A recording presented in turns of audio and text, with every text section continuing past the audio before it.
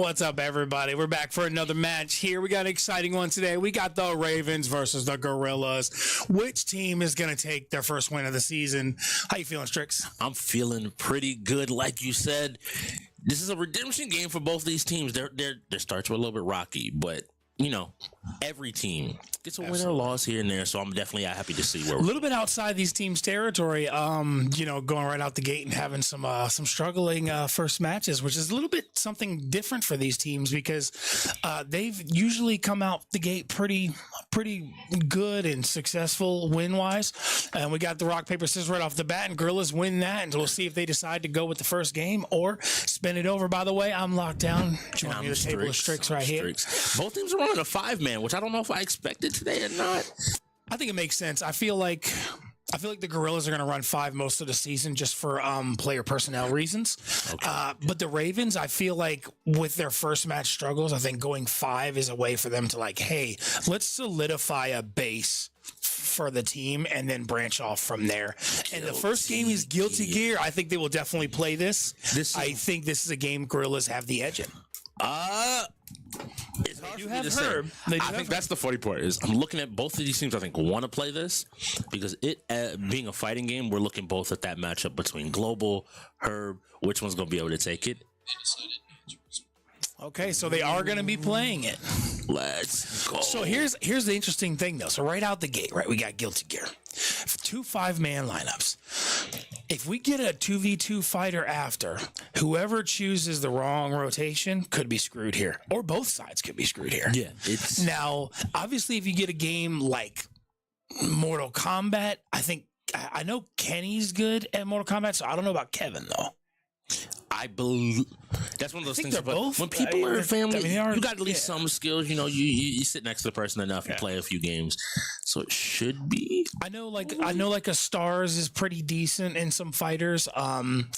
Nothing to write home about, but he can carry and hold his own. So if we get another fighter, it could be interesting, but we also could get like a sports game as well. Yes. So 2 5-man lineups is going to be interesting all day, but it also does help rotations. So these teams are going to have a lot of their best lineups for most games. So this really is going to come down to which is the better team today. I completely agree with you. And I'm also looking at both of these teams because one of the biggest things that I think hit both of these teams in their first games was the setups that have been a lot of teams have been struggling with.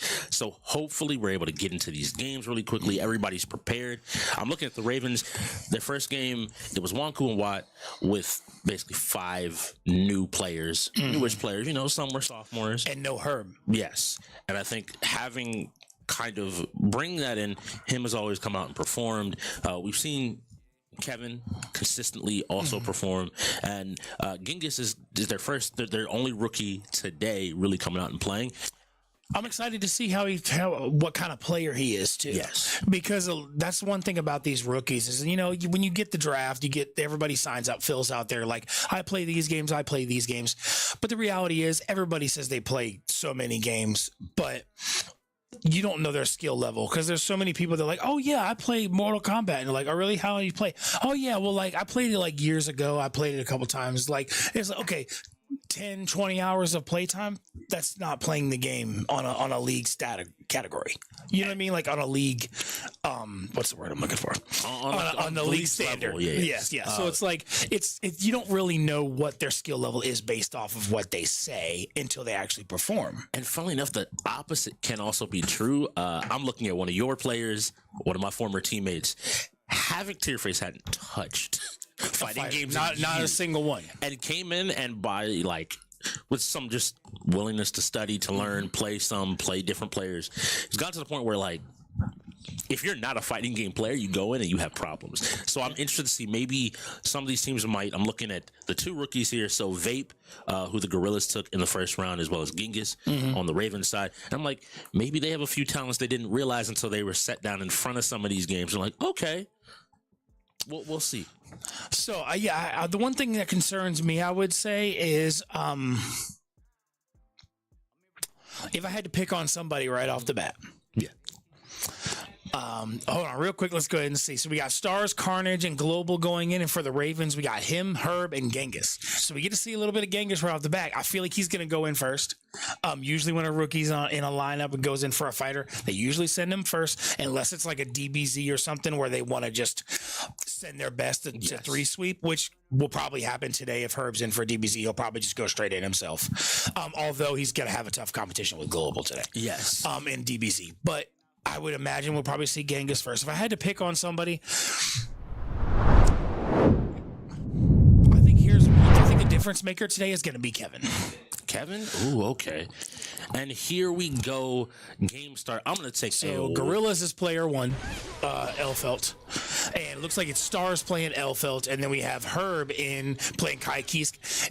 Obviously, everybody knows Herb plays Kai Kies with the red jacket and the dark hair. So, good start for Stars, though. I mean, like, he's already done some damage, but Herb's just going to, hit that download. Now he's starting to hit his combos, put the pressure on, and he's got him right there. He's going to get the slash right there. The only downfall of the slash in this game is it always stops your combos. Yeah.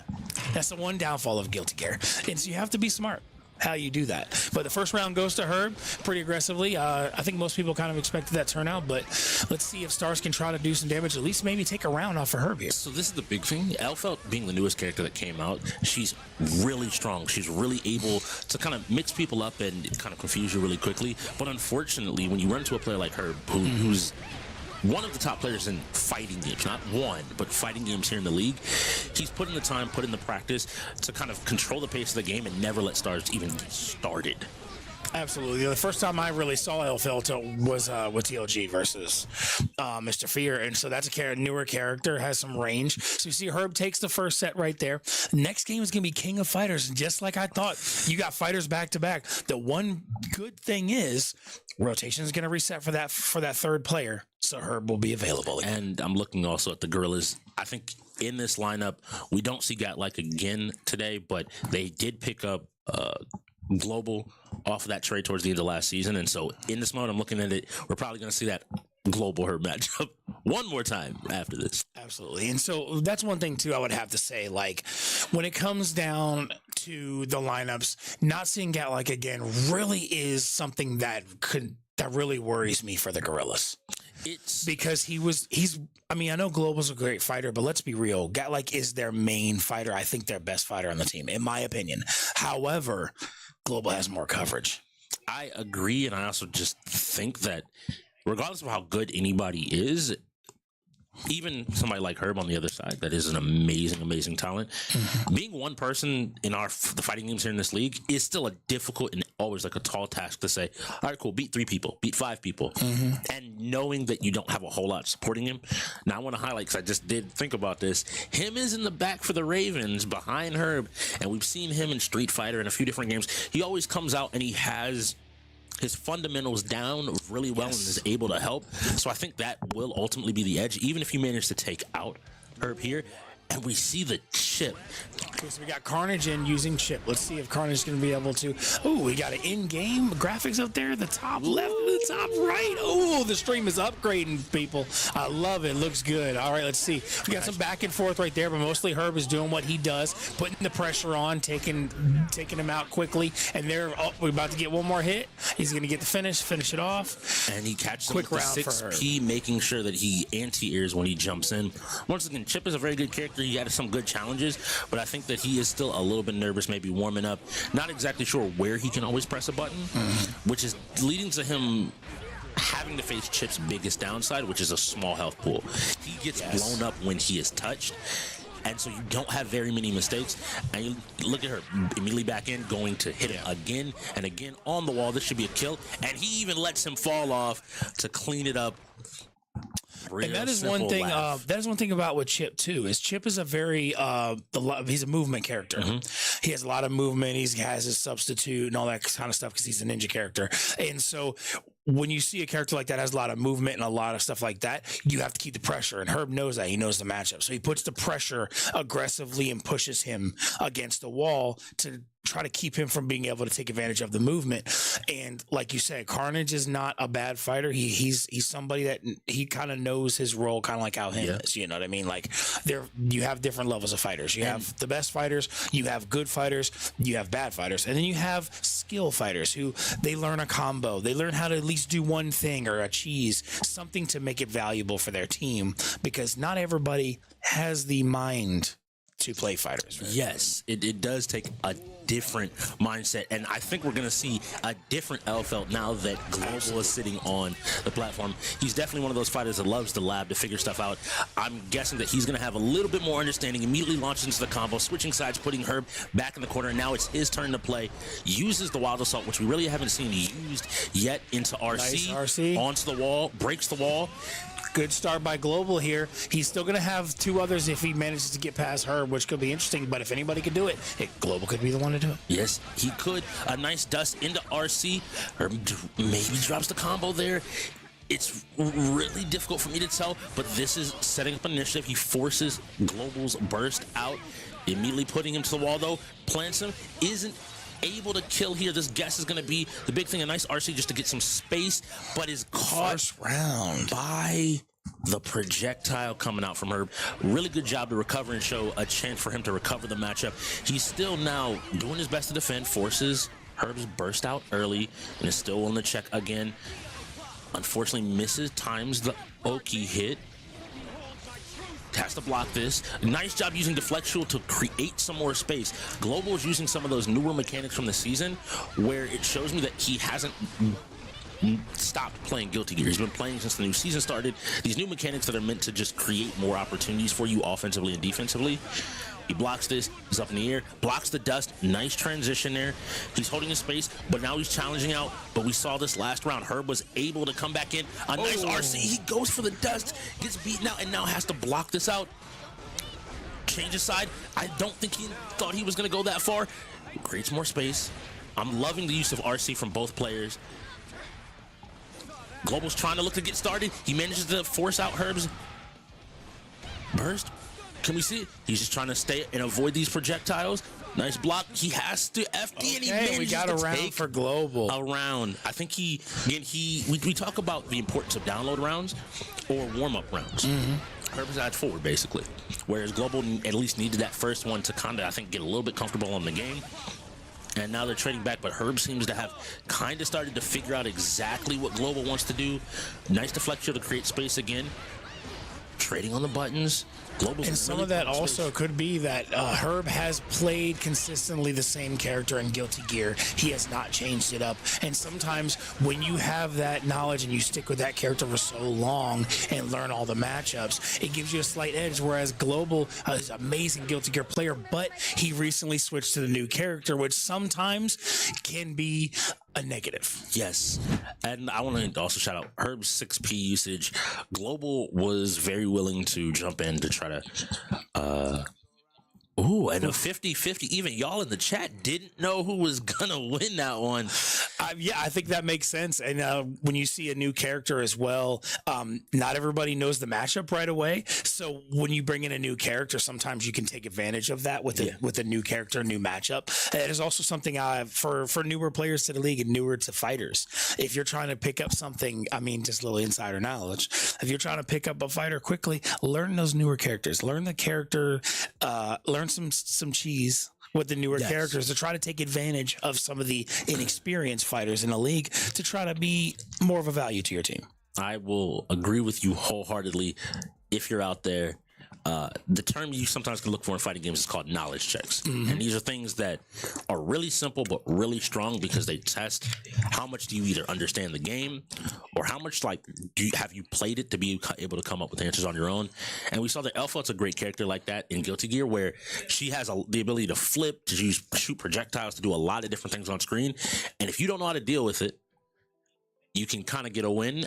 I want to compliment the Ravens on the choice to put Herb in first, recognizing the threat of Global possibly going first, but getting him warmed up so by the time Global came in, he was pretty comfortable even in a maybe less familiar match. Not to mention that also gives for the league knowledge with Genghis and him. Now the league, they don't know what their skill level is. You kind of keep things a little hidden there by sending your best in. And like you said earlier, sometimes you want your best to go in and get warmed up and get comfortable, because the way we do things here at the league is we just get one set. So when your rounds are gone, they're gone. Yes. So you have no choice but to win now. You don't get a second chance. Obviously, in like tournaments, other places, you have to do multiple sets. Here, that's not how we work. No. Go out there and win or lose. Yeah, it's different, but it challenges you as a player to see both how quickly you pick up information, pick up patterns, and how you're able to transition.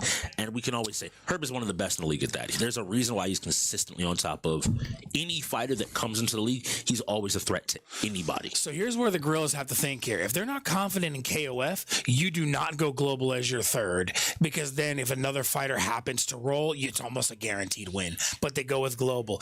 And here's probably why they did it. Global came last season. Mm-hmm. KOF was not here last season. So a lot of people in the league don't know KOF. So there's going to be a lot of real knowledge checks this season with KOF. A lot of these newer players, because as you know, you're a part of last season's draft class, probably one of the biggest draft classes we've ever had. Yes. And one of the most successful draft classes we ever had, because we've had good players in the past, but never had this many starters come out of one draft. So a game like KOF is interesting because you don't know anybody's skill level out of these newer players, and they're not going to know the veterans levels unless they've been watching for multiple seasons. And I can tell you, a lot of them have so much on their minds and so much to focus on. They're not watching past seasons. That is super true. So we got K-Yashiro as well as Omega Rugal. On the flip side, we have Terry, another Omega Rugal, and a Joe Higashi. Yeah. Car X Drift is coming up next as well, so we are going to transition to a little bit different of a game, but this KOF should start. So KOF is a different fighter than Guilty Gear. Guilty Gear, you have a lot more air dashing and moving around, and while KOF has an emphasis on movement, player one should be Wonku is in right now. Okay. And then Global is in for Gorillaz. It looks like they might be doing a button check, or they could just be sizing each other up. But yep, okay, so just sizing each other up. Yep. So Rugal's an interesting choice. We're seeing that Wonku is in. That's interesting to go with Rugal, because Rugal is a good character. If you know how to use Rugal, now you see Global running a Terry, which is kind of expected. It's a little bit of Street Fighter style character. And Terry's actually, I think, kind of makes sense for his style of play. Getting a lot of pressure right here. Yes, and so with that, Rugal has a lot of those solid tools that you always expect. Tiers that are really good, projectiles that are really good, things that just challenge players that newer players or less experienced players can kind of have an opportunity to use. Terry is a classic here from KOF. He plays KOF, he has the buttons you need. You're moving around a lot. You're looking to poke people maybe from hops and jumps, these different jumps, the different systems for how KOF works, and we're going to transition over to Kevin on Yashiro here. Yashiro's a little bit slower of a character, but can also hit and get some damage in. Kind of that big foreboding character, but it looks like Global recognized the issue they had the first time where they sent him in last, and here they are sending him in first to get as much damage. The unfortunate thing is in KOF, you don't get that much life back when you win a round. So he's got to maintain and get these kills quick, because he knows Herb on K-Dash is coming up next. And that's where this is one of those games that I know you talk about warm up, but the difference in Guilty Gear is you get your life back after the round. And so that's a little bit different scenario. Here, the warm up might have hurt them, but luckily he takes the first two out and has almost full meter right now for the fight versus K-Dash and Herb. Yep, and now I'm immediately noticing from him. You see him constantly kind of backdashing, going auto forward. combo into the super. Yes, this is super important. Using the auto combo, a level 3 does immense damage, and we see he blocks the DP. Can we get a big combo? He's managing to get some hits, and I'm worried because Global, you're not just using that auto combo. Be willing to just spin that 3 bars. Yes, you've almost won, but he wants to keep this pressure up in the corner, is managing to just hold on, but notice these small little check from Herb to take his turn back. A good DP to stop him. Looks for the cross up, isn't able to get it, but keeps himself safe. Next hit should win. For Global, Herb is going to need a little bit more because he doesn't have the meter for a big combo here. Now it's getting close. Either one of these players can win. There's not a whole lot of time.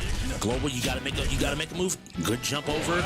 Waiting with the DP and continues into the follow-up on the move to get a win. But he's set his teammates 2 more people to go through.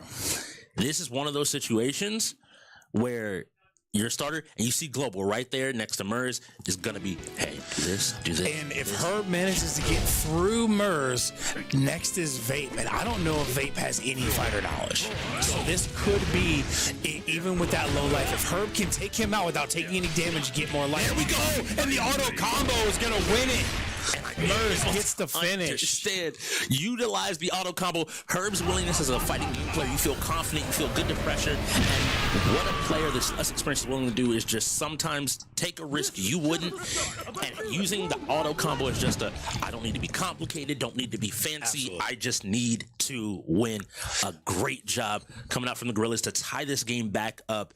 Great performances. And I think Guaranteed Global was also there working, being like, look, don't got anything crazy. Just get a single hit. That's all we need. And in a fighter like KOF, for the newer players as well, KOF is one of those fighters. The first thing you learn is your auto combo. Yes. You learn your auto combo, learn how to use your meter, but also remember, if you have a better fighter behind you, don't waste the meter. So it's one of those fighters that you have kind of the basics things you learn. You learn your auto combo. Don't waste a meter unless you know what you're doing, and you're going to do it at the end of an auto combo, or if your teammate tells you, hey, do this. Yes. You know what I mean? So this is one of those situations to where sometimes being a skill player and a fighter, not being necessarily the best, is sometimes all you need to pull out the win for your team. Okay. So maybe the chat knew something we didn't. Maybe they knew the Gorillaz were cooking. Yeah. They had a lot of confidence in Global wanting to get his run back and being able to support his team as well. He did take out 2 fighters and get her basically to 1 hit. So great on them. This looks like it's going to be a banger of a game. But Car X Drift is up next. So we're definitely going to see stars for this, I think. He has a very strong opinion about this game. So let's see how he performs. So we got a 1v1 start, which is good. This is where we're going to see some struggle here. 2-minute setup timer, 2 5-man lineups. Luckily, it was a 3v3, and they're not all in at the same time in the last game, so they were able to have other players set up this game.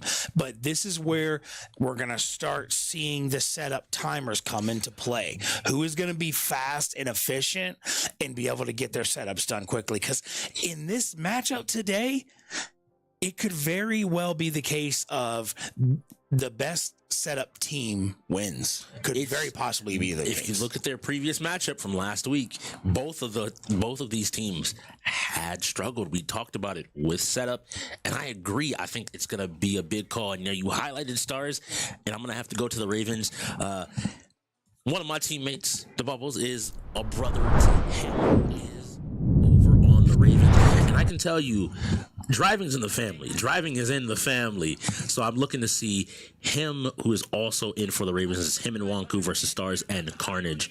But I'm looking at him to see him cook a little bit, see him see what he can do as well. All right, here it is. I'm calling it. Carnage is going to perform the best. All right. Interesting. So it's not going to be who you think, and here's why. CarX is a complex game, and a lot of guys that are good at the game but not great are going to try too hard, and they're going to mess up. It's going to be a classic Tony Hawk syndrome, is what I call it. I think one of the other things is early on with this game, there was a lot of assumptions about how you could tune and mess with your car when competing in the game that I realized some players are now relearning their whole muscle memory for the game. Now, we've seen a couple of high scores already come out, and we've gone back to Navarro Base A, which I think is a very good map, and I noticed... So Mers, or Carnage, just ran into his own teammate, Stars. We got some good racing on both sides here. We got a drift fail right there. Right now, Mers is leading, surprisingly, who is... I'm not sure which one is Mers. PC one to... Oh, here we go. We will see. 1,000. Did we have an issue, or did it finish already? No, that is the race ended. So one thing that I have. So the question is, who is Mers? It is one of the Gorillaz. We know it's one of the Gorillaz. We will get you an answer for exactly who that was. I'm guessing by the run out, it's probably Stars. That's Stars. We can hear him from the arena itself going off. One of the smallest things about this game, and it came up in y'all's game actually yesterday, is if you practice on the normal maps, they give you much bigger timers in the single player mode. Mears came in first, or which is, it wasn't Mears though. It was Carnage or Stars. I think it was Stars. Stars was Stars. The way Stars got up, it tells me, probably. you know. Yeah. Yeah, a lot of it, always great energy coming out of Stars. But like I was saying, these online maps that we do play have different timers and different conditions, and we both know firsthand. First time that the trolls played their map, no one finished, so we had to run it again. And there's a little bit of knowledge there of like, hey, do you know the map? Do you know how long you have? How well you're able to play? And you also see in how that turned out as well that even some players who play the game don't fully understand some things like ice. Yes. So you see some situations to where that's a little bit of a skill check sometimes on people that don't understand, because like it's like adding rain to Forza, same kind of thing. You know what I mean? Like it's not going to be the same as a regular dry track. You know what I mean? So it changes things up, and you can sometimes catch people off guard with some things like that. That's kind of the strat, like tech side of racing, whereas every game has like their strategy kind of thing, or like knowledge check. In racing, those can be some knowledge checks for racers. Knowing the map, knowing your line. But I got something for you, Lockdown. We've been talking about the rookies, and we finally get to see them go head to head right now, coming up in UFC. Genghis versus Vape. This will be interesting because we don't know either of these guys in this game. Yes. And it really is going to be, it's either going to be two unknowns and somebody gets a lucky knockout, or maybe we'll get two that are good at it, or you could get one that's really good at it. So this will be interesting to see how they perform and to see who has the edge. Luckily, UFC is also a very fast setup game, which is good for these teams. They got, so far, they've had some pretty easy setups. CarX Drift, they were fast and efficient with that setup, which is great as well. But yeah, it's good to see that both teams are starting out great with their setups. That's already a win. Yeah. I'm going to keep saying it. Getting in the game, to win the game, you got to get in the game. So we're really happy to see it. I'm putting a lot of faith here for me into maybe another Gorillaz win. I know they picked up Vape as a. I'm kind of with you, yeah, because he's a sports player, and UFC is classified as a sport, and I'm with you here. I feel like Vape might know this game, but I don't know. It looks like we got a timeout from the Ravens. Might have been a setup thing, maybe. Okay, so that's okay. I think maybe, and this is. I'm going to speculate a little bit here. Genghis might not be as familiar. Maybe, a player like Herb who has shown a proficiency in UFC might be sitting down with him being like, okay, cool.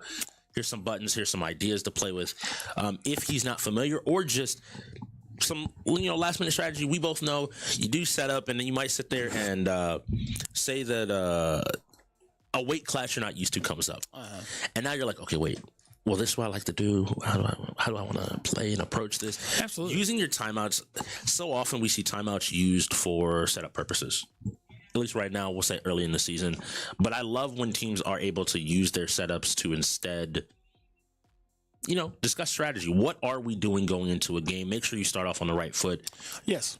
That's one thing we did on Friday. We had, I forget which game it was, but one game I literally told Claire, I was like, hey, when it gets down to 5 seconds, I'm calling a timeout. And like, we were ready to go. It was just like, we just wanted to take our time and make sure. Because that's another thing too with these setups. It's not only getting the game set up in time, it's also, you're in this frantic, trying to get the game set up and everything. And then when the game starts, now you have to switch your mindset. Okay, now I have to play the game. Yes. And sometimes with complicated games like a CarX Drift or like something a little complicated like a strategy game, now you have so much in your head from trying to set up, and now you have to play the game. It's very hard.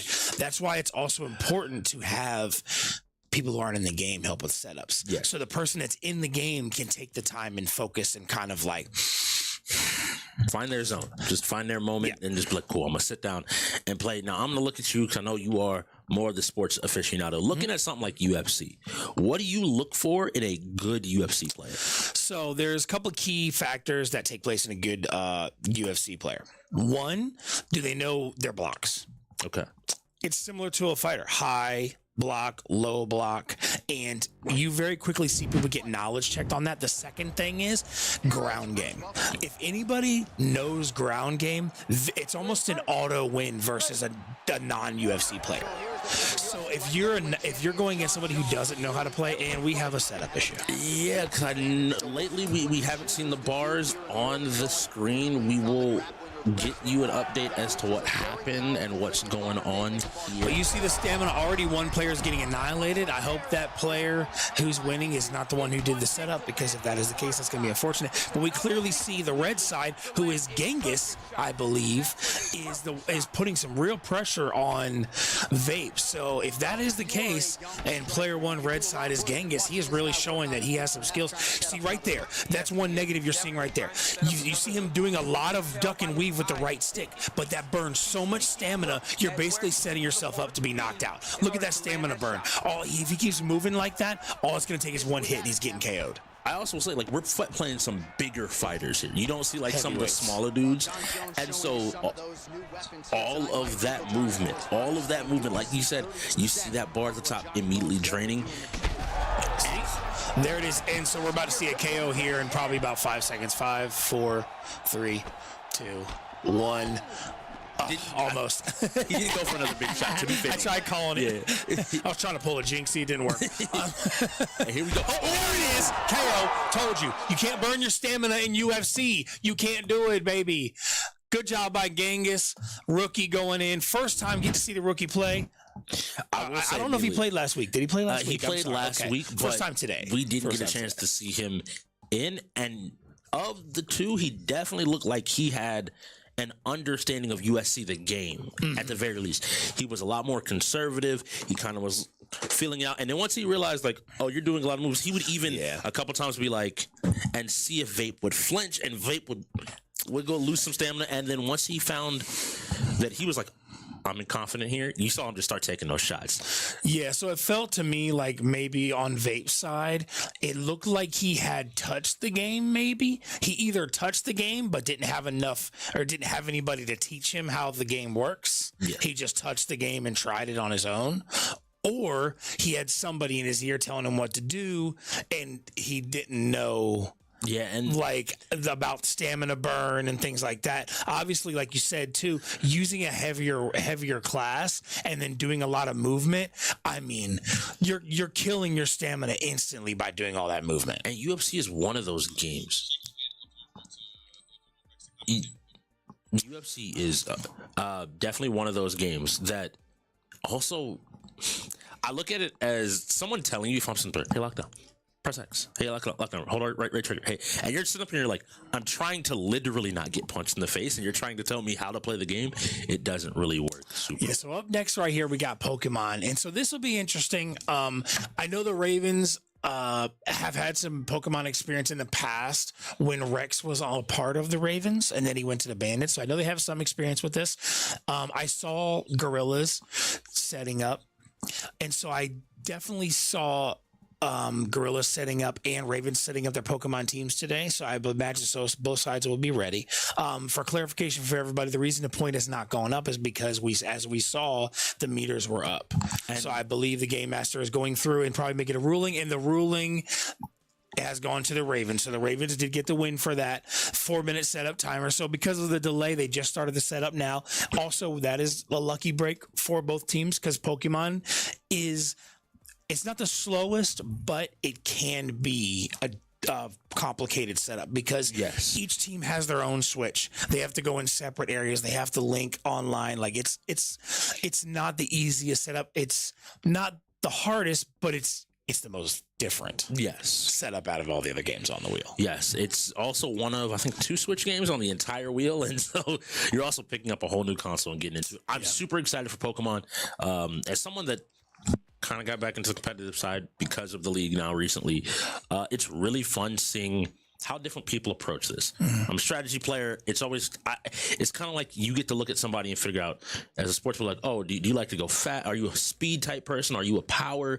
Do you like to just slow down? Maybe like wait and see. So I'm definitely interested to see what these two teams. Yeah, team comp is definitely very important in Pokemon because even if you know the game and you have a great team, if the other team happens to have a better team comp, and the problem is you don't know what you're going against.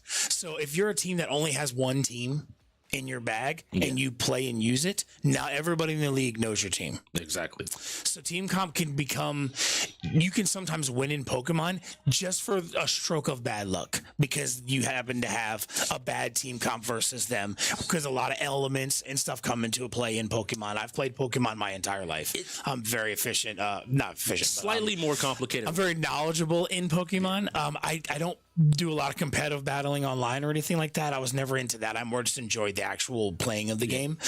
So I never did so much of the competitive, but this is another one of those games that what's cool about it is this is what I call a coach game. Oh yeah, definitely. It all comes down to who's the better coach, because this is one of those games that if you don't have your Pokemon knowledge person as a coach, you could struggle. Because if you do not have Pokemon knowledge, you're not going to know what to do. You're going to get annihilated. I agree. I also think the funny part is that there can be a good flip side here of when you have multiple brains being able to talk. Here we go. It looks like Vape. Now, we saw Vape when he played Eclipse. He piloted a team against Eclipse. It was a little bit less than a normal team, but it looks like he seems to be their Pokemon mind on that team. Yep. So here's what I think about Vape. I think Vape has a deep knowledge of the game, but better than a lot of people in this league.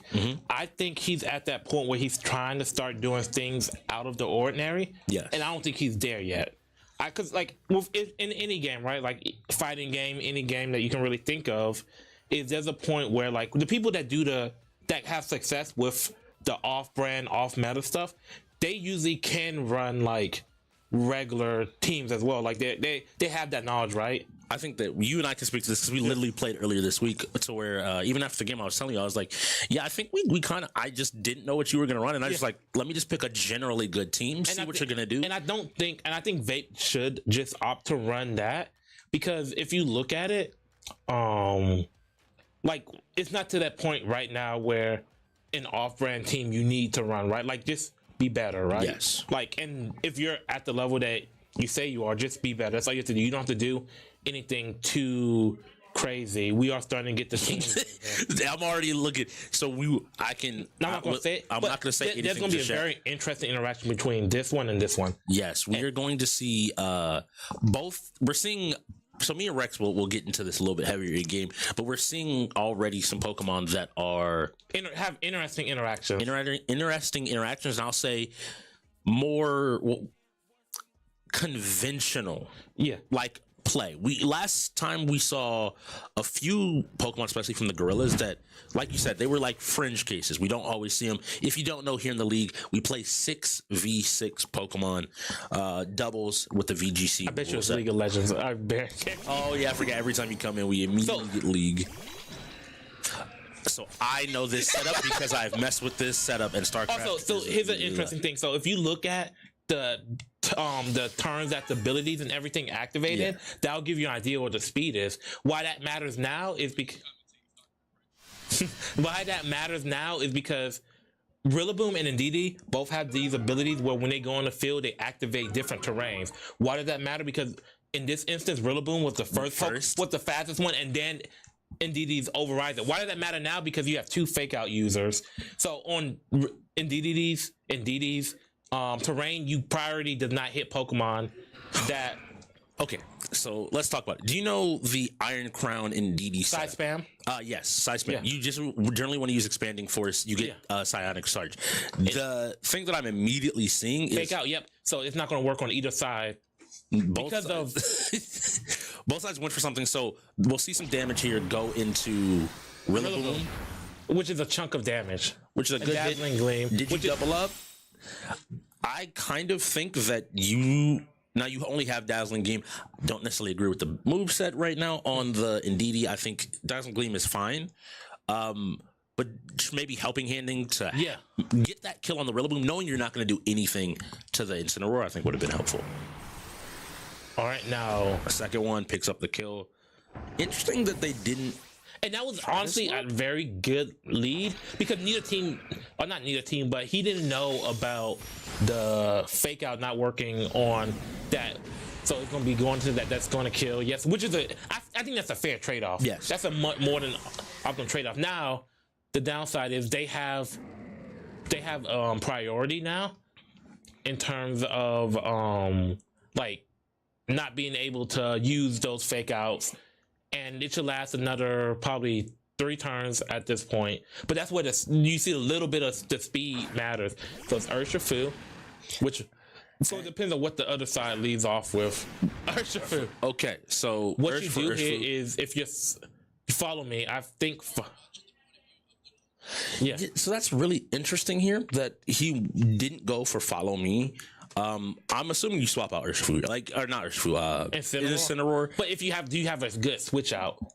That's the issue, because there's not a lot of good switch outs. Looking at their teams, what would I Raging Bolt? But you can't use Raging Bolt's thunderclap on this because of the terrain. Well, the Indeedee has been just spamming Dazzling Gleam. It doesn't seem like they're setting up Trick Room or anything kind of different. Hasn't shown anything else yet, even though that's probably. But maybe he sends in Metagross here. So maybe you send in Metagross, you get like a Psychic Fang. And a good U-turn again to also reposition. Maybe see how he's going to react to the Urshifu, and just because it's smart to send it into that slot. Yeah. Because now if that Moongus has Rocky Helmet, that's a lot of damage that Urshifu is going to take in recoil. And then follow me, right? Yeah. So the big thing now that you want to do is you want to get. Did Indeedee have a psychic move on it? No, it had follow me, Trick Room, and so perfect. Right. Helping Hand. Follow me, Trick Room, Helping Hand. Yep. So at this point, you just get that. I think you still follow me, but you get that Indeedee off the field. And let's see, does it have Rocky Helmet? It does not, because Rocky Helmet activates. It would activate. Okay, each every turn. Yeah. So I'm wondering, what usually would you expect to see? And now you're Citrus Berry probably. Citrus Berry or Yucca Berry. Rocky Berry to take less damage from ice moves. Realizing that not in a great position here. Chiyu's probably Chiyu. Yeah, I'm making the decision to obviously try to pivot to maybe get. Well, I know it's hard because like Chiyu's also a frail Pokemon. So like I don't think you have an optimal switch in here. Like you have to hard predict something, because if you hard predict you have to double swap. Oh, he was trying to double swap there. Does 30 seconds to now time does end up mattering here. I'm trying to think why I wouldn't click Aqua Jet here. Aqua Jet is a priority move. Yeah, but you're not looking to get a kill on anything immediately. Well, also what I'm saying is you can't use Aqua Jet because you're still on psychic terrain. I think you spore. I think you spore into that slot. I think that would have been the optimal play there. And if he spores into that slot, Chiyu's down. That's a huge. Either on everybody special defense drops. Yep. Close combat into the Amoonguss. That was not smart, because I don't think you do that, especially if you see that it doesn't have Rocky Helmet. But there goes a Citrus Berry procking right there. So that should bring him up a good look. That would have been. I mean, honestly, you realize speed wise. Psychic Fang. Yep, and he's just dead off. And your own psychic terrain hurts you. So I'm curious if he spores here. That's going to be a huge pivoting move. Pollen Puff into the Metagross. Oh no, that's going to be neutral damage right there. I think that a lot of people, we literally were talking about this right before the game started. A lot of people don't recognize like the utility of a move like Pollen Puff in terms of like being able to either heal your teammate or hurt. I'm gonna be honest. Heat Wave probably knocks out both of these Pokemon, unless you Terra. Because a common Terra for Metagross I've seen has been Dragon. I would Helping Hand here. I would just either following me or Helping Hand. One of the two. If you expect maybe to get outspeeded, which I can't think of why at this point. Metagross can outspeed Chiyu if it's like max speed. Would that outspeed Urshifu? It should. Then I think it isn't max speed because the Urshifu was going first, I believe, with the Metagross out. So I think here you don't have to worry too much. Like you could just help Hand to get Heat Wave missing is the only like way out. So that I can see that being like a why you wouldn't necessarily want to Heat Wave Helping Hand, because Heat Wave should by default. But I imagine Urshifu might be coming in here. But if he Dazzling Gleams, or if he Dazzling Gleams or he burns. Oh, Incineroar. So does Fake Out so I'm curious to see if Okay, Nice job on protect. You that's the safe option. Waiting to see what your opponent's gonna do, and maybe a fake. Yep. And the follow me doesn't end up getting any value. But Heat Wave could still potentially kill Incineroar. He is still hurt from when he was in earlier. Yeah. So let's see. Does it hit first? He misses. You don't understand. Remember when I was talking about how you helping him Heat Wave could potentially miss? It's the worst thing because now guess what? You got to click it again and hope that it doesn't miss. And honestly, maybe you switch in like. Oh no, maybe you don't switch in. It depends because he's gonna be sick if it's not a one-hit KO. Because if it's not a one-hit KO, that means that. Oh yeah, no, this isn't a one-hit KO. So let's see what he ends up doing here. I'm gonna guess that the Incineroar is gonna go into the Indeedee, if my guess is here. But the Indeedee is faster than the Incineroar and manages to pick up the second KO. So now you're looking at you've lost your Incineroar, you've lost your Among Us. But I want to say the good thing is you still have Raging Bolt. Raging Bolt coming out, but something that's really interesting, especially if you plan to use Thunderclap as opposed to Thunderbolt. DD. Yes, you can set up Trick Room to force it basically. Yeah. It can be a very interesting situation. I wonder if the players have thought that deep, though. I think right now we're still at a point where a lot of players aren't. So we still have Metagross left. We still have Metagross and Urshifu. So I think at the Metagross comes back. I think I can't remember. Does the Metagross have Protect? We don't know because it came out. It did Psychic Fangs and then it ran away because of the incoming. He's like, how about I don't deal with that? So it looks like we're getting another swap here. I'm not sure how I feel about that swap. Just because, like, unless you Terra, you're still weak to that Urshifu. And that's the thing. Urshifu, you have to find a way to mitigate that, right? And maybe you do Trick Room here. I'm only wondering about Trick Room because thinking about the order of Pokemon, do you think you're that much slower than what he has in the back? I think knocking out that Mungus helped a lot. Yes. Because if you didn't knock out that Mungus, then... But I think if he Surging Strikes, I think whatever he Surging Strikes into dies here. Yeah. So crit. So for those who don't know, he's not just getting lucky. He Surging Strikes crits every time, which what makes it such a powerful move. And and Landorus goes in and does basically nothing. Is he going to like? But is definitely meant to pivot, right? So he doesn't Trick Room. I think Trick Room's out here because looking at the rest of his team, and we get the Metagross has knock off, which kills the Indeedee, and now you're in a situation where you've lost all priority and momentum that you had in this battle, and you're stuck on Tornadus and Chi-Yu. And unfortunately, Urshifu isn't in range of dying, so Urshifu is just going to search. And honestly, if he Terra Evolves right here, like, because I think you have to worry about Bleak Whip, Storm, or Flying type move. Yeah. I think if you Terra right here, I think something dies. Something dies if you Terra right here, because I don't think you have the power to kill both of them. Now, I think the hope here is... Now, I may be guessing that you mentioned the Protect on the Metagross. If the Protect is there, not wanting the double attack into the slot, ends up opting for it. Surging Strike. So, yeah. Chi-Yu's like getting melted right here. I'm surprised it didn't kill it with the first hit. It's really interesting to me because you didn't set up Trick Room, kind of like we talked about before. And you, I guess, assumed that your Chi was faster. Because even if you had Terra to... Now, the Terra could be fire, which is why he didn't Terra and didn't want to waste the Terra. But it's interesting.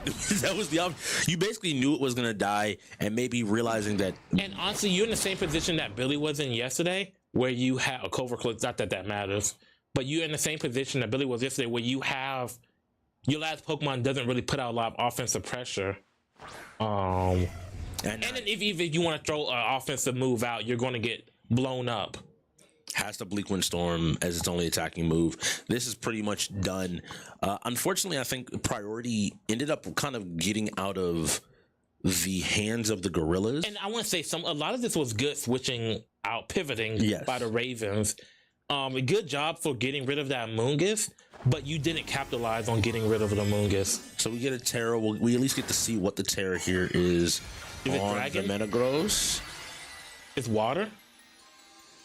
To deal with any fire, which is really interesting now that I think about it. Maybe not wanting to commit or ground type. maybe not wanting to commit the terror early. Yeah.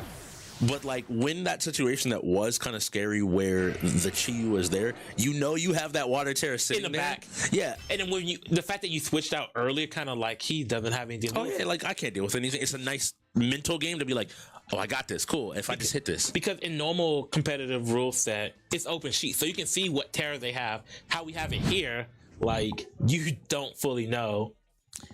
And that's a win for the Ravens. So we got back-to-back strategy games. Going right into StarCraft. I'm interested to see. Who do you leave out? I feel like and here's the issues. I don't know where everybody sits, but still, stylistically, I think you leave out Global. For StarCraft, yeah.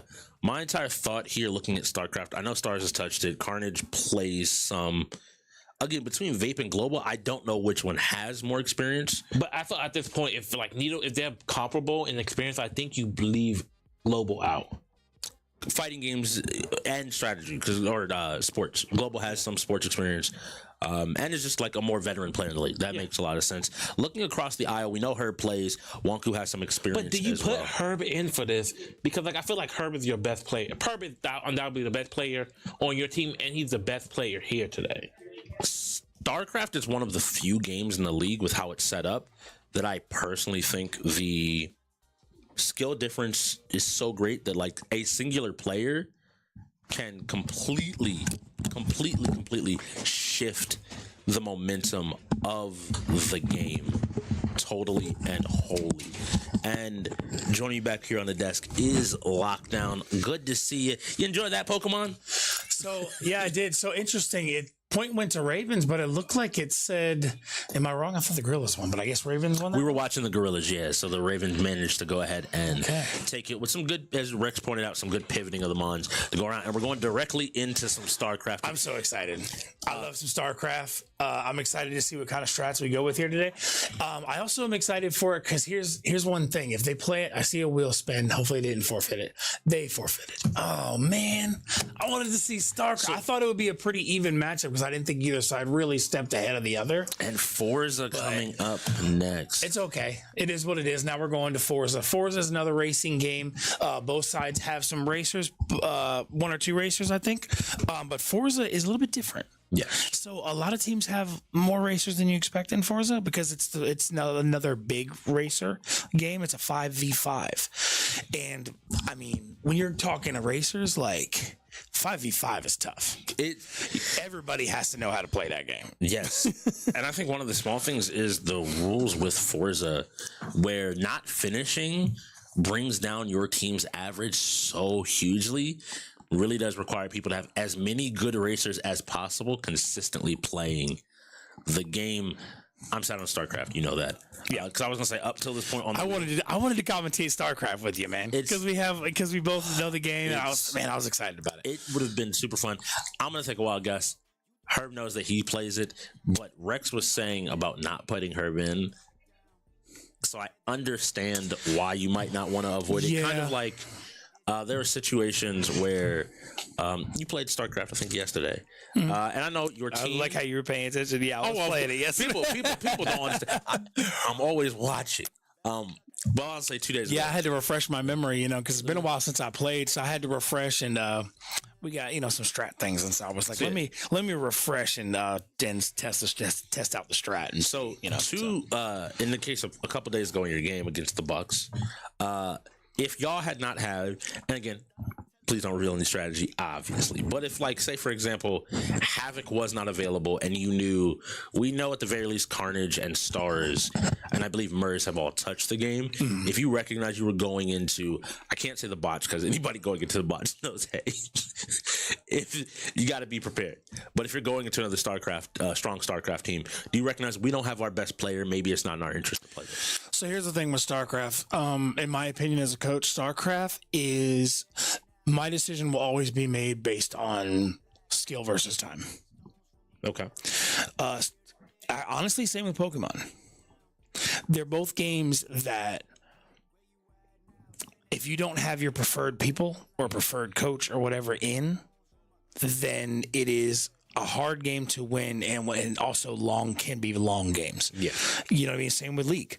So it's like, based on who you're going with, if it's somebody that you see like, okay, this team has really good people. Obviously, if you're going against the bots and you don't have your preferred, you don't play it.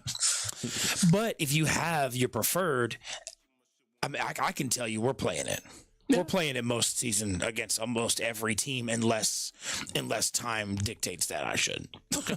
not to give it away a little bit, but I mean, like, that's a game that we know we could play, and so it's just one of those things that you have to be smart about your decisions. And with the Gorillaz, you also got Mers, who played a lot with the Ghosts. Yes. Who is it? So yeah, if you don't have Herb in, and when you look at the Ravens lineup, I don't think they have enough StarCraft players to play that. This doesn't look like a strategy game focused lineup out of the Ravens. Yeah, I don't think it looks like they kind of know, hey, we're going to be competing in shooters, fighters, sports games. Well, even racing. DBZ in Texas, I could see them still having people that play that. But like, if we're talking League and StarCraft, I don't think this Ravens lineup is playing League or StarCraft unless they know for sure they're playing somebody who doesn't play it. But Gorillaz aren't so much a strategy team, but they do have strategy players. So none of them really are elite level, but they know enough to beat Ravens in strategy today. Yeah, I think many people will think back to last season. The Gorillaz did manage, I think, to beat Eclipse in StarCraft when they did play. And again, Carnage was on the Reapers, another team that plays StarCraft and has some time in StarCraft. So I get the understanding, the opinion, the choice to not do it. Slap Timer is done. Forza is a little bit harder of a game to get everybody into and set up. Tell me about it. It was our only forfeit that we had in our match. And not for nothing, we must have sent 50 invites, so I don't know how, but whatever, each his own. It is what it is. Yeah. But yeah, Forza is very complicated because a problem a lot of people have is because it is, I believe it's Steam and Xbox, right? And so what a lot of people don't know about Forza is it's like, if it has the Xbox link to it, kind of like how Gears is, you have to accept invites through the Xbox app a lot of times. And so if teams aren't aware of that, it's going to cause a complication, because if you don't have them added, you have to go into the Xbox app to add them. And so sometimes that can create an issue with setup. So it makes sense to me why you would use a timeout here, because even if you know how to set it up, this is a game. If the other team doesn't, you got to have that extra time, because if it's your setup, even if they make mistakes, it might not always get caught. It could be end up going on your side of a mistake, like a forfeit or a technical. So in my opinion, this is one of those games that going forward in the future, if I can spare a timeout, I'm using it just in case. There are always a few games. It can be complicated. I feel like every season there's a few games that you kind of always have to just bear in mind. And also Forza as a game, and it's Halo as well. The shader whole thing, like when you turn Forza on for the first time, if you aren't prepared, shaders take a couple of minutes by itself. And if you're coming from a console game, like if this had been Pokemon, you have 2 minutes. You don't have time to wait for your shaders to optimize as well. Now, for those that are watching, maybe having never seen us play Forza, it is a 5v5 race. There'll be 2 teams. The biggest thing that makes this game interesting to me is you're not allowed to use the same car on a team. I'm glad you brought that more than once, because that was going to be my next thing I was going to talk about. So I'm glad you brought that up, because Forza, the issue we're going to have this season, from what I see, is a lot of teams are either going to mess up the car restriction, or they're going to, we can't pick the same car, and you're going to have people like we've seen already this season choose horrible cars that don't make sense for the track you're playing. You brought it up, someone said Ravens. I don't want to see it. Their first game, we all saw them. So are we talking about the Honda Civic? Yes. The Ravens were the team that picked the Honda Civic. Somebody was trying to play Tokyo Drift. Please, just look. Just not the Honda Civic. Please don't. Okay, we looking like we don't have a Honda Civic in sight, which is always good. What game we got next? Is that Apex? Oh, Texas. Okay, ooh, another. I love seeing some Texas, because we only got to see it a handful of times, and that's one of those games that not everybody's gonna get. Ooh, we got somebody. I don't think they know how to play. Controller issue. Controller issue. I think not even just that. The first turn with 10 players, it's really funny because I think if you're a good racer, you might know and you might understand they are quitting out of the game. Is there something that is wrong? So there was either a setup issue or somebody disconnected or something. So they're probably restarting it unless we get a ruling here. But I was trying to see, maybe, we mentioned wrong type of cars. People don't always know. Once again, I saw a lot of exotic cars there. So you never know. Somebody could have picked the wrong car, but yes. So looking at it, I wanted to talk about that first turn because I think the first turn, I'm going to do this for the racing game players out there. For the racers out there, y'all understand about distances, braking, taking turns. The people that do not are all gas, no brakes until I absolutely realize I'm about to miss that turn. And so we always see that first turn turn into that moment of that's the F1 curse. everybody just we've seen a couple seasons of that F1 right off the start wrecks. And you know this, that when you hit a wall in Forza, your car brakes, and then it's like, do I take the extra 10 to 15 seconds I'm going to lose in the pit? Because average, like your time as a team collectively is what matters. And if that 10, 15 seconds can be the difference between you winning and losing. And that is one of those scenarios. And that's one of those scenarios to where if you're not a skilled racer and you're going in for Forza and you're like, oh, well, I'm just going to wreck the other person. That's great. But also, neither one of you is catching up. If you have any issue at the beginning, you're never catching up. And when it comes down to that finish at the end, it can be more of a detriment to your team. Especially so this is one of those games that like everybody on your team should know how to play this. Yes. I can tell you right now, our best Forza player, ain't nobody gonna know who it is until they see it. Ain't nobody gonna know what it is until they see it. I'm excited to see and find out. And we did have a technical issue with one of the PCs. We're getting that handled, and we'll get you right back into the action here shortly. We saw a lot of interesting cars there. I didn't see anybody pull away. Normally what we see in Forza is that first turn, and then all the racing like 3 or 4 that were kind of will start to create their own pack, and then we have everybody else trying to figure their way through it. Maybe a few pieces of tech that were and weren't being used. Players, go back and watch the games, do your VOD review. There's definitely some information to be gleaned from some of the top teams in the league, I'll say. Absolutely, yeah. I think there's been a lot of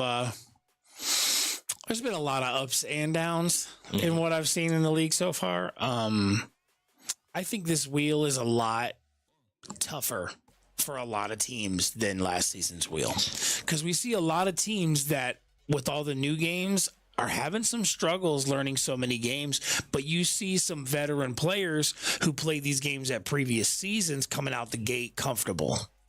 I agree, and I'll even add another layer on that. The games on this wheel, Forza being a great example, even if you're used to a racer, you played racers previously, teamwork is actually necessary in a lot of games this season, to where Lockdown plays X shooter. You're good at a shooter. I come in and I'm like, okay, cool, I know how to play the shooter, but do me and Lockdown as a team work better than the other team? And so I'm looking at and some of these teams, maybe they are used to saying, I would say Fortnite is a prime example, because Fortnite's the opposite this season, going down to 3 players. Yeah. One person can take over a Fortnite game. Of course. If you're good enough, can run over and take over a Fortnite game.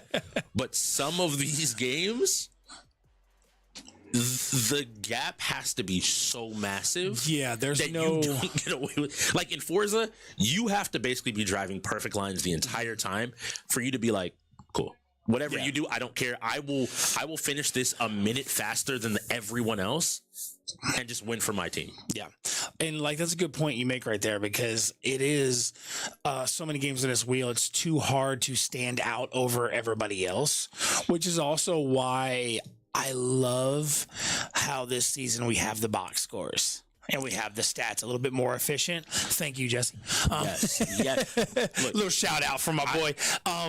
Yeah, I love that, because it really goes to show values. So additional thing, what we do on my team as well, is I had a backup player there getting KDs for every player in every shooter because I want the stats. I want to know who's performing and who's not. And I'm very much an analytics person. Yes, when it comes down to things like that. You and I have talked about some of this stuff before. Yeah. And the people out in the league, I think starting this season, especially if we can keep the trend of team games, coaching staff and a coaching structure is going to be important because, like it or not, we're all gamers. We all feel like we're the best. We all feel like we're great. Mm-hmm. And sometimes when you look at it and be like, all right, hey, Strix, your KD, your aim is kind of off there. What's going on here? Yeah. You say you're really good at shooters, and I'm like, it was a bad game. It was my mouse. Okay, that's one game. Okay, it's happened 2, 3, 4, 5 games now. What's going on? Yep. What's going on now?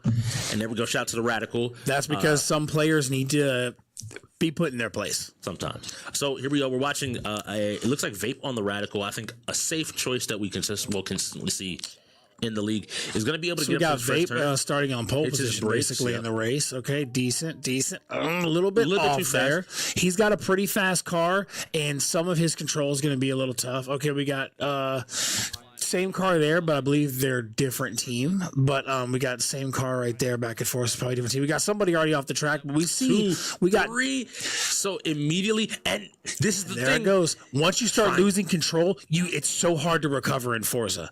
Like, it's very hard to recover in Forza. Now when you get back on the track, you have to try not to get hit. Now we did see one person aggressively pulling ahead of the rest, and that looks like Wonku. Ooh. Wonku is PC7, so Wonku is 9.9 seconds ahead of everybody, and Wonku is a Rocket League player. She plays some of the racers, and I gotta say right now, let's go, Wonku. You're looking great. Let's go. I love seeing how far ahead she is, and then you see Vape in second place. Good job, Vape. That's a rookie right there. Also, it looks like the. I'm laughing because look at all the audio. Like I'm right behind you. Stuff is going. That's like in Val when you see people posting and typing in the chat on Val. And so, like looking at this, I like both teams seemingly like really focused up, trying their best. Global's right behind here, comes off the track a little bit, knowing how to go off the track and maybe get back on. We'll see if he gets a penalty here. That was a pretty big. So this is a windy track with a lot of grass and a small lane. So on those zigzags like that, everybody's trying to go so fast. That's when that's another knowledge check. You got to know when to control. Good control right there by Wonku and Vape. Wonku's still leading the pack. Vape in second. You got Carnage in third. He's gonna spin out here. Oh, and there's a spin out right there. You got to be careful. Nice. A lot of these cars, people go for the fastest car they can, and they sometimes forget about the control. Does that say Vape on the side of the car? That's clean. Nah, that's so clean. Because I believe you can set up your custom setup for your account and everything. But yeah, from what I can see, Vape definitely plays because he's got his own account and he's got a custom. He's got Vape, I think, written on the side of the car. So clearly he's got some knowledge. But Wonku with a 7-second lead still. It will be huge for as far, but right now I'm looking at the fact that also Carnage is right behind Vape. So in those average times, we're already looking at 2 players. Oh, no way. Controller DC'd. Oh no. What happened? She managed to get the controller reconnected and is able to recover. She lost 3 seconds off her lead. So still one good thing. But luckily with the way Forza's designed, the game is not going to screw you when something like that happens. Yeah, Vape. So Vape definitely plays and has his custom account set up because he has it set to where his audio does text form because it's a setting. It's a setting you can do. So clearly, Vape plays the game a lot. Yes, and clearly he has experience. And it looks like he doesn't have any audio, which is a little bit unfortunate. But you know, I'm happy that he's still maintaining kind of his position here with all of that happening. And looking at this, Wonku's still holding the lead though. Is down to 4.2 seconds. And again, what I'm noticing about Wonku and how she's playing this is she's willing to overbrake on some of the turns in an effort to just stay on the track. Mm-hmm. If I'm not spinning out, if I'm not losing traction by touching the grass, that is knowledge check. Better than me saving a third of a second on this turn. So right now, what I see is you have Carnage in third, and then you have PC11, which is Genghis, in fourth. So right now you got Both of the rookies doing decently well, but you see Wonku and Vape are so far ahead of the pack. So if Wonku maintains, you essentially have like an automatic Ravens win. Yeah, it is team average, so she has to try to win it by as big as possible. But it seems like the rest are pretty far back and pretty evenly from what we can see. And the people out there might like, oh, Wonku plays racing. I still remember coming in here back in season 6. Oh, she lost control. So this is one of those scenarios right there. That control loss is going to screw her because now Vape is going to be able to pull ahead, and it's hard to maintain. 4-second lead. But it looks like Genghis has managed to pull in front of Carnage as well and has built up. It looks like a 7-second lead on Carnage. So it kind of now, the Ravens are the ones with second and third place held down. And it's going to be big to how big of a lead can Vape develop. Can Vape hold It's on? harder to hold a lead than it is to take it. Yes. But Wonku Especially was, in in CTR, I remember coming in and was just grinding out dev times. And watching that, she understands the racers. There's certain games quietly. today in the racing category that if Wonku is in, the Gorillaz should not play. Rocket League, CTR, they should not play because Wonku will school them. And so I'm looking here, what it's going to come down to, because right now there's about a 4.4 second lead for Vape, right? I then look back at PC11 Genghis between Genghis and Carnage, about a little over 4-second lead. So now we're looking at the rest of the team, which we talked about, the teamwork in this game.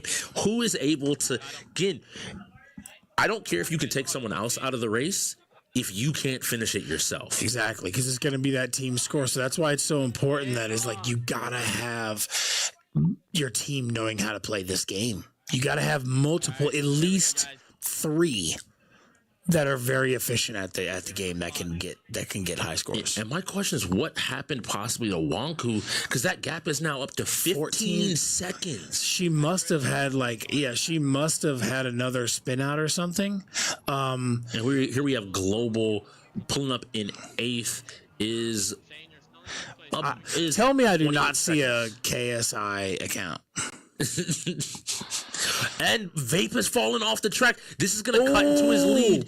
It's going to be the moment he manages to regain control fairly quickly. Get back on the track. But he lost some speed there. However, Wonku's not catching up. Something must have happened. Okay, 9 seconds. Okay, now it's getting a little bit closer, but she's still too far ahead. Like, Vape has to have another spin out, and she's got to maintain to be able to catch up. But Vape right now is rolling. She's probably hoping that he's going to spin out on coming up to a straightaway, because unfortunately, even if she's able to close the distance on these turns, the need to slow down is going to hurt her chances of overtaking him, because now the lead's back up to 11 because she has to slow down for those turns. There's a very good chance here that I'm looking at it. Vape does have a third of a second penalty. It does look like as well. So there will be some penalties that come in. We'll see. We will see how close this is. Wonku is right there. Wonku is chomping at the bit. No. We have a frozen game. It looks like we saw that from Wonku. Wonku performing so well, but having multiple PC issues in the middle of a race. That's tough. Oh, but Vape spins out. I think he realized he was going too fast and hit the handbrake to maybe try to save himself. Yeah. Good job avoiding the He has wall. a big lead, though, so he should be fine. Man, that's unfortunate. Wonku having multiple issues during the race when she was performing so well. But you know what? That sometimes happens, and that is just something that you have to kind of deal with here and there. That's going to happen sometimes. We can't control every aspect of the game. And so that's where you also need your team to be more efficient. And as a team, know how to play these games together, because sometimes things are going to happen. That PC-12 is just sitting there. So right now, Vape maintains, but we do have Genghis in second place, then Carnage, then you have him. So, 2 Gorillaz, 2 Ravens. So now, even though Vape is gonna get first. Yeah. Depending on those other players could play a factor, but it looks like the person down in ninth, PC 10, is 104 seconds. Is that what that says? That is him. So wait, no. 2 minutes. Yikes, behind. that is really far behind. Then in last place we have PC 7 with Wonku now Wonku DNF'd because of the PC issue and the disconnect. That's unfortunate. So they automatically lost a person. It does look like PC 10. I don't know if PC 10 is gonna finish. Man, this is rough to watch. Will 6-8. So now we have the race will end. So Vape has finished the race. We're now just looking at everybody else trying to get in here. Now remember, if you do not finish the race, you get the person in first time, the person on your team's time plus 5 minutes, which can hurt average scores if too many of your players aren't able to finish the race. So we're really going to come down here and see. First of all, the question is going to be how many DNFs did we end up seeing? We saw 5. Wonku and Kevin's PCs both froze. So the Ravens lost 2 races. Oh man, that is rough. So we will see what the call and what's going on and what's happening here, and how everything is happening. I gotta be honest. It's unfortunate, but I really don't want them to replay it. It's a long track. They're long laps. It's a long game. It's I will say that to you, to be fair. Accrued Mass finished first. Who's Accrued Mass? I thought Vape was first. So this is the other thing that actually, so it comes down to lap times and average times. Oh, okay. And so the pole position will actually sometimes be different players that are able to have a better lap overall, which is why we play team score and like the team average to find out who wins. Because the win goes to the Gorillaz.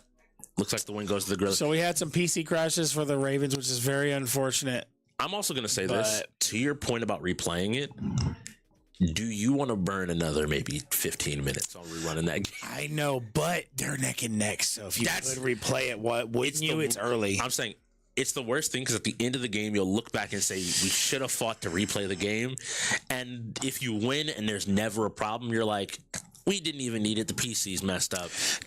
Yeah, but also up until the issues, Wonku was far ahead. And then Wonku had a controller disconnect, had the PC freeze. So it's kind of like.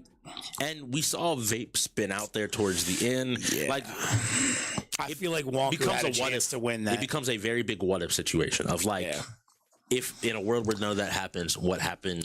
Who ends up taking it? We will see. The game masters I know are probably listening to every, argument from both sides coming in. Texas Chainsaw, though, like you said, we've seen it twice. We've only seen one map be played. Yeah. We've seen a few combinations of survivors be played as well. We played Gas Station. Yes, we played Glass Station as well. That's what we've only seen it. I'm interested to see if what these players have and what people have cooked up. Haven't got to see too much Texas yet. So that's one of those games that not a lot of strategies have been revealed, and it's a newer strategy game. So it's one of those games that also is pretty open as far as who's going to win and who's good and who's not this season, because we don't really have much of a knowledge on that yet. So I'm actually really excited to see how Texas plays out this season. Haven't got to commentate it yet, so this is my first time getting to commentate it. So that'll be interesting.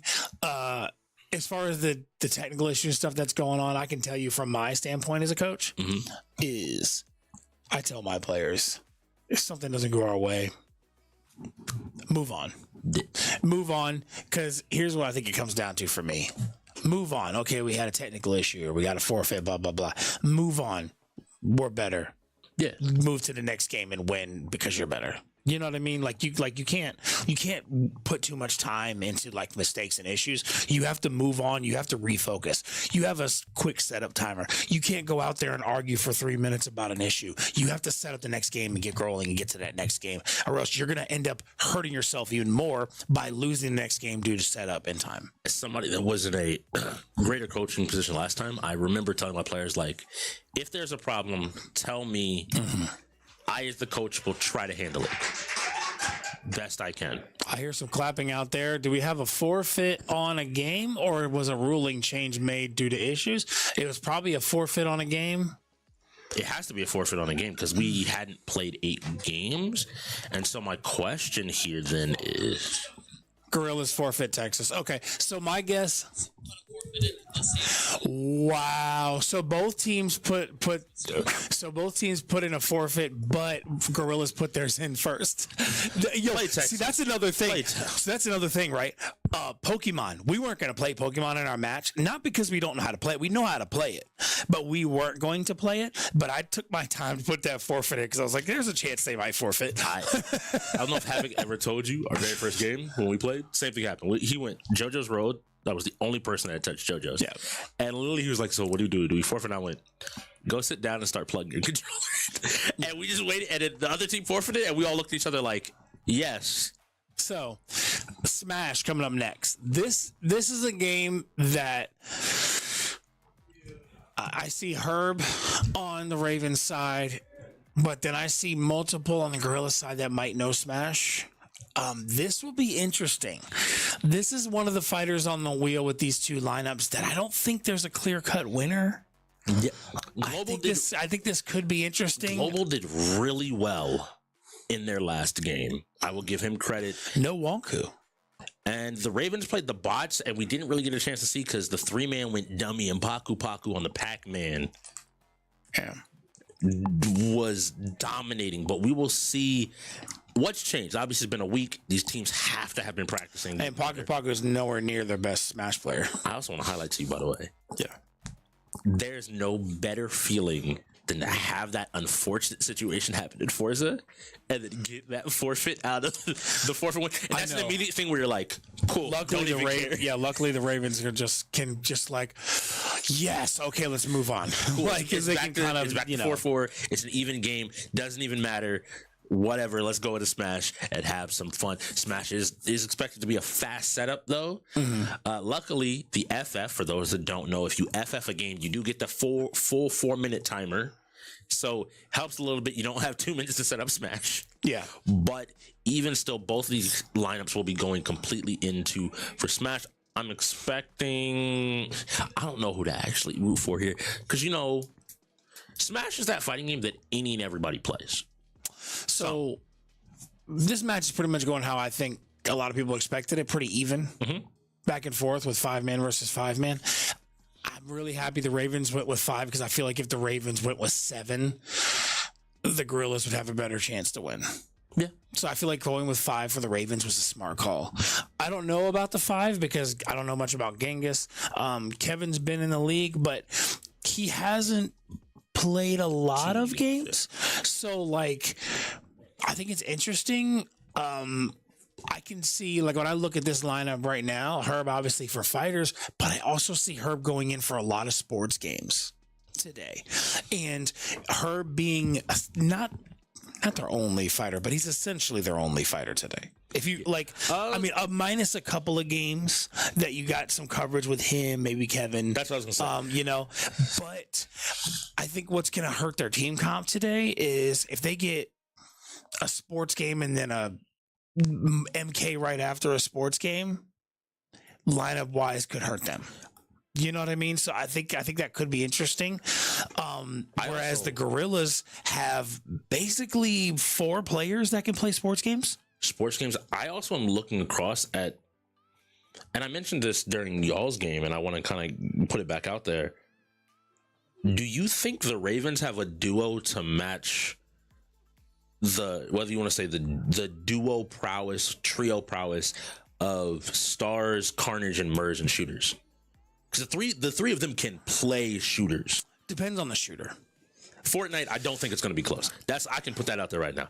I mean, obviously Fortnite is heavy Gorillaz favor. There are maybe 2 teams in the entire league that can even begin. Valorant, I think, will be competitive, but I think Ravens can take it. Valorant, okay. I think him and Wonku can take it. Mm-hmm. I don't know how Genghis is or Kevin, but I feel like it'll be pretty close. But I feel like Ravens could take Val. Apex, Wonku's a big Apex player, but I don't know how their coverage is versus a team like the Gorillaz. I feel like Stars, Vape, and Murs can take Apex. Overwatch would be interesting. I think that Overwatch is going to come down to Genghis. I think it's going to be a deciding factor if we get an Overwatch game. Smash right here. Going in for Smash, who do you put first? In Smash, I'm of the opinion that because it is items, I thought Smash was 3v3 for a second. Yeah. Admittedly, that was my because it's 5v5. We got a timeout coming from technical timeout. Technical timeout. Okay, so they must have had a tech issue. That means a Switch issue because that's the only Smash, or Smash is the only Switch game that actually is done on the dock with a Switch. The other Pokemon is done separately on their own Switches. So that means if it's a technical issue, it's a technical issue. Because if it was Pokemon, it wouldn't be a technical issue. It would be a team issue because they'd be like, that's your Switch, it's your responsibility. So that's so for Smash, I think that you send your weaker players in first to chip off. Yeah, I always say that because like it's items. I agree to an extent. I only like if your best player is gonna have to go through 5 people. I don't think you put them first. You might not put them. You can maybe. I'm willing to say third. I agree to an extent though, because if you have like a legit competition Smash player, they're gonna run through all 5 easy. That's just how Smash is. But I also think that is partially contingent on.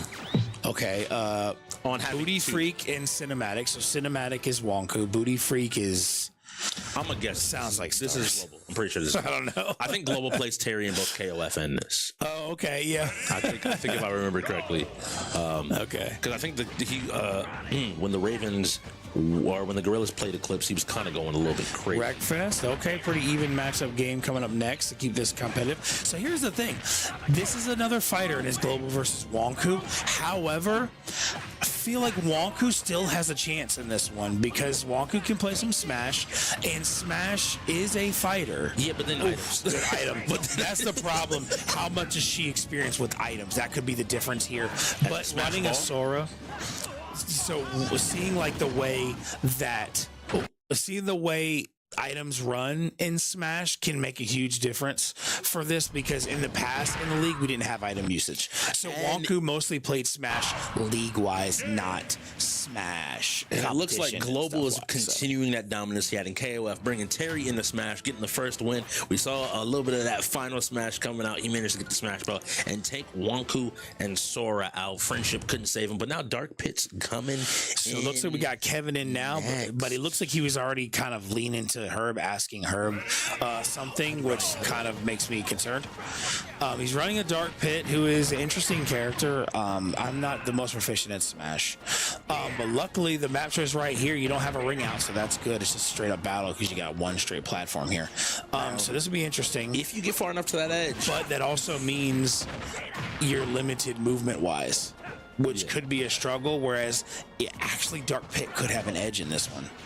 But I think Global just has a little bit more knowledge, but so far Dark Pit doing a good job. Kevin doing a good job keeping it maintained, and I think some of that could come down to I think Dark Pit has a little bit better movement than Terry. And so I think that could play a big factor right now because Global's about to get taken out by Kevin. So you got to watch those items and other things on the map. But I think the character choice and the map choice might work in Kevin's favor. Now he's got the ranged attacks and Global doesn't. So as long as he plays smart, he can really take this out, take the win for his team here. Oh, it takes some damage, but you sent him towards the item, and now he's got the item.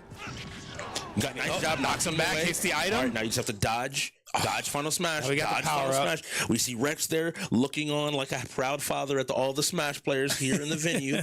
We're looking at the two faces. Who's able to do it? We see Kevin smiling. So apparently, an added effect of that item is it shuts down the screen. Funnily enough, if you didn't know, too many. Oh, so there you go. So see, like we said, Kevin with the Dark Pit was able to take out Global. Look, standing up too quick. Calm down, buddy. You got another person coming in, but good job by Kevin right there.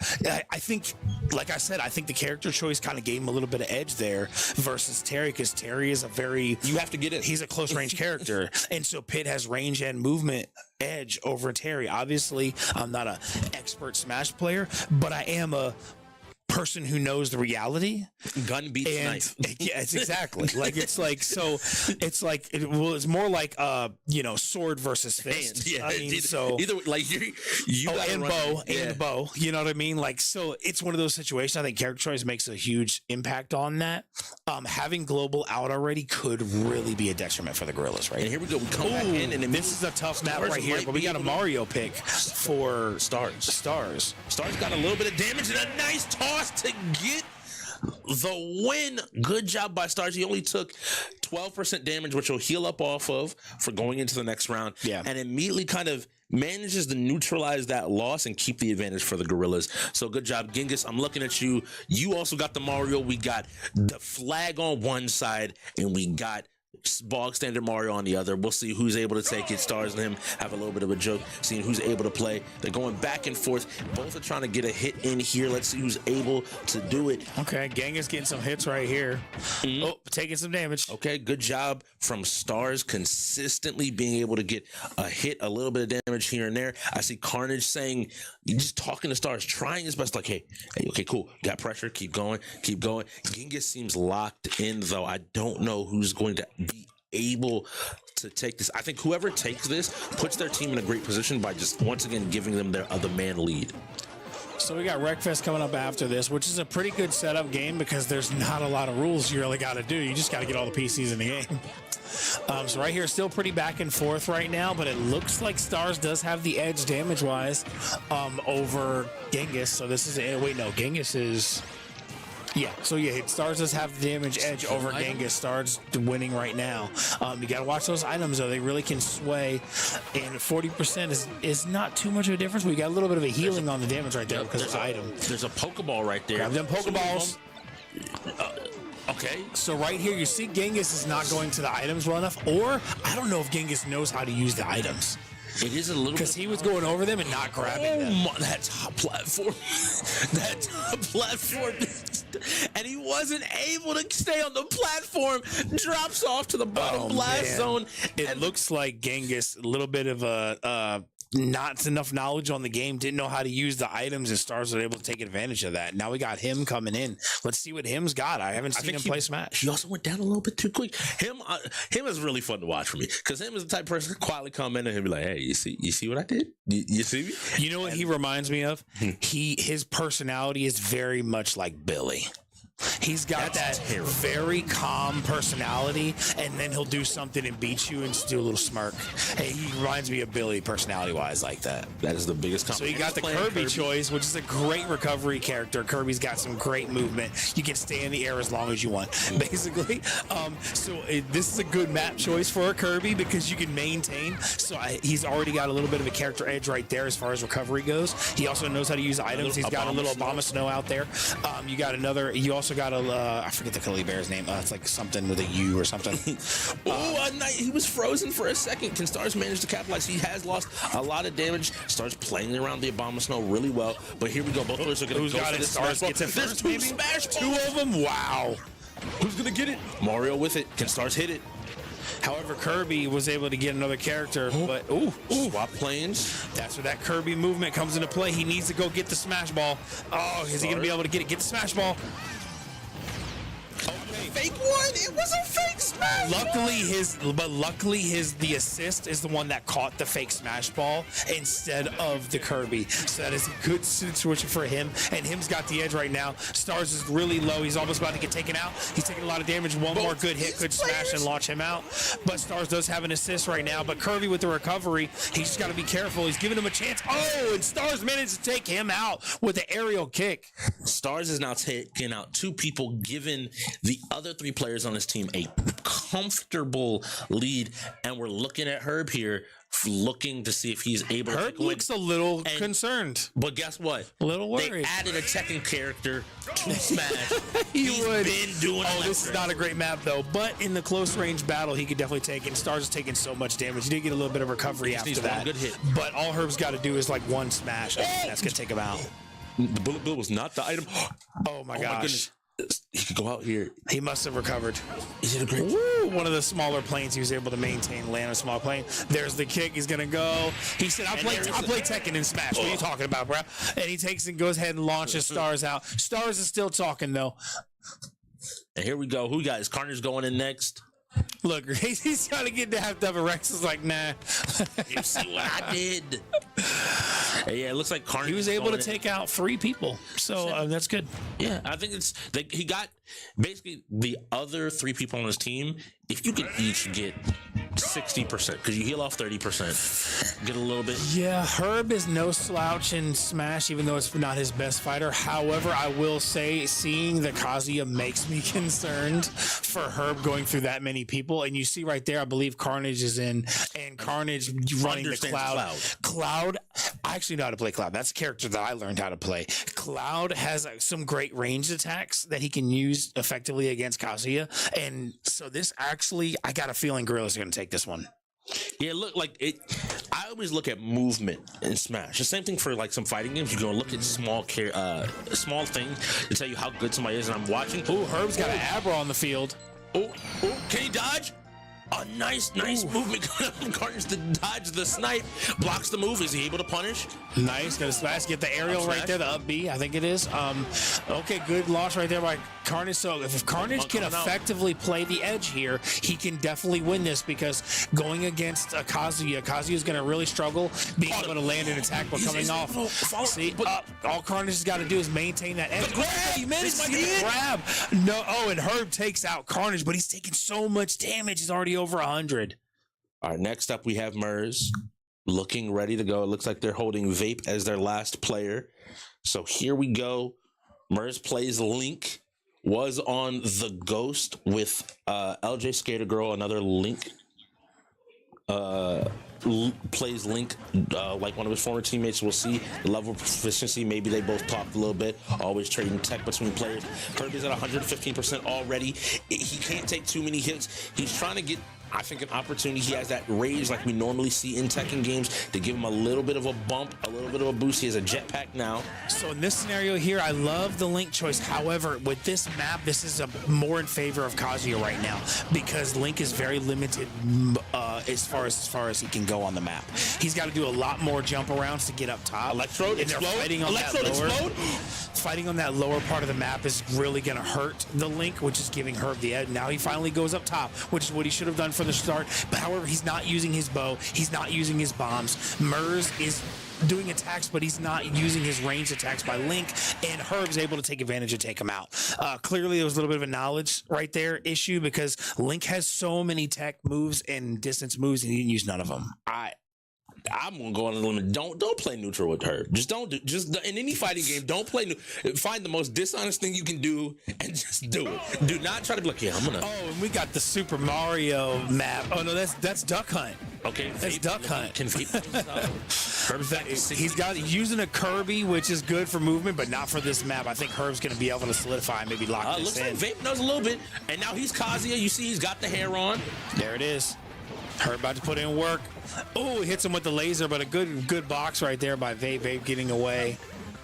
He's got the Kazuya hair. Is that what that is? Yes, the Kazuya hair. He is a Mishima too. Herb's got the item. He pulls out the hammer and says, yes, I'll toss you in a volcano myself. Herb has already taken so much damage. He's got to be careful. And he gets it, and Herb knocks it out, takes the win.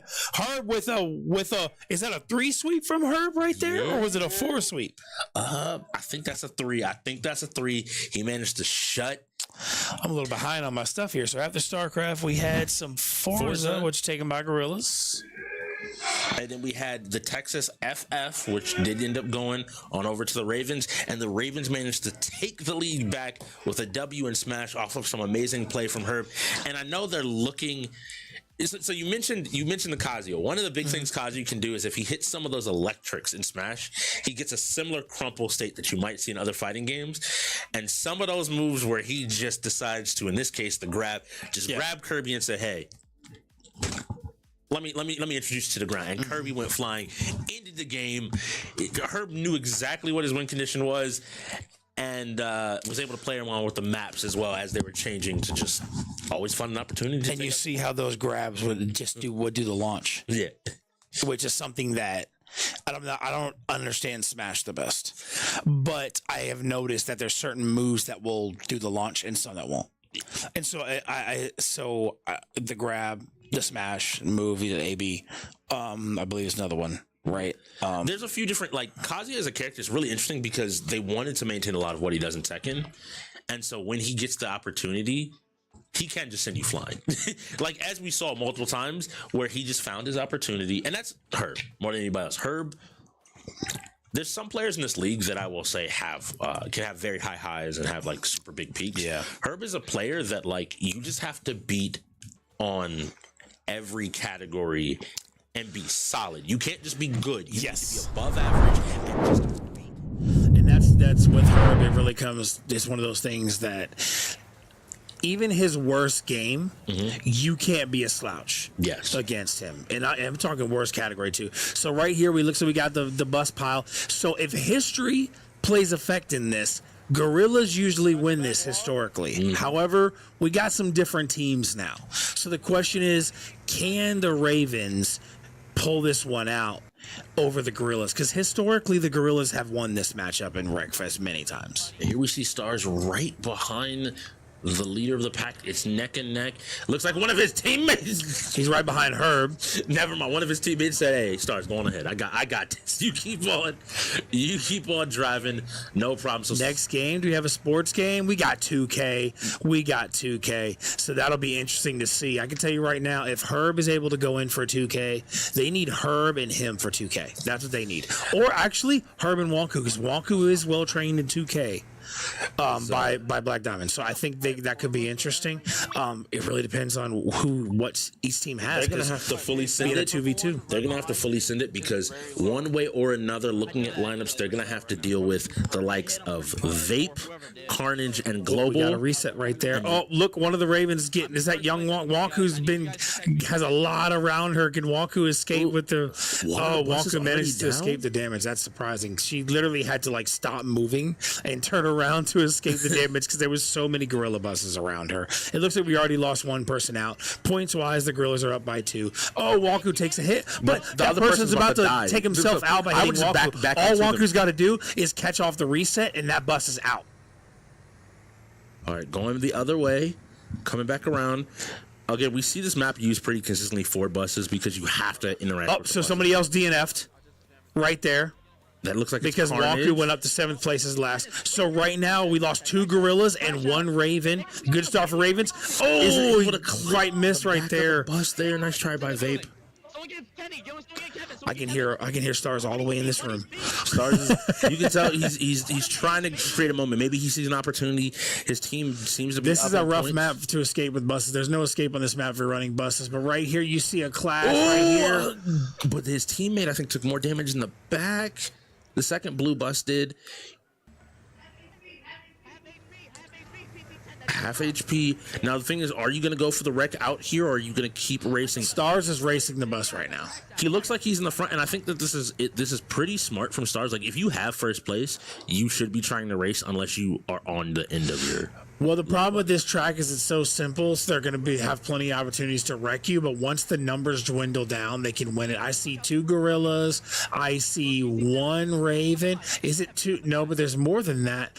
I can't fully see who, but it looks like I saw at least 2 gorillas and 1 Raven. So Wonku's still able. Wonku Critical being damage, a racer. So there, but yes, like you said, in critical. So like you said, Stars could win this by just winning the race with the bus. However, there's a lot of laps here, so all it takes is for 1 clash from teammates or 1 accidental hit, and Stars or any of these guys can be taken 4 out. players left. It's a 1-point difference on score. Is that 3 gorillas and Wonku?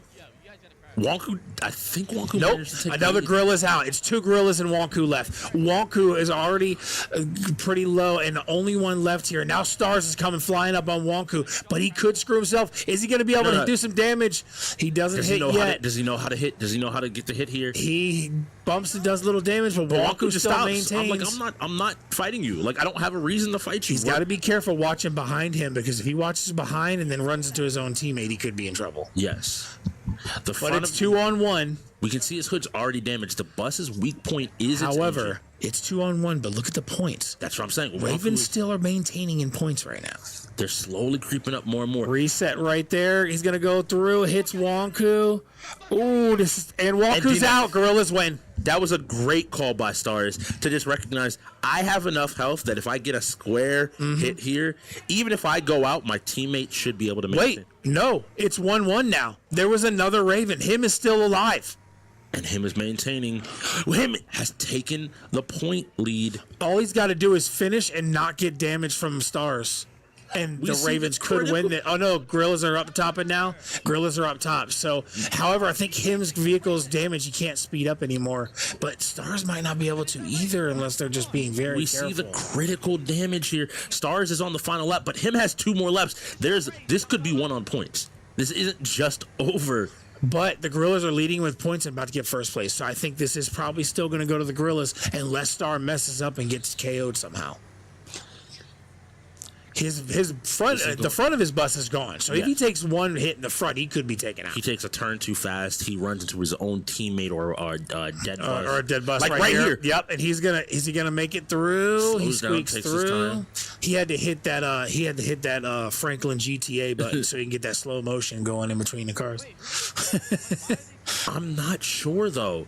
I'm being very honest with you. The reason why I'm not sure is the Gorillaz, we saw him had needed. If you're him, do you try to wreck him here on this part? I don't think so because winner is PC3, who is Stars. So Stars finishes out, but him has one more lap. Yes.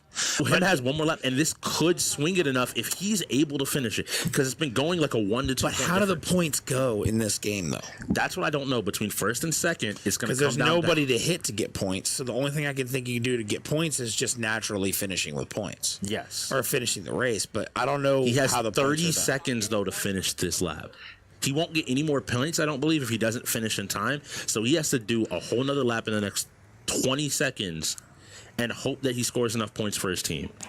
Now, I'm guessing if he finishes, you get some level of... Oh, they just went up in points! That's all he's got to do is finish. That's what I'm saying. It's coming down here. 10, 9.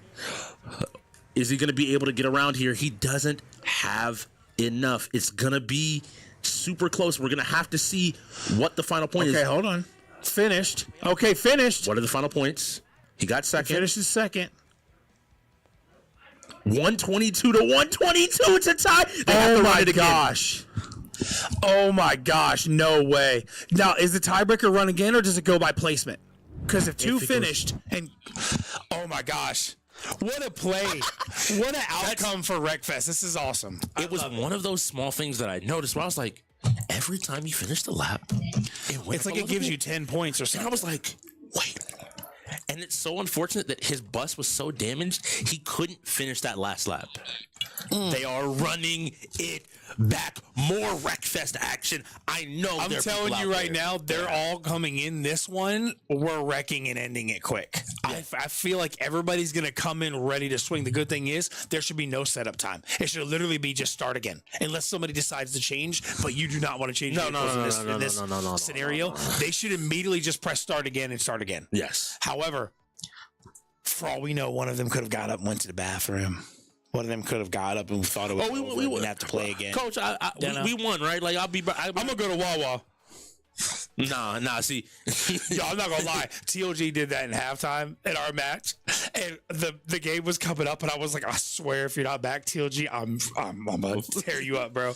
And he came back one time. It was like, I told you I'm good. I was like, he stressed me out, man. He stressed me out. But looking while they get this all set up, I want to talk about 2K really quickly. One thing I want to highlight is I believe the Gorillaz did pick Vape third. And one of the big things is Vape. They picked him high. Was introduced to the league by the esports player as a 2K player. In Pop Cando, and we're back into the game, so I think 2K might be a little bit explosive as well. But if he has Stars with him, I think Gorillaz win because, well, then again, it's hard to say because 2v2 is different, and if you try to show off in 2v2, you can really screw yourself. This first, I love it. I love it. This chaos because both sides are like, we don't want to play this again. Look, him is already kind of like, I'm ready to go to bed. Like he's like, like this is one of those scenarios like wreck. wreck. Get them out quick. Walker's taking a lot of damage already. So many people are already at like 3/4 to half health. Like that first turn, everybody Oh, was like, Gorilla. Oh, no, I think we just lost a Gorilla, and we have like some Ravens that are low. Murs is low as well. Murs might wreck himself out trying to wreck somebody else. So many people do that. Oh, this is crazy. I love it. I love the know impacts. how you hit. You have to know how to hit. Walker getting ganged up, but then flip a turnover right there. If he gets hit before the reset, oh, he got lucky. If he would have got hit before the reset, it would have been done. Done and over with. Young Wonk right there in front of Murs. Trying to race. PC3 Stars has taken another early lead. We see Global on, 14 health himself, going into lap, not finishing lap 1 just yet. Everybody is trying their best to just, like you said, I think, in this game early. Yeah, absolutely. The points is an interesting factor. I can't believe it came down to 122 to 122. I'm not even sure how it played that way because it was 121 to 122. Maybe he just got 1 point over because he finished first. So my idea is you get a point for placement, and then he got second, so he got a point for play, and it just ends up. Right now, it is a 25-point lead for the Ravens. So if the Ravens manage to pull this out after the way that last one went, that's going to be huge. It is big. It's easy to hit everybody with the buses on this map, but it's very hard to take these turns. Wreckfest is such an interesting animal like that. I wish we were allowed to have more tracks unlocked. Yeah. Because then this would be a wildly different game. Ooh, with one Raven's about to get taken out. That's Kevik. Kevik is down. I'm also looking at it just in general. You know, the other hard part about this is if it's your team setup, when you go out, you can't even sit and watch. You just need to go set up 2K immediately. You have to already be moving.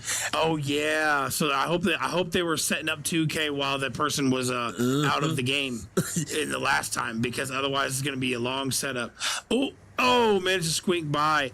Wonku gets hit, flipped over. That was actually such a good hit to take some damage on a secondary bus as well. Right now, Stars has a lot of life, and so does, I think, another Gorilla there. So the Gorillas have the life, but Ravens have the points still. Yes, and we saw what happened last time. Already 5 laps down, so they're definitely rolling with this one too. Stars is rolling as well. They really need to take out Stars, because if he finishes first place again, they could take this. But look at how drastically different the points are right now. It looks like I feel like I'm seeing mostly Gorillas, and yet why is their points so much lower than the Ravens? It is interesting. 128 to 78 right now.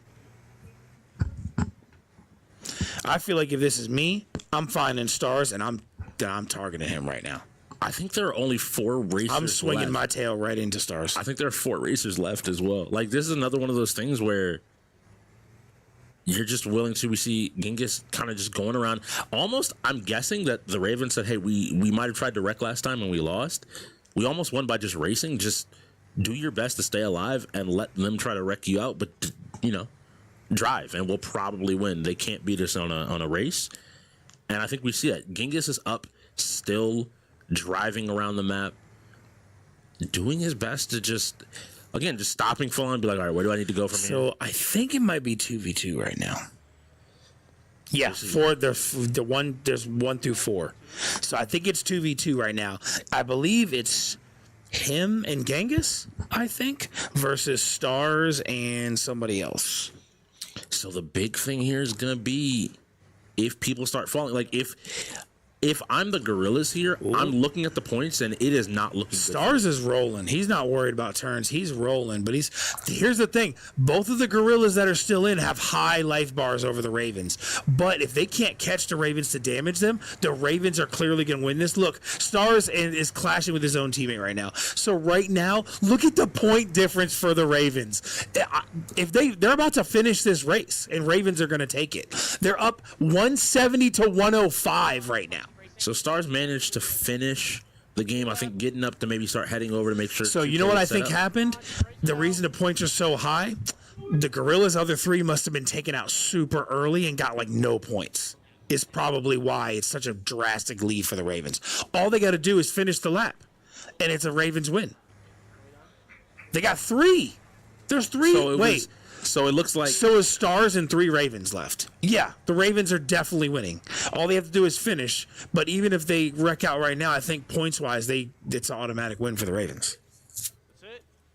Yep, final lap. Game is over. There's still one gorilla left.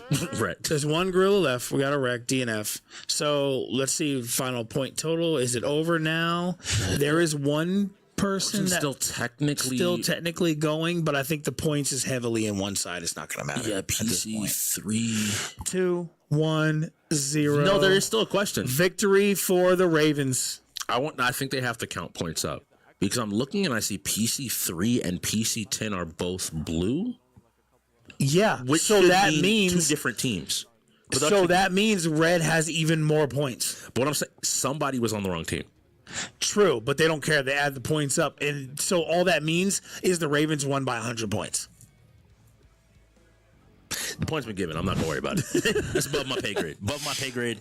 We're not going to worry. Okay, now we got some 2K. And it looks like it's going to be Wonku and him having to go against Global. And I'm guessing Vape. It's definitely Vape. Stars is going to be, I was going, but it's going Vape. Yeah, now like if they were smart, they go Vape. If they put Stars in, I swear. This is one of those. I know Stars can play, but this is why you have a guy like Vape. This is his category. I'm going to have a whole thing about coaches. One of the best things to do in UEL is to give your rookies the opportunity to show their skills and shine. And when their game rolls, let them play. And well, what happens if they lose? If they lose, it's their game and they're going to be mad and they're going to practice so it never happens again. Mm-hmm. If they win, it lets them kind of be like, this is why I'm in the league. This is why I'm here. Respect me. So here is why the 2v2 2K change is so crucial. Mm-hmm. 2K players are going to know and understand this. Switching it to a 2v2 instantly gives my player 2K players an automatic edge because they're used to playing 2v2s and 1v1s and 3v3s in the my player modes, in the elite courts, in the rec courts and things like that. So they are going to really get a chance to dominate. Whereas the players in the league who played the 4v4 style are not going to be as good unless they're a good 2K player. Mm-hmm. Now, some players like, not to brag, but some players like Cordy, realistically, I don't think it matters. I think he wins every time he's in. I think 2v2 just makes him even more buffed. But I feel like a lot of teams switching from the 4v4 to 2v2 is going to be harder for them. And the true players like Vape, Pop Candle, those are the two off the top of my head. Vape, Pop Candle, AJ, like those good 2K players are really going to have a chance to dominate in 2K now. Yes. Now, you also all be looking over. There's some player choices, and this is going to be... Okay, so let's just go ahead and get this right off the bat. Steph Curry is too short for 2v2. So unless you do not miss your 3-point shots, do not play Curry. But matter of fact, play Curry. All of you play Curry. Please play Curry. We have seen a pretty big difference in how players are... So the white jerseys are the Gorillaz and black jerseys are the Ravens. And let's see. Be Global on Kareem and him on Shaq. Wonku is on Curry. Oh, screen. I wanted to see the 3. I wanted to see if Wonku had the 3. All right, okay, so we got looking at it, stuff. the big thing I want to kind of highlight with this is that, so we're going to see Global versus him on the low block, seeing who's able to perform and able to play here, and both of the other players, Vape and Wonku, have to carry their teams, and that's what we've really seen pretty heavily coming out of this. Street Fighter 6? Oh, Street Fighter 6, another 5v5 game. Right there, Shaq has the open lane, gets the dunk. So right now it is a 2-1 edge for the Ravens right now. Yes.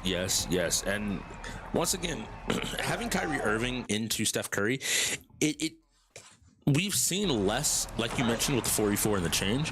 What we saw last season was a lot more of ball movement to lead to basically an open 3, especially with Curry's in the league. Whereas I think now, very strong players that are able to handle the ball well and beat their man have forced a lot of teams to adapt to how they're playing 2v2. Yes.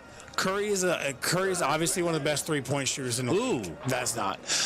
So right there, if you're Shaq, so that was amazing. But right there, if you're Shaq right now, who is him, you should have went for the putback instead of the rebound. Yes. You had the open lane putback, and that would have been a point. Instead, they lost that opportunity and gave the Gorillaz a chance to score. And this is one of those things that is really small that I think like him is good at sports games. We've seen Wonku in the league as well play a bunch of sports games, but unfortunately what we saw in their first game against the bots as well is the synergy wasn't there quite yet. 2v2 is different too. Whereas I'm looking at Vape and Global. Look at this. Here's they're staying so close to each other. This is making me crazy. So you're playing 2v2. 2v2 is not 4v4. This is a different game, okay? If you can body somebody and bully them under the hoop, you're gonna win. You're gonna win that matchup. But in 2v2, you gotta work rotations. You can't be close to each other. You have to split up. But also, this is where it's crucial to non-2K players. If you do not know how to play defense in 2v2, you are going to get embarrassed. Yes. You're not going to have a chance because I'm telling you right now, you're not going to catch point guards. You're not going to catch those point guards if you're not a defensive player that knows how to play defense. Yes. So I want to highlight this between Vape, the difference here between Vape and Global versus Wonku and him. Wonku and him have Herb, so they have another coach there to help tell them to help try to keep them aware. But you just see small little kind of like phrases going back and forth between Vape and Global. Both of them play 2K. They understand the game. They're communicating in a very different way of just like, hey, do this. Hey, pick him up. Oh, I got beat. Those small things allow them to really quickly translate, where I think Wonku and him are just trying to find their footing. That footing is what ends up mattering, and just the focus here. Vape smiling, Vape having fun. Whenever you see a rookie start to smile in the UEL, it's a great day, but it's also a little bit scary because it means they're a little bit more comfortable than you might expect them to be. And he's just like, oh, it's another day at home. Okay, we playing 2v2, and I'm able to get in. So both of these teams have some interesting choices player-wise. Obviously, Kyrie's got some great speed, so if he's a better player, he's fine. But I will say, Wonku defensively is keeping up with him. He's keeping him in check right now, and him as Shaq is dominating under the boards right now. If Wonku can just solidify her shooting better, they have this. There you go. That's a decent shot. Get the put back. So right now, if Wonku can just get a little better at her shooting, the Ravens can take this. The Ravens are up, and in that, what I'm looking at personally as well is just, I don't know what some of these shots and some of these opportunities they're taking. Maybe they're not taking the Ravens as seriously as they need to take them, but they have to be able to. I don't know how to say it other than like they have to take this a little bit more seriously because so there's no picks. Shouldn't be down. There's no picks going on. There's no like plays going on. Period. There's no pick. The Ravens are trying. There's no actual plays happening. Right. The Ravens keep basically doing the basic. I'm gonna set a pick. Hey, lock down on Curry. Run to the other side of me and take a shot. What do you have? Open shot. And unfortunately, like Wonku hasn't found the shot yet. Yeah. But it doesn't seem like there's enough communication from the Gorillaz, which is what I expected early on, to just be like, hey, I'm pick. Just say pick and let the other person pick up the man. I'm surprised how, so I will say, like right there, they switched up and you had Curry guarding Kareem. So this is where it's huge right here. So really what this is, nice pick. So really what this is coming down to, okay, so you see they're in chemistry. However, him messed up and didn't go for the point right away. He kind of ended up switching. He pressed L2 and went into back down mode to post, and instead of just going straight for the point when he was under the board and got to pass. So you can see the Ravens understand the game. They just need to iron out that 2v2 because 2v2 is different. Yes. Now, once they have a little bit more time together, playing together, I think they'll be able to iron that out as long as they know the game or have somebody like Black Diamond teach and help them. But Black Diamond hasn't really been involved in the coaching much this season. So I think this is where it's interesting. So Wonku's getting open, but Wonku's got to hit the shots. That's the problem. Each and every single time. And you can't shoot straight off of the run. You have to plant your feet first and then shoot, or else it's going to make your shot meter even harder. It makes me question now because we're coming into week 2. How much they have practiced in the 2v2 format. It was kind of a last minute change, so I don't think a lot of people have. But I think that one of those things is people make like pretty big assumptions, but your ability to just function and defensively with your teammate, offensively, like the small things are what's going to really add up, kind of what you've already brought up and been talking about, where we see some of these opportunities. It is 9-7. 9-7. So it's still really close right now. I will say, Wonku's defensively, and like Wonku is showing some skills, and so has him. The Gorillaz have. You see Wonku doing defensively. You've seen Wonku be defensive, but you also seen Wonku know when to pass right. She just needs to get better at the shooting. But the Gorillaz are leading. It is 10-8 right now, Gorillaz. So it looks like they found their footing as well, and have started to kind of work together a little bit better. Oh, see right there. Him, what are you doing? He had a wide open lane to the hoop, and he stutter steps. So this is the big thing that I think isn't...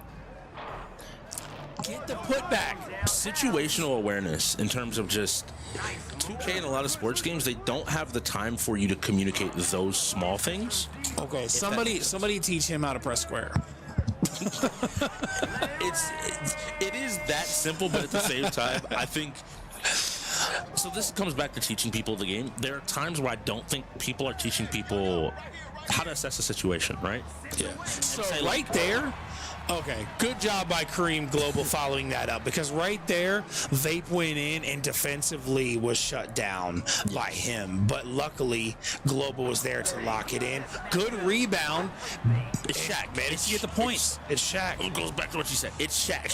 So the Shaq and Kareem picks were good picks for 2v2. But the Curry and Kyrie is interesting because also you see Kyrie, he's not shooting. Yes. He's trying to create lanes to the hoop. Whereas if you have Kareem, don't create lanes to the hoop. Shoot a little bit more. They need to stop being so close. The picks are not running very smooth. They all have knowledge in the game. It's just they're slightly off communication-wise. This is something I've seen from good 2K players. Really good 2K players, maybe that's their home game familiarity, is Wonku with the shot. Oh, nice. There you go. Wonku hits a shot. A little off and managed to pull it out. Good timing on the shot as well. She chose the right time and planted the foot before shooting. They're used to playing in that team format, those bigger team formats, and sometimes they're used to being like, all right, cool. I work with lockdown. Where in 2v2 and in the league, if you're a really good 2K player, take over the game. Like, just dominate. You don't have to get your teammate involved in every play, but if there are opportunities where you realize like, oh, this person can't handle me, and I think again, Qwerty does a great job of that. If Qwerty recognizes really quickly, he'll take the double team and go right through. Yeah, like, oh, y'all still can't stop me. Yeah, and that's why, boom, we finally start seeing some shots come out. Cool. Trust your big man to get you your. That was a risky pass right there. The global was going more for the read, but not paying attention to the positions. And you see some of these passes from both sides to where they're passing the ball, but they're not paying attention to the positions, and they're throwing off balance passes, which could be risky and get intercepted. Oh, wide open. Wonku. Now that case, Wonku should have done a little cutback behind the back right there. Curry slide when he was coming up to catch him in his momentum and get wide open for a three. So see, like he did right there, that's what Curry should have done last. And now he did that and got his shot. He was able to take advantage of Curry being in movement and off balance to be able to take the shot. Yes. Nice shot, Wonku. Perfect ball, but he had the nice defensive coverage. I do right want to there. say as well. No. So, all right, we got Wonku backing up here. Nice pass going around. Another pass. So right there, Shaq needs to cut to the hoop. Shot. Shaq with the rebound. Oh, the putback. There you go. There you go, the putback. That's what I've been waiting for. Well done. All tied up at 14. It's even game once again. I've also noticed that him has started to really use Shaq's size and weight to control the paint over Global and really consistently get rebounds to keep Wonku available to shoot. Nice rebound right there. Wonku pulls out. Wonku's got to cut over. Pushing in with Shaq. There you go. A nice. What? Shaq don't do that. What?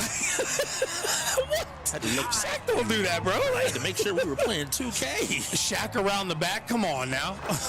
Ooh, nice shot right there. Good shot by Kyrie, by Vape right there. Oh, walking with the open lane. Is she going to hit it, though? Oh, nice recovery right there. And he's going to be able to get a shot with Kyrie, maybe.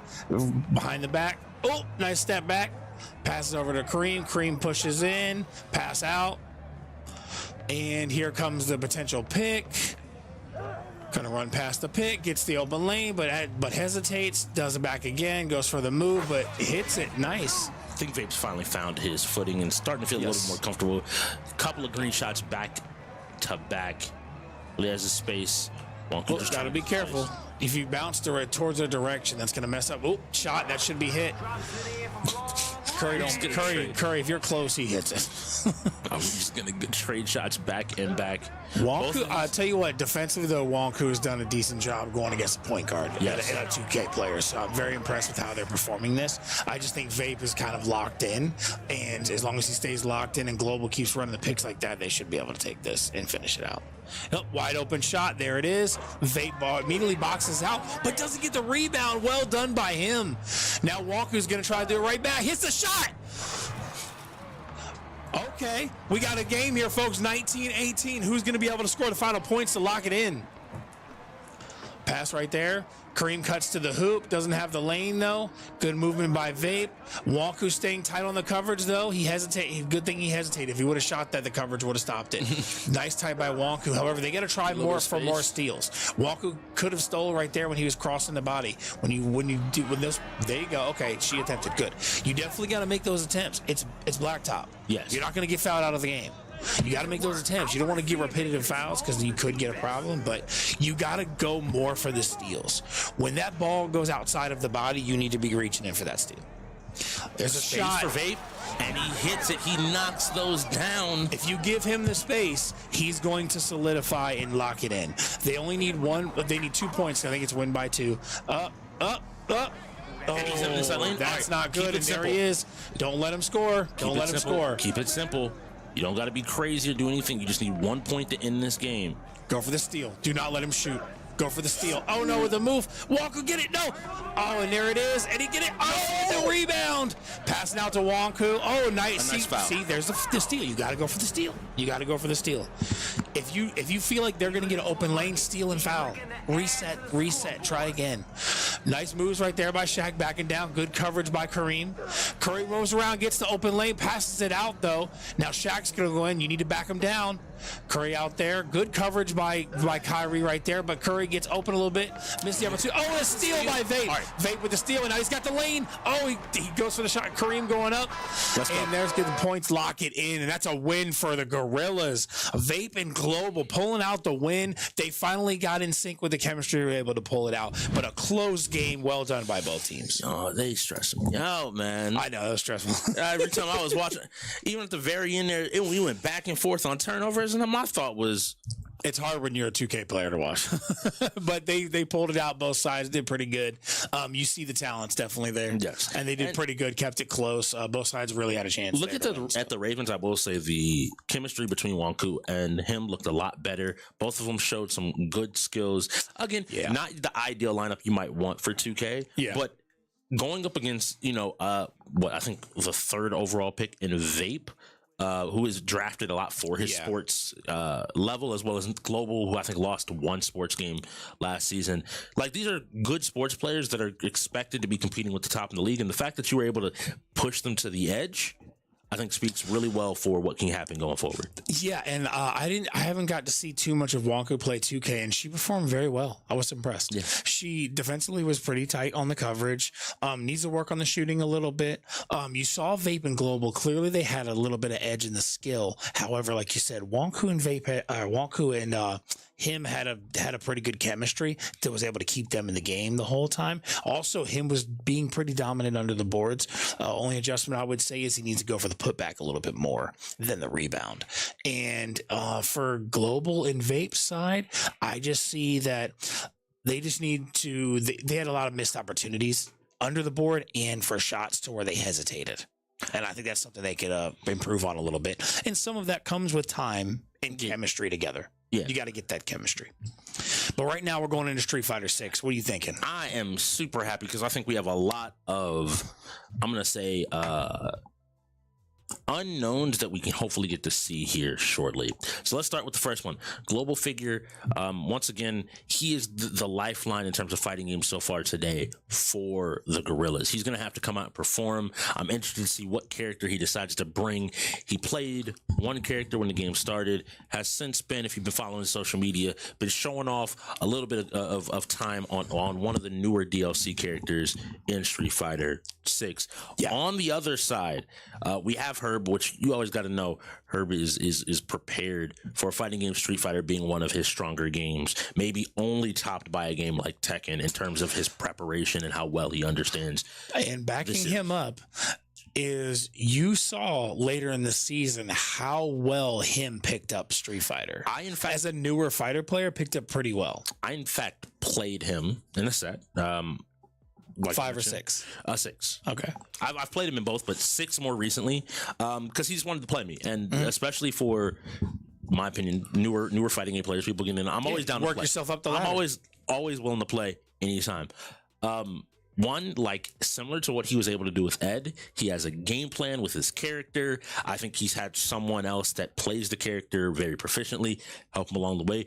But he has his game plan, and he has quite a few knowledge checks that if you aren't prepared for it, will catch you off guard. So both of these teams, I'm going to be looking at those two players, especially him, to see how much of an impact and maybe lead he can give for his team, and to see up till now actually who on the Gorillaz is going to step up and be that support player for global in a 5v5 fighter like Street Fighter. So we're definitely going to see some Zangief,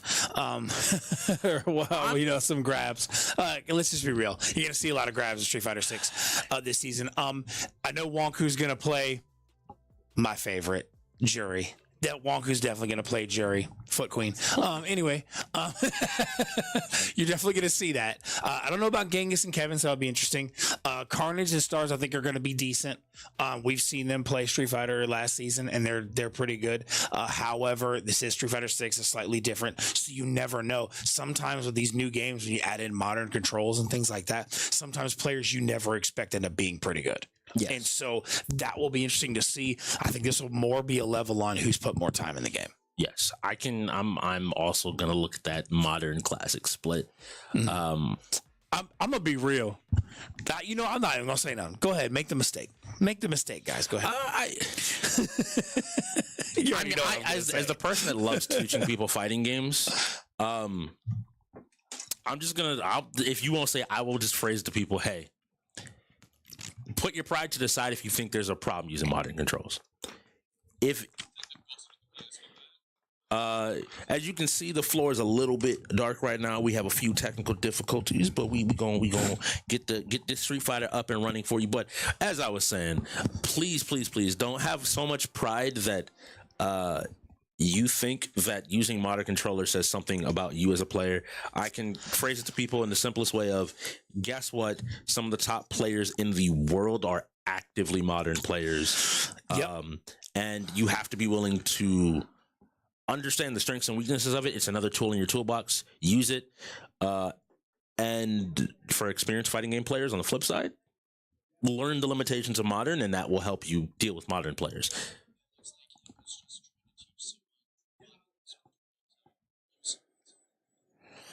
So this is one of those things, as we can see here on screen. Him is talking to somebody off screen, and this might be a description of literally what we were talking about. I'm still not going to say his character. I'm going to let that appear, let people find out for themselves. But it is a modern.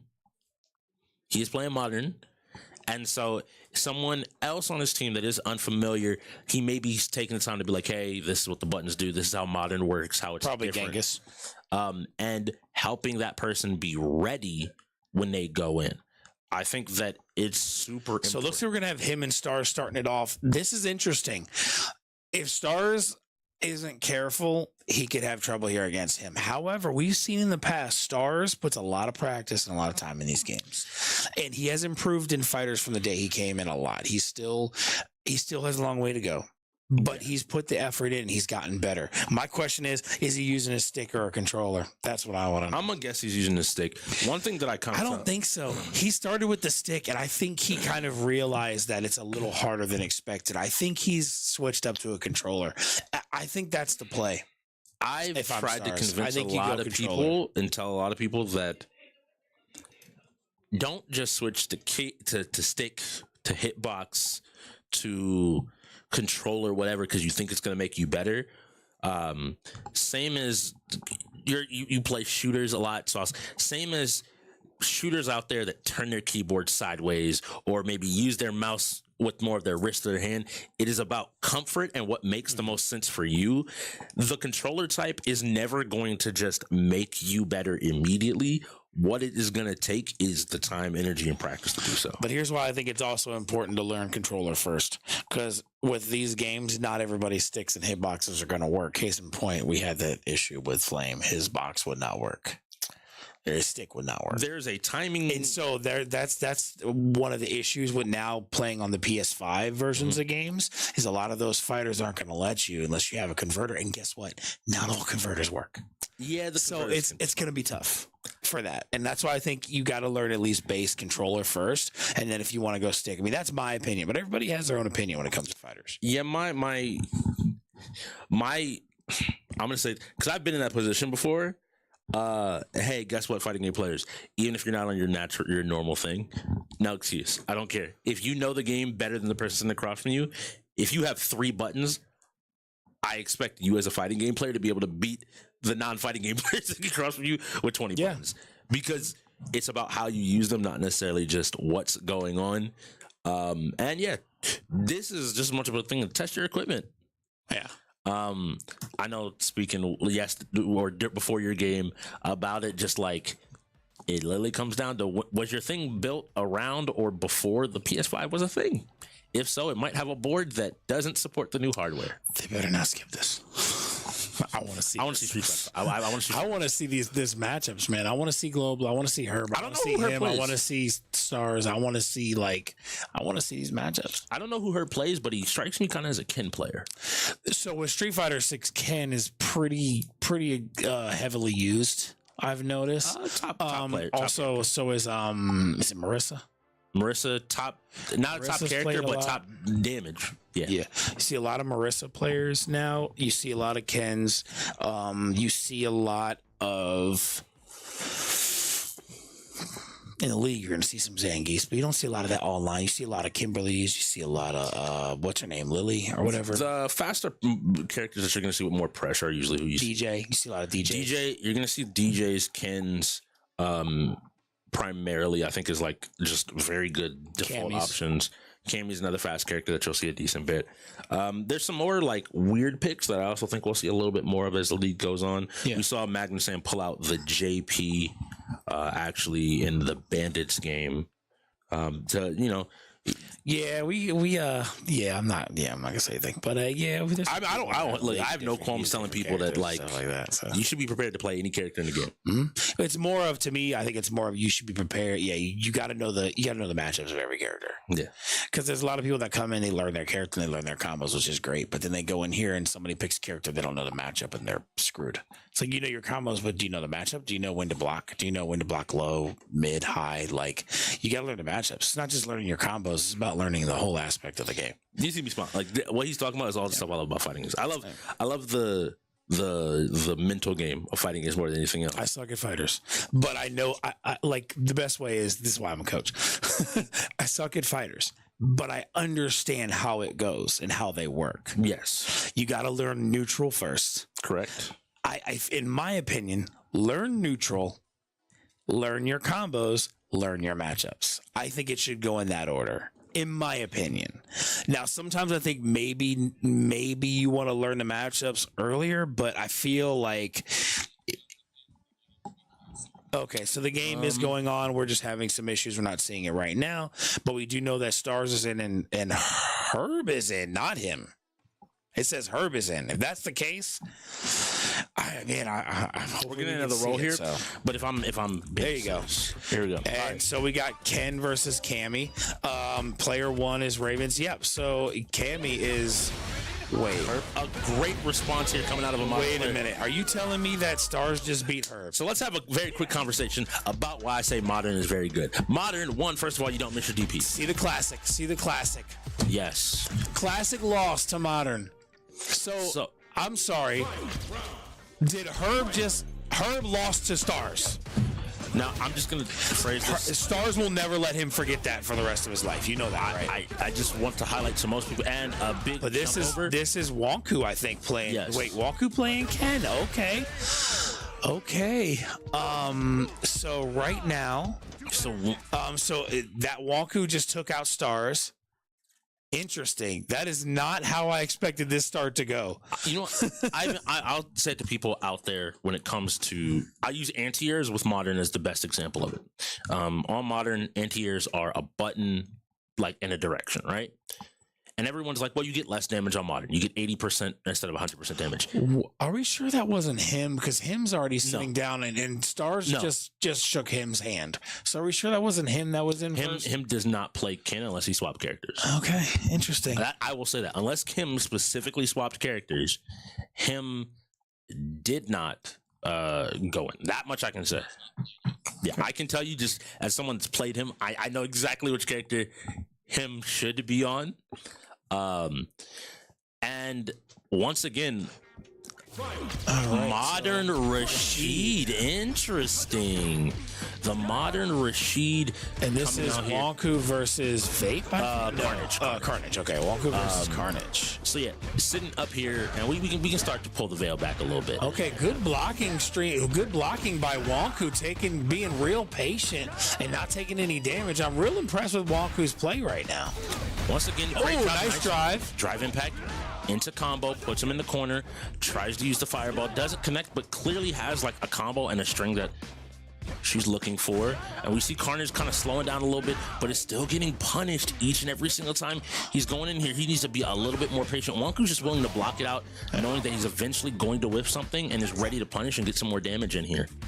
So this is how I know Wonku's taking this seriously. Wonku's not using like a jury character who she used in 5. That tells me Wonku is not playing around because she usually sticks with her characters. What I noticed there, movement, like combos weren't the best, but she's actually playing some really good neutral today. Yes. Like it's pretty, I'm pretty impressed so far. She's someone who's been around for a while, but seeing that she's willing to step out of that character zone tells me that she's taking this very serious. And Somebody is getting super. Wonku once again opening Wonku up hits another the super. Ken, immediately using the level 3 to get a bunch of damage and get into an early life lead. This would be Wonku's, I think, 3rd kill at this point. Took out Stars, took out Carnage, and is now it is Mers. This is one of those things like Wonku sweep. Again, knowledge. We're gonna get a Wonku sweep because right now she finally taking some damage, but Nice the job, punch went just right use- through the drive. So drive impact, if you hit 3 times before the drive impact makes connect with you can beat it. So it's a good job to use your light jabs there to just check people. That's because Global's talking him through it. See that? That's what it is. Oh, I forgot Global hasn't gone in yet. This is one of those things. Global is their 5th player. I can tell you by looking at the lineups, and I believe him It'll is be the Vape next, and then Global. him is the Ravens 5th player as well. From what I'm looking would at make sense. with the, so we'll see. Both are about the same. They're both, I think, in platinum tier. Last I saw on the ladder, so it might be a pretty good matchup between the two. We see Herb standing there, hands on his hips, watching. Oh, Wonku takes out another one. That's 3 taken out by Wonku right now. Stars, Carnage, and Mers all taken out. And here we go. Vape is going to be coming in. The hope here, I know for Global, is that, hey, get me 3. I can try to do 3, but 4, I don't know. Global could. It's Given not, who's left, him will be a problem though. it's not even that I think he can't do it. It's one of those things that I've had this conversation now with many fighting game players across it, that a lot of times I will even look at some of my teammates and be like, I don't know if I can win this, but I'll get you one life. I'll get you one person. The idea is I'm going to make your job as easy as possible. You take damage so easy in Street Fighter that it's like... Yeah, the fact that you have to go through 5 people and all of them just need to do 20% of your life and they win. Yeah. And you have to do, what, 500% if you technically want to win by yourself. But here we go. We have E Honda. Wonku finally gets taken out, but takes half of Vape's life. So Wonku takes out 3 and then takes half of Vape's life. Strong. He's going to get some recovery back, but strong showing for Wonku right now. Strong fundamentals there. Strong. Herb don't have his Street Fighter character in 6. That's why he don't have his Nikali. Because he loved Nikali in 5, but he don't have Nikali in 6. And here we go. Genghis sitting down, ready to compete himself, playing Kimberly. I'm interested to see if we have seen modern Kimberly. That was yesterday. The Reapers playing the bots. We saw the modern Kimberly coming out of Cutters. It did end up losing to Cutters. Billy's Been playing Marissa. a lot of Street Fighter. Didn't reach losing to Billy though. Didn't expect that one. Well, Billy's good though. So that, yeah. I mean, I've taken a few games off of Cutters. Like, I think that's the thing about Street Fighter, that why I said what I said, that, hey, if you're an experienced Street Fighter player, understanding the game and understanding what limitations of modern exist, you can go ahead and take some win. But we're coming back from Street Fighter 6 now on modern as well, but coming back from... We're getting the old E Honda strat. The Civic is pulled up, and it's time to go. Global sitting there, like, yo, Vape, just... Yeah, so Vape don't know how to play. They just told just hands. Yep, just hands. Keep pressing square. Hands on hands on hands. And it looks like Vape has finally... He got taken out, though. So now Global has to run through Genghis, Kevin, and him to pull this out in Street Fighter. And it looks like Global is playing exactly who I expected him to. He made the switch over to Rashid. He's been sharing some of that over on his social media. Please go check out Global Figure. I believe it is on Instagram. Go show him. He always is posting combos, maybe just a few match highlights. And so I'm really interested because Rashid is a character that can do a lot of funky pressure and has a lot of movement options. And it's why it was interesting to see Carnage on Modern, because I'm a bet that Global's not running Modern. I'm a bet. Yeah, so here's my guess. So Genghis got taken out, but here's my guess. If Global's running Classic, I think he's losing. I disagree. I think I only will say that he might lose against him. I'm not gonna say not to him. I'm not gonna say not to him. That's what I mean. I wasn't talking about Kevin. I was saying overall. Like if he's running Classic, he's not getting through the last two. The bigger question I'm going to say is, do you know how to deal with Kimberly's options? If you know how to deal with like certain options where you should try to counterattack, kind of all the stuff you were talking about before about Street Fighter. Yeah. If he knows, then he should be fine. If he just goes in and thinks, I'm going to play the game like... Look, you can't jump at modern players without doing some base work first. You can't just assume the modern player isn't going to ever challenge you or do anything. Also, you have to assume that if they touch you, they're going to land their combo. Yeah. And this is one of those things we saw there. Well, we got a Rashid. Yes. Rashid is coming. The Turbulent Wind is back at it. And if they allow Global to get set up and to play the game Global wants to play, I don't see anybody being able to take him out. But for the people that do know, and for the people that do understand, that's Kenny. And here we go, him coming in with the modern Kimberly. This is why I was laughing a little bit. Cutters was on the Ravens at the end of last season. You mentioned him playing a lot. Global with full bar has been very much willing and knowing to be able to play and to have this some will be a good matchup right here. Yeah, hopefully we don't have issues and we get to see the whole thing. All right, because this will be a good one. I say leave it on here. It's man. Match point. Let's see how's it going to play out. So again, Kimberly as a modern character, she has some pretty limited options, and it looks like Cutters knows a few. Cutters, excuse me, him knows some of it, but Global, more specifically, understands where he can really challenge Kimberly's at. He sets up for some Oki. Him didn't look like he was necessarily ready for it and is just getting pressured down. And it looks like Global manages to clean it up and take it home for his team. That was the thing. It seems really anticlimactic. Y'all were like, you weren't able to really say too much. Rashid as a character and Global as a player is someone that is a fighting game player that thrives off of pressure. We saw it kind of in Guilty Gear. The difference in Guilty Gear, Herb knows Kai Kisk and knows how to shut down that pressure coming at him. And in that situation, while good, I don't think that him was ready for the pressure coming out of it. So I think we missed the wheel spin, but we have a League of Legends. I'm happy. In case y'all can't tell. We got League coming up. This will be an interesting matchup. I don't think either side really has a dominant edge in leagues. I think this will be pretty competitive. So I'm interested to see how this goes. They forfeited StarCraft. They need to give me League. You give me one of the two every time I commentate. I don't care. You can not do one, but don't. I think the teams are a little bit more comfortable playing ARAM League than they are StarCraft. That's so the addition of ARAM is also kind of changes things because now it's like, hey, if you don't want to learn all of the different things, like all of the different lanes and stuff, ARAM is for you. Yes. 100%. So that being said, it looks like we're going to go into halftime for this one, and we will get some League after the half. So we got a tied up match at halftime, 6-6. We got a competitive one. We'll be right back.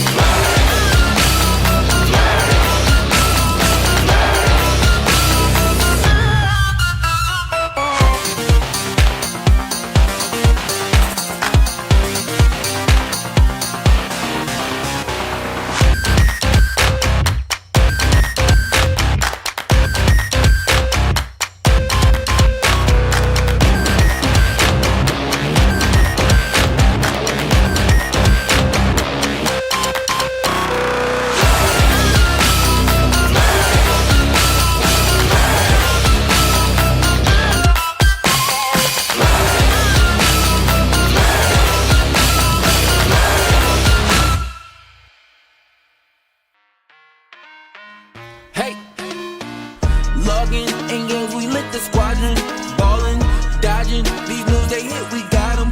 Falling, groveling, we lit in any room, server or camp. Know when they see us, we stamp. We never lead till we amp, lead till we champ. Once we log in games, we lit the squadron, ballin', dodging. These moves they hit, we got 'em. Falling, groveling, so we lit in any room, server or camp. Know when they see us, we stamp. We never lead till we amp, lead till we champ. Speed them advance. We do we think for them when we in it, we killin' and leaving no chance to hell reclaim. That's not how we move in the wheel of games. Ultimate gamers and still the change, shaking the industry. Plenty G's winning our team, we some killer bees, killing these new bodies too. We replenish, we load the artillery, hold the hostility, boosting these trophies. We win, we in it all land on the grind, opposition and misery. Leaguing they dwell, call us the winners cause we never fail. This is the team that's making a wave on the streams, growing and hanging below. Ultimate endgamers league 1,000,000 degrees, and this is where gamers go pro.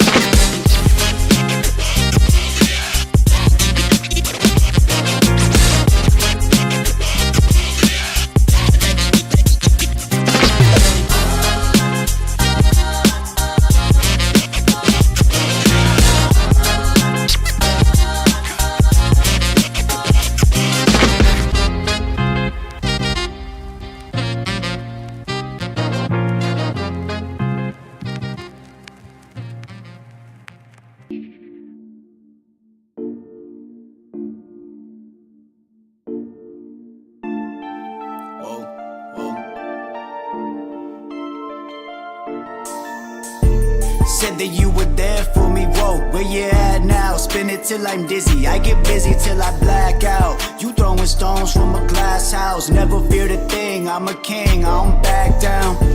Said that you were there for me, whoa, where you at now? Spin it till I'm dizzy, I get busy till I black out. You throwing stones from a glass house, never feared a thing, I'm a king, I don't back down.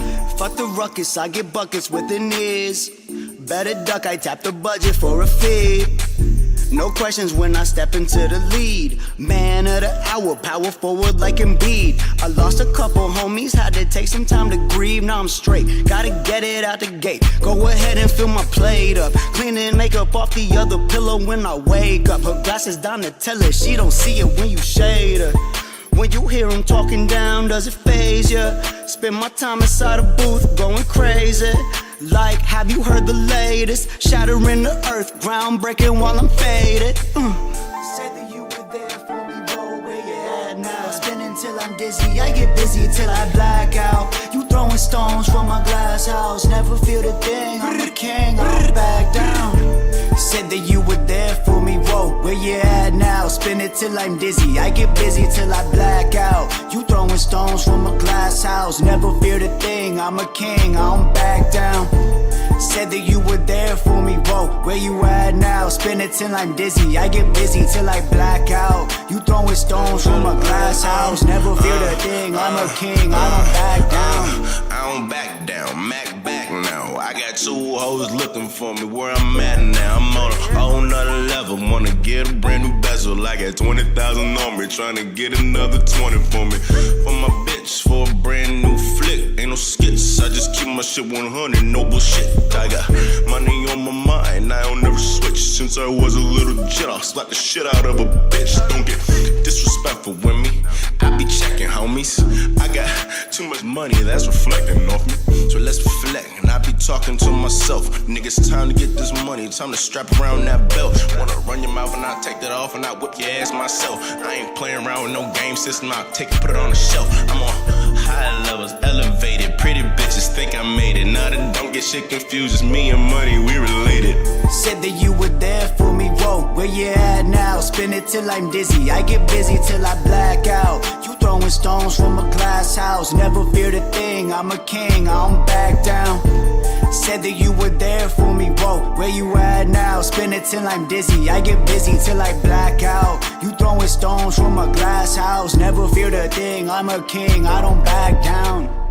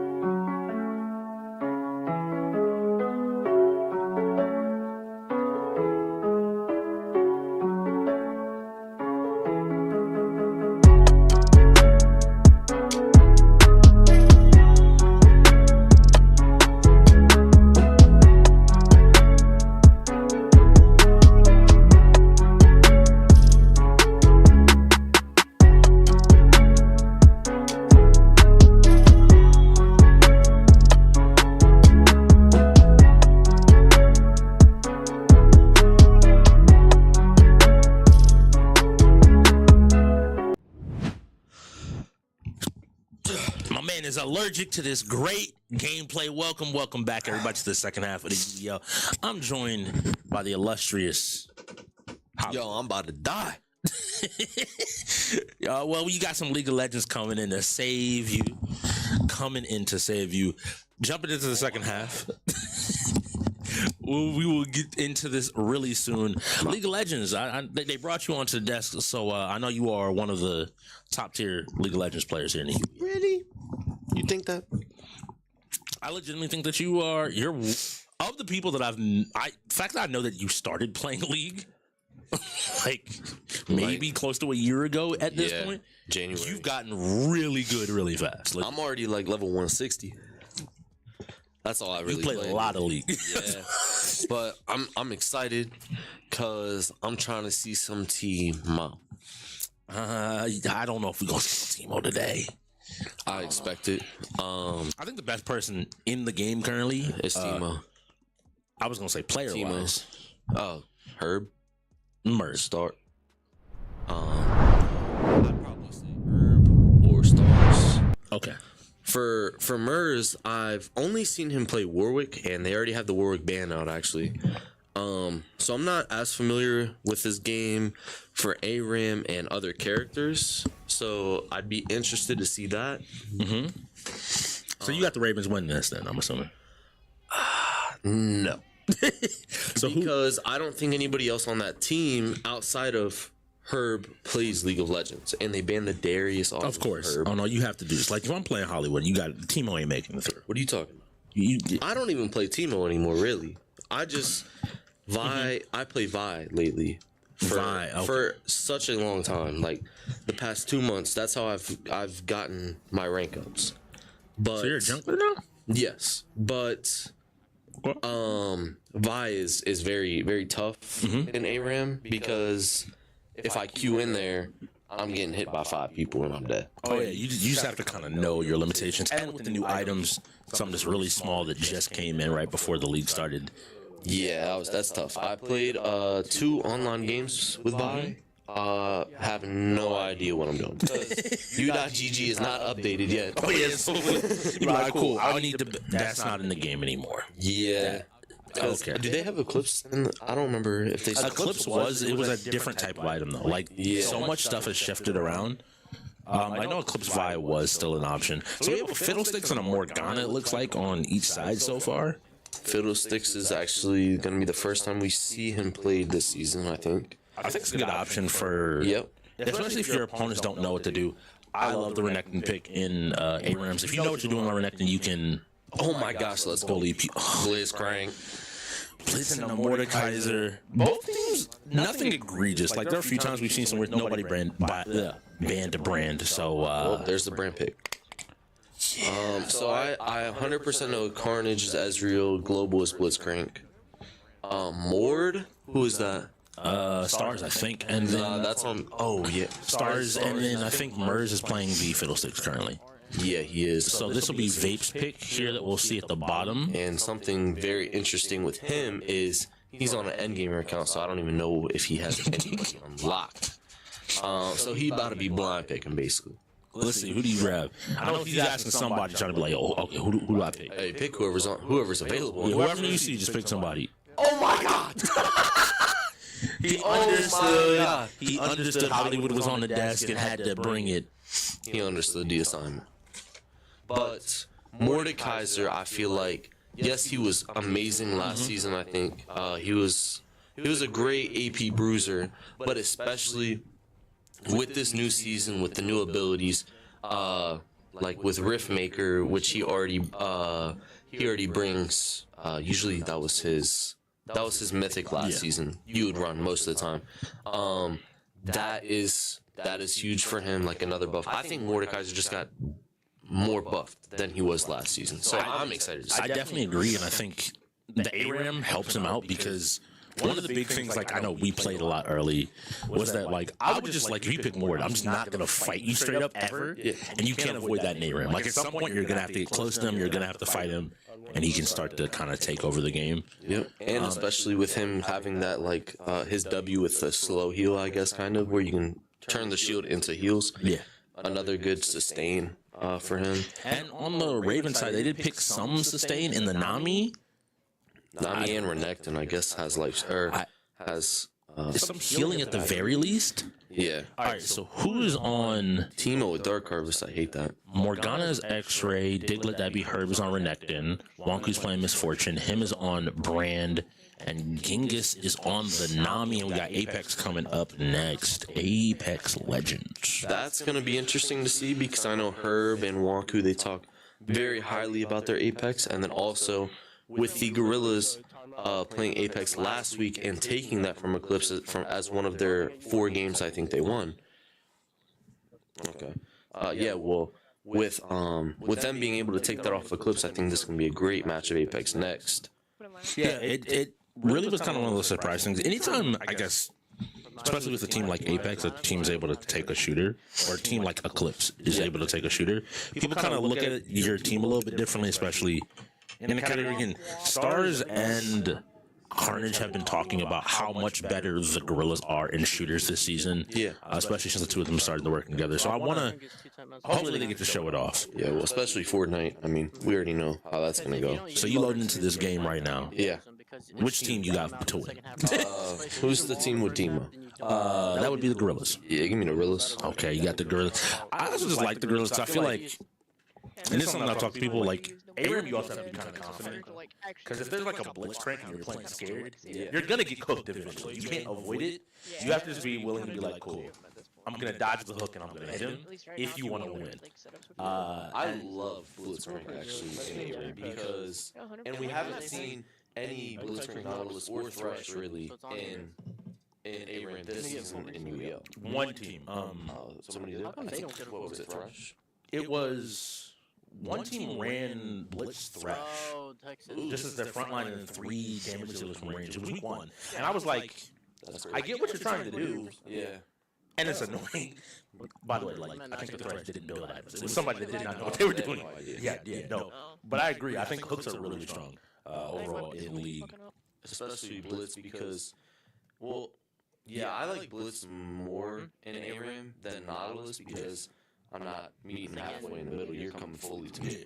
Same thing with Thresh. Like, Blitz just says you come over here. And usually you die because once you get put into 5 people, you're just pretty much gone. I'm looking at the brand pick more than anything else. Yeah, 100%. I think. Are you able to? Controller demon comes out. Oh, okay. I see. So yeah, brand team fight wise is able to do like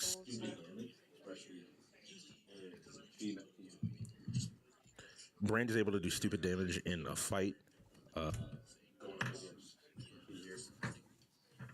Nope, cannot hear him right now. Brand is able to do ridiculous damage. Really? Going into team fights when people start moving around and kind of like Yeah. Like especially with the Morgana stun and the Nami airborne with Misfortunal and Brandle, that would be like that's such a good duo, I guess, especially if you have the stuns for the Misfortune and Brand. But for Blitzcrank, this game is taking forever to load. yeah, no. But for Blitzcrank, who are you targeting to pull? Because I'm looking at the team, I'm thinking probably just you think Nami? I was thinking Misfortune. Either Nami or Misfortune, because like either one, once they're in, they don't have a easy way out. You don't really like pre-level 6. Brand is okay. Yeah. Once it's level 6, you don't want to do that. I'm pretty sure my And then Renekton and Morgana is similar things. Like Renekton, you just never want to pull. If Renekton gets in the middle of your team, that's a problem. It's not 99, it's like 40 something. And because he can just do a whole lot of damage. And it looks like we are watching. This should be the Ravens' perspective. We're watching Herb, I think. I don't even. Oh, Wonku has left the game, so it looks like we may be having a restart. Unless you can join back. Usually you can. As long as not everybody leaves a private match, it doesn't usually close it. Yeah. I'm a little curious on Herb's buy. Mostly just because it looked like he just bought. Phage boots. So it looks like there was a small issue. They're just going to reset up the lobby. Everybody has to leave, and then we will go ahead and get right back in. I already heard they're out on the floor. The game master saying same. I'm trying to remember the room. Yeah, same buy, same picks. Yeah, you can't like change everything up. Just grab who you want to grab. Yeah, 100%. I mean, I'm interested to see Global and Carnage because obviously they were previously on our team. And they were on our team when we were maining like League of Legends very, very hard. With that big break we had, so we were playing a lot of League. I know where they were beforehand, and I had Global go. Well, I had both of them go bot lane to learn first, and Ezreal and Blitzcrank were still those characters. So I want to see how much better they've gotten, especially Global more for positioning wise, and then Carnage more for how quick can he like get that dash in and then get that damage to dash back out. Is he able to like really utilize Ezreal for what he's best at, which is just that consistent damage, jumping in and poking and coming back in. I know I played with them or saw them during the rookie game, I think, play a little bit. I was happy kind of where they were. But like you said, you have more first-hand experience. Like, cool, we're going to be running League today. Let's see what you're all doing. We know Stars, for a while as well, was playing a whole lot of League, bounced between a few different characters. That's why I'm kind of looking at the Gorillaz as a little bit of the favorite here. The only person I don't know if they play that much, and based on what you mentioned before, the in-gamer account, I don't think Vape plays.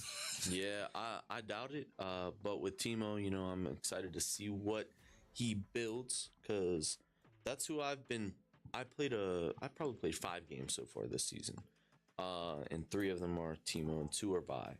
Okay. But with Timo, his builds are completely different.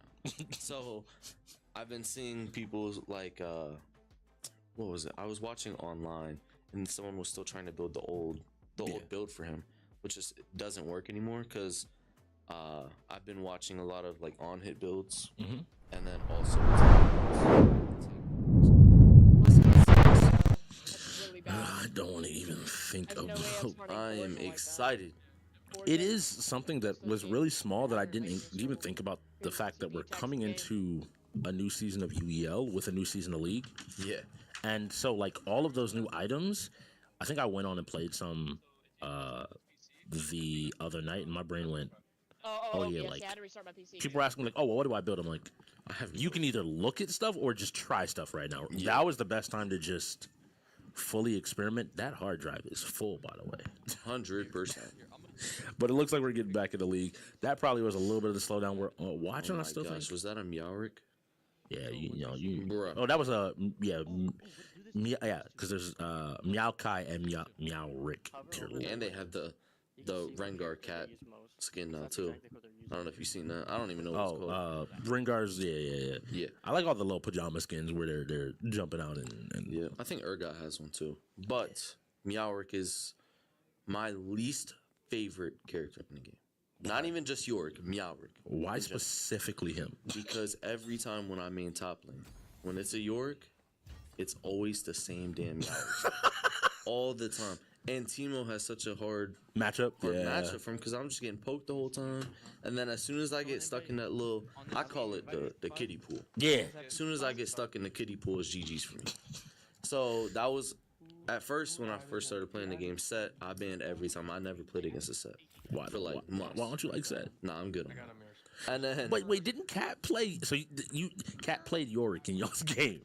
Yeah, he plays Yorick and I play jungle now. Like, so we like switch roles. Does he have me? I'm gonna have to buy him. He has Meowric, bro. Bet. He has Meowric and the one that's in the shop right now. I think it's the Pentakill Yorick. I love that because I can bet him just looking up like, hey, yo, Hollywood, look. You just look, bro. Because every time we buy a skin, we check out our emotes, and this dude pulls like a golden cat out the ground, and I was like, yeah, nah, I'm never watching you again. I can't with Meowric. Yorick, I can't do either, but Meowric especially, it's just my worst. It looks like we're trying to get everybody in the game, get everything set up. Everybody seems to be. Let's look at these levels. Nobody over level 100. Mers. I think Mers or Stars is the highest level in the game. I would guess Stars. Oh, the world may never know. I remember playing with Mers like earlier last season, and he seemed like he had at least some understanding of the game. Yeah. But again, ARAM's test. I think right now, like neither person I can think of has a singular character that I'm so scared of that like I'm banning that. Like I get they banned Herb's Darius. Yeah, that would be the one. And like Stars, if Hecarim was good in ARAM, I don't think he is.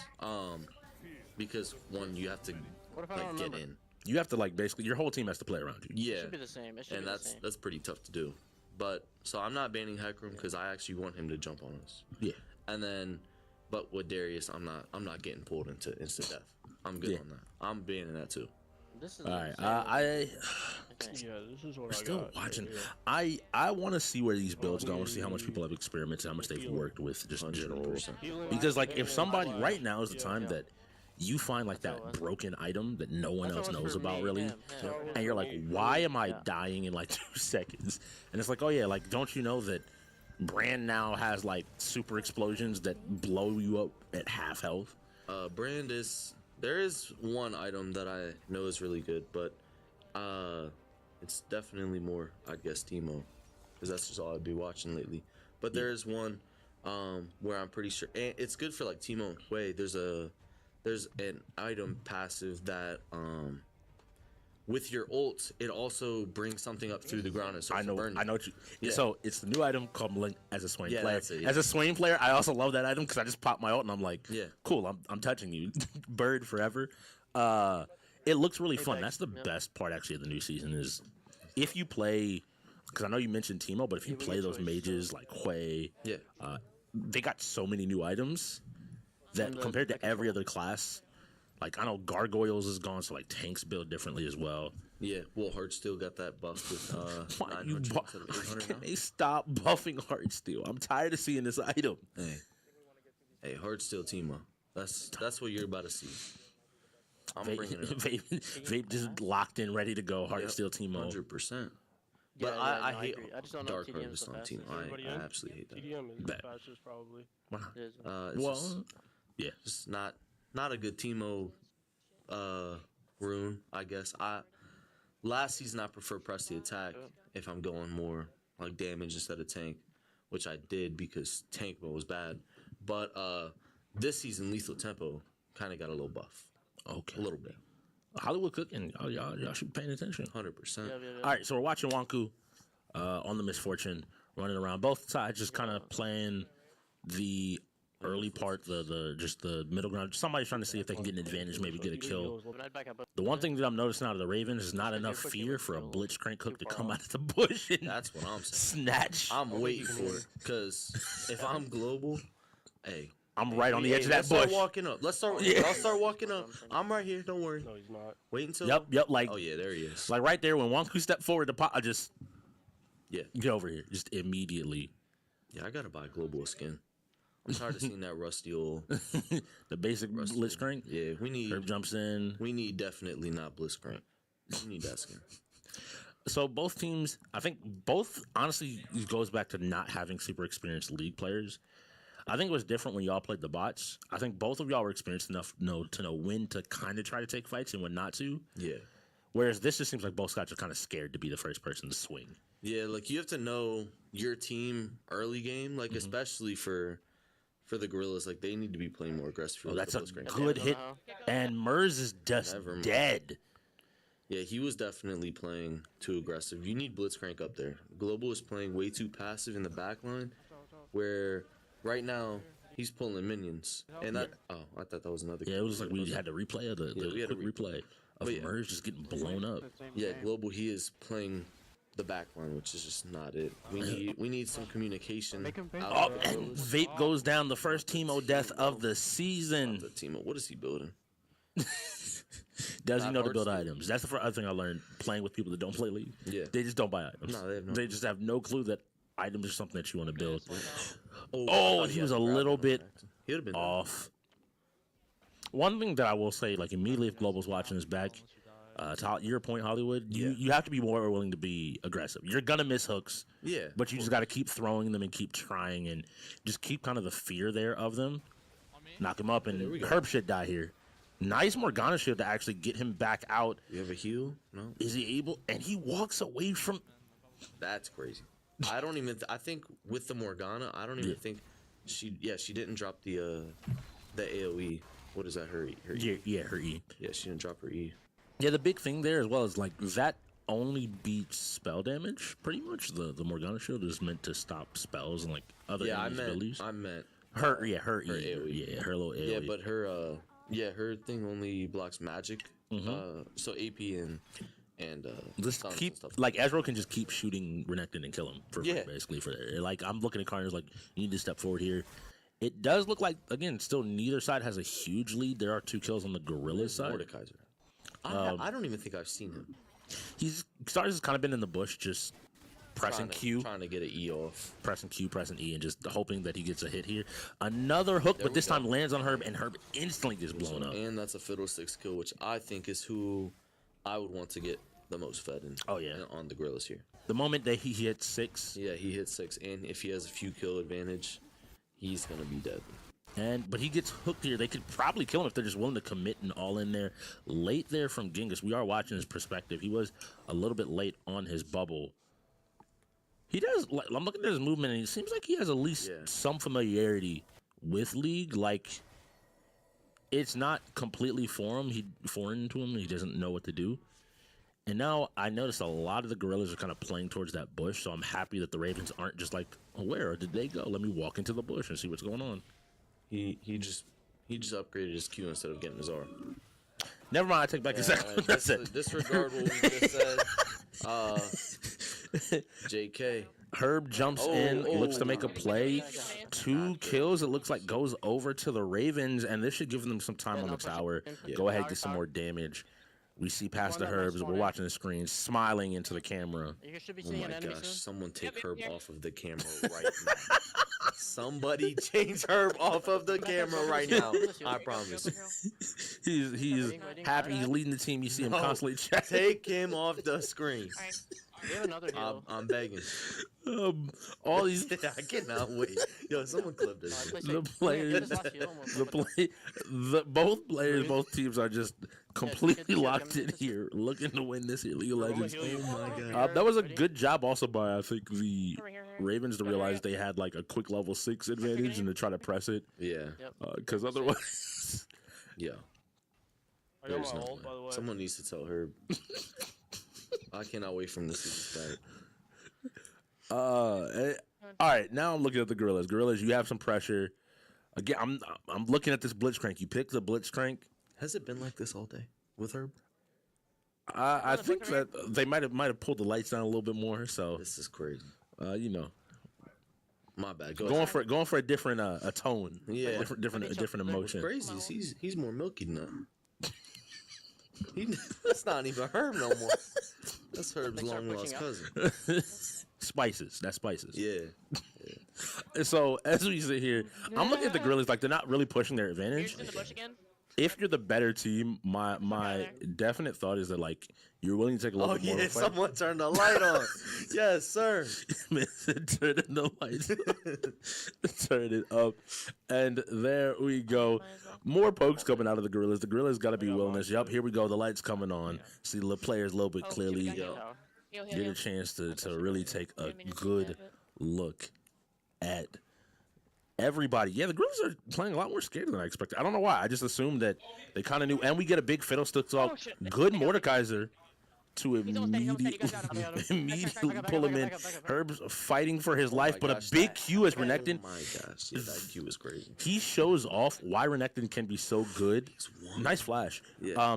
In ARAM, you get that bar up and you just get in the middle of everybody and you heal forever. You're just never gonna have to worry about it. Right here. Don't pick Renekton. Actually, he's terrible. Yeah, that was another one of my bans. For a good month. It's only been set Renekton and York. Yeah, all three are kind of like bullies. Yeah, and dealing with them is a pain in the butt, constantly. So let's see here. The lead is still in the Ravens' court. Neither team has taken a tower just yet, and I'm wondering here, Gorillaz, you're looking at 7-8 minutes already in the game. Yeah. Half of it's done. You got to make a play at some point to get back in.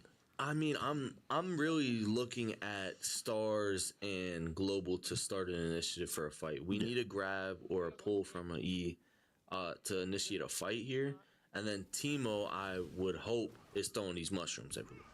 How do you feel about the fact that cannon creeps in ARAMs are like vision? Cannon creeps. The cannon minions always give vision of your shrooms? Yeah, I mean, I mostly just use it to throw in the bush. Yeah. Just so we have vision in the bush. And then also in team fights I'm not just throwing it randomly through a wave. Yeah. Because, I mean, unless I'm looking to clear a wave, because they're already going to hit it anyway, so where am I really going to put it at? So, I mean, you kind of are forced to put it on the sides, in the bushes, or during team fights, throw it in there and start getting the triple damage. Yeah, that makes so, a lot I mean, of sense. personally, it doesn't matter to me as much. Yeah, I mean, I'm just seeing no pulls. It looks like Genghis is reading his abilities there, looking to hopefully, maybe set up his ultimate. Get a chance to go ahead and fight. I notice Carnage is really low. If I'm Herb, I'm kind of looking for an opportunity to go in on Carnage, especially with that Morgana shield. I'm just dashing in, but it doesn't matter. Carnage just gets blowed up. That's a tower. 5 points going over to the Ravens, further cementing their lead. Yeah, this is game over. This is I can tell the Gorillaz have not played Aaron. Yeah. I'm also just going to say to them, if you're down by this much, you might as well start fighting. You're not getting back in the game by just sitting back for another 5 minutes. Yeah, no, you're down 9 points plus a tower, which I think is 6 or 5. It's 5 inhibitors or 10. So yeah. So you're down 14 points here. But there's no reason to not start fighting. And we're not. Blitzcrank is still in the back. So with Stars and Murs knowing the most on the team, I'm telling my Blitzcrank get up there. Don't pull the Morgana. Don't pull the Renekton. Let's get this Misfortune or Nami out the way, so then we can start a team fight with maybe Mordekaiser ult or anything. Maybe my Fiddle, something. Yeah, Fiddlesticks are everywhere. Okay, like a nice pull there from Stars. Stars grabs the Morgana, so the Morgana's not going to be a fight here. Stars, you can't walk forward because of the tower there. Yeah. So he just pulled someone out. They managed to kill Herb. Blitzcrank. Fiddle jumps in. Stars continuing to go forward. Looks to get some more kills. That's another kill going over. If you can trade one more, that's 4 for 1. They got him. They'll get him. Oh my gosh, the flash was crazy. What a flash. Who's Morgana? X-Ray? I think so. That was a credit on that. Yeah, that was a flash and a half. We need to take this tower right now. Oh yeah, you're not backing up. Why are we not? We're not backing up. If your wave is not dead, you're hitting the tower. I don't care if you have one. Is tanking it. Honestly, even if you die at this point, Blitzcrank tank this. All right, again, Nami's almost dead. Like, clear this wave. I get it. Y'all are scared of somebody coming in. It doesn't matter. Now Renekton's back. I'm gonna say this as well. People that aren't used to League always come out behind the tower, not realizing, be like, hey, there's times where, especially like if you're a Renekton there, I'm like, you're too right close. Yeah. Let me sticks. Or yes, see you later. I'm ready to make a play there. And again, the Gorillaz are playing scared, which isn't like the Gorillaz. Yeah, they're normally like the aggressive team that's looking to always go out, try to make a play, try to show off, show why they're the strongest here. I wonder if maybe they're getting a little bit nervous. Yeah, I mean, I'm liking Carnage's play. I mean, he can't necessarily like engage right now, especially with the teleport, and then like him randomly getting caught by 3 or 4 of their stuns. It's pretty tough. So he's doing a decent job clearing the wave and making a way for Global and Stars to kind of play that and make a play, like you said before. Yeah, but I need to see a hook right here to the Misfortune. Like if you can, like he can't see you in that bush. Oh, how do you get out of there? Cool. Get Stop walking in. No, we need. Hey, everybody get in this bush right now. I'm about to get a pull, and we kill this dude instantly. Then we need to force a fight under this tower and take it. And because all they have to do right now is force one fight and take this tower. If you win this fight and then get this tower, you're in the game. 100%. Honest, and we're at what? 12 minutes. 12 minutes. So you have to now. So you do that. You take one tower. In ARAM, if Ezreal lives, they also might be able to get that second tower. Good pull. That's too. You ulted the wrong person there. Stars looking for a kill for himself, but he has to turn back and help his team. Oh my gosh, they've lost 2.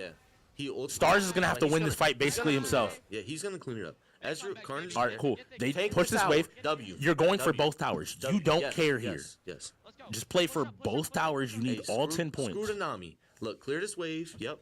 I'm Wing and I'm taking this tower. We can win this game right now. If the Nami actively walks forward, fight, but otherwise you take the tower. You don't care about anything else. Well, yep, clear the wave.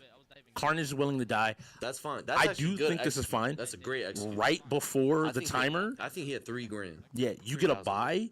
You come back right before 15 minutes. Yeah. I would have wanted my team to die there too, to be honest. Yeah, but they might have. This dude has 8 grand. He hasn't bought a single item. So I brought it up to you. All right, cool.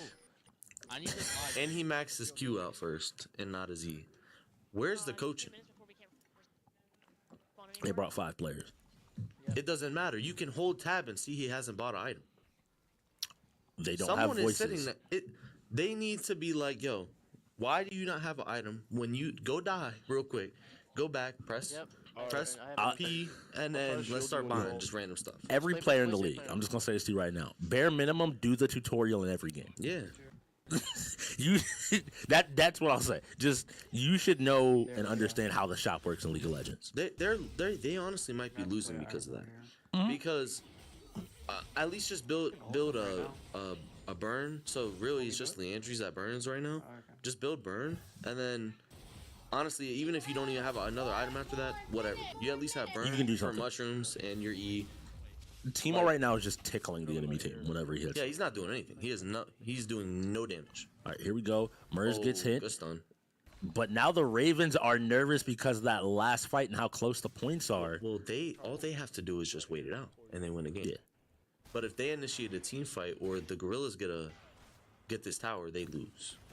But to be honest, they have to fight. Yeah. The game doesn't end unless a full team is That's dead. my issue here. It's gonna come down to the last fight. It really is. They're trying to keep this wave clear and just kind of keep the game going on, it feels like. Yeah. Oh no, we are in a fight. the Gorillaz might win this because that's 2 Ravens already dead. I don't know. We need to see it. Yep, Murs with a big ult here grabs 2 immediately. It looks like Herb is going low. They're at half health. If they can, Carnage manages to stay alive. Herb going for Carnage. Is he able to get the kill? Carnage kills Herb. So now it's 15 minutes now. It's 15 minutes. So is somebody still alive? Okay. So Murs and Carnage are still alive for the Gorillaz. The only way they can win is by taking this tower. 14-8. If I'm on the Ravens, the way I'm telling them to just walking int it, I'm run it down. Walking Don't even think about this. Exactly. Do not let them continue to hit this tower. And on the flip side, if I'm Carnage, hit the tower. I'm just hitting the tower. I'm the AD right now. I'm hitting tower. I don't care about killing them. If you kill them, the game ends. You need the tower first. I have mine as well. Carnage especially because he's AD. Yeah, Murs needs to be just clearing minions the whole time, right? And Carnage need. Why are we ulting? He's still looking for. He's not. I understand if we're going for a kill on this brand, just get him because he's out the the danger. Way. Yeah, get him out the way, and then let's just hit this tower. And honestly, Here, let's go back. hey, let Nami hit me. I'm hitting this tower all day. Wait, That's a Global's dead. global. That is a forfeit coming. I think out of What? Oh yeah, I think he is. because I think he was supposed to be dead. Yeah, I think that's game. Either way, I don't think the Gorillaz were gonna win that. It was gonna be very tough, especially with how they were playing. I just don't agree with how their tanks with like Blitzcrank and the Bruiser of Mord. That is a forfeit on the Gorillaz. Yep. And I think you will likely be getting a new co-host here with you soon. Okay. I do appreciate all the help here on League of Legends. League of Legends is always fun to chat about it. Of course, I love talking about it. Even at the very end there, like you pointed out, even with the situation, the Gorillaz weren't focusing on. I don't even know if they were tracking the points. I mean, to be honest, it's only up to kills now because you're tied with towers. But they were down, I think, by like 4 kills still, so they needed the tower before they killed the other 2, and it looks like they were just trying to play around getting those kills. That's another coaching issue for the Gorillaz in the same game. Like, if coaching was a factor here, by showing Vape how to, yes, oh no. I think coaching with telling Vape what to buy and how to buy it in the first place. Yep. That's one coaching issue. Yeah. 2, we're not watching over our players, telling them that. I had a rule last season with League that literally at 15 minutes, when it hit, if you were dead or not allowed to play anymore, literally just walk away from your PC.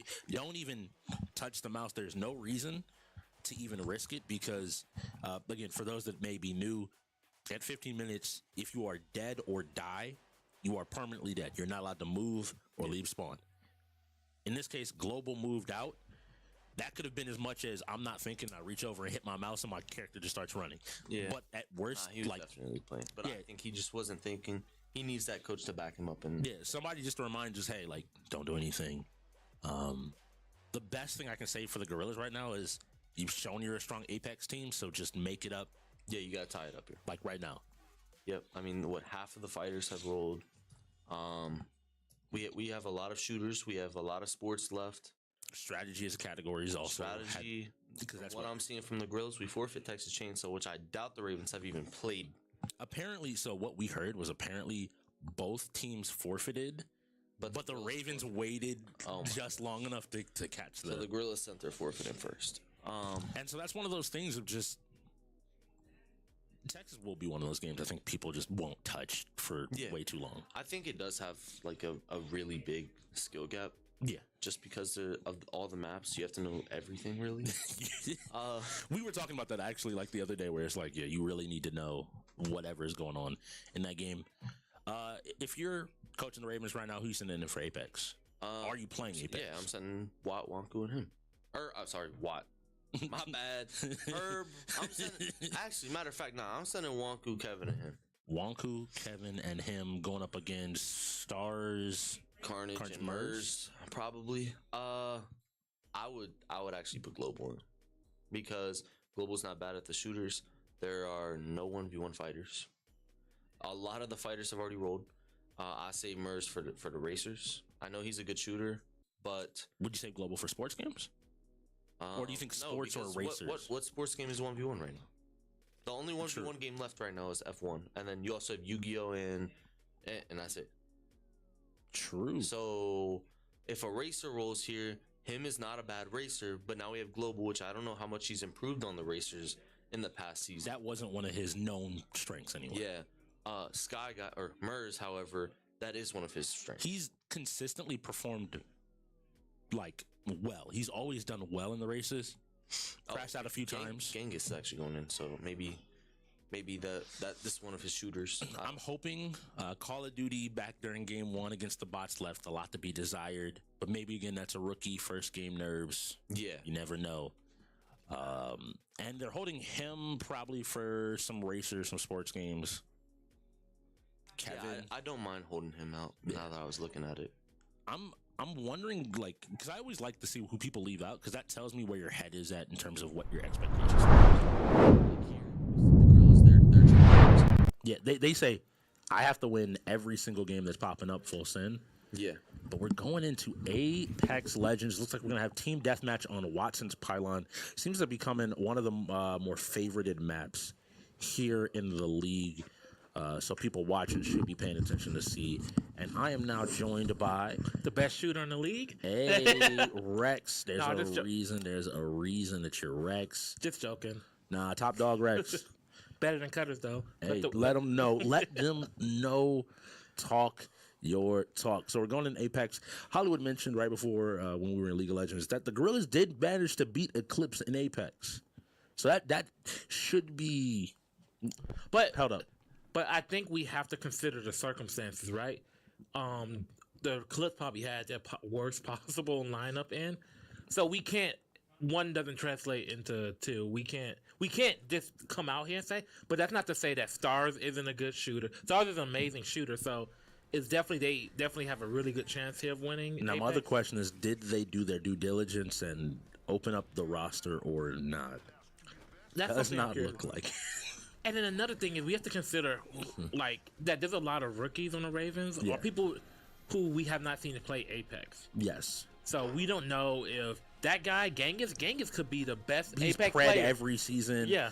Godlike, just knows every little thing about the game. See a Pathfinder as well, which is always going to be fun. If people are good at Pathfinder, it's always fun to watch them swing around. I agree with you full-heartedly, but, you know, some people in the league will say Eclipse's worst shooting team is still better than most, a lot of people. most teams in the league. I agree. I think this game will be really telling, because I think if the Gorillaz can have a strong showing, people might have to start taking them a little bit more seriously. What I think is interesting is how good Pathfinder is in this mode, specifically with there only being one other team, right? Yes. Because if you're able to get in and out of situations quickly, you have to win each opportunity that you can get. So if one person is able to, you know what, I'm not going to win this exchange, why don't we head over here? And then you're sitting around the whole game chasing after people. Trust me, I know that feeling. You're always trying to look for them, and it's like, oh, wait, no, they already rotated. They're already in someplace completely different. Neither team has gotten a kill just yet here. Oh, but as you say that, ooh, one kill. That's cast a curse, whoever that was. I'm sorry that I got you shot. That's two people. And you know what my team did in this situation? We're up one, and we're like, play back. We have the lead. Like, I mean, that's what you have to kind of. Yeah, trust me. I know that's what your team will do. 3 kills, I think, all went over to the Gorillaz based on the expressions on the faces of the Ravens. We're watching Young Wonk currently. The Young Wonk. And we don't we have to see. So who is in Carnage, Stars, and there's a lot of talk about those two being one of the better shooting duos, right? Yeah. Specifically, they talked about Fortnite, but they also did talk about how that was good. Like I said this last time I was on commentary, that I do think that the Gorillaz like team play with Carnage coming in, and I know like doing some like coaching and leadership, taking a leadership role. Like the team seems like it's functioning pretty cohesively now. And if we want to talk about something real quick, like we talked about Stars and Carnage. But I played Apex Mers, and like he might be better than those two. And that's The idea that they can say we have a better Apex shooter for when we need him, and he's playing Pathfinder, which tells you he plays. Look, like it's 6-1 right now, right? Like the Gorillaz aren't, and that's not the Gorillaz MO, right? The Gorillaz aren't gonna be like, okay, we got the lead, let's play back a little bit, right? Especially in a shooter, something that they feel confident, they're going to push the issue, and that's what they're doing right now. That was the issue that I saw in League of Legends. I was mentioning, like, they're the team that is going to always say we're better and just fight you outright, as opposed to playing like this slow, calculated game. And you see it here in Apex. It is 8-2, and the Gorillaz aren't slowing down and hiding and backing off. The Gorillaz is saying, let me take another fight. Let me keep pushing this and prove that I'm not just better than you, but you never had a chance to begin with. And with the Gorillaz, we constantly talk about the global and Carnage trade, right? Yeah. But Murs was not drafted by them. He was traded last season, and not for a high round pick, mind you. I think it was like a third or fourth, if I remember correctly. So the value they're getting out of this, right, the Gorillaz always willing and dealing players, right? Like, there's more Gorilla players probably, right, original Gorilla players right now on the Wolves than there are on the Gorillas right now. But this is a very strong shooting build that's going to get stronger. Yeah, Merce plays. Sorry, that just for a second. Did you see him just decide, like, all right, cool, I'm going in. Like, I have my shotgun, I'm confident, I'm ready. I'm better. I'm just jumping in to take this fight. It is ridiculous. But you were saying about the Gorillaz players and how, like, how fluid their roster is. Unlike some teams in the league prior to this season, I think like last offseason especially was the big change. A lot of teams were a little more hesitant to move. Yeah, they like to kind of build the roster and maybe give it a little bit more time. Whereas the Gorillaz have always kind of sought to improve. Like, what piece can we maybe change here to give us a better chance? Like, look at just the people they have that were on that used to be on the team that's on the Ghost, right? Hydro, LJ, OG, right? And then you look at the Wolves and they had, dropping down. Yeah. Aggressive. Like, yeah, there's a level of playing aggressive that is. I think right now they're probably just like, I want to get the most kills. I want to be top of the leaderboard. 12-2 shuts the door. There's somebody right there. There's nothing you can do at that point. Like, they're playing so well off of each other that, like, the Ravens are coming in, and maybe they potentially could win a team 1v1, but not a 3v1. Trust me when I tell you, as someone that has played, literally played in a situation like this, literally, like, when you get that far behind, now you're like, now I have to, people that were already beating me, I have to just run at them and, like, try to find a way to win these gunfights to get some momentum back. To be honest, the Ravens forfeited that game, but would you do that in that situation? Because honestly, they needed 11 more kills and the game was over. Yeah. Why? Like, I mean, the Ravens still have 3 forfeits, and given the amount of time, I doubt they use them. But I mean, I would only forfeit this had I had Need for Speed set up on 2 PCs. You want me to be very honest? I look back at our game against y'all, and it would have been better for us to forfeit against y'all than that situation there. For the simple fact that y'all decided, we'll just not engage anymore. We will just sit over here and force you to come to us. And at that situation, getting back into the game requires you to outplay your opponents totally versus a Gorillaz team that we just watched. Literally, there's like Bloodhound scanned, go. Bloodhound scanned, go. Because, I mean, Murs, Superman, and around the map. If you're doing that to calm Stars down, I think Stars gets more hyped off of a team forfeiting against him than he would a team just taking a beating. Yeah, because Stars is going to talk, especially. We know this as Stars is the voice of the Gorillaz in the sense of, like, he will always be willing to talk his talk. Yeah. When he wins, he's going to let you know. He don't as care you mentioned if you're down, before, like Herb is going to be sitting here, cool, okay, I played Street Fighter, and Stars is like, yo, I beat you. Yeah. And Herb can sit up here and look at him and be like, but Stars is going to be like, I beat you, and you can't say anything. Now, what's going to be interesting about this particular matchup as the season goes along is if both of these teams hypothetically make the playoffs, right? Is that there's going to be major growth on both sides, right? We may even see new players on either team. On Gorillaz, mainly, I would say, because they're a little bit more active and they have a little bit more resources to move around. So with the Gorillaz, we're going to see it's going to come down to a lot more of them getting synergy together. That's where the Gorillaz' biggest room for growth over the season, outside of the individual growth, right? The Ravens is going to be all about, well, for the most part, individual growth, right? Yeah. Because you have him, if that X-Ray Kenny, and you have what's his name, Genghis. Genghis, yeah. So like those are three people that are going to have to really push the envelope in terms of growth. So it'll be interesting to see if we do get a later season matchup of this in the playoffs, how these two teams stack up. Because we do also know, like, right there, even with the Ravens, there's Gurns, there's Watt. Kenny and Kevin. Kenny's not playing. Kevin's playing. Kyle, KIC. KIC, I know is like he's still chomping at the bit to like just let me get out there. Let me get out there. And so, like you said, we know that they have more pieces that they can kind of play around with and find their final form. Yeah. Whereas similar to I think before where we're seeing the Gorillaz play a 5-man, they're trying to cement that core. Because like having KIC changes the dynamic.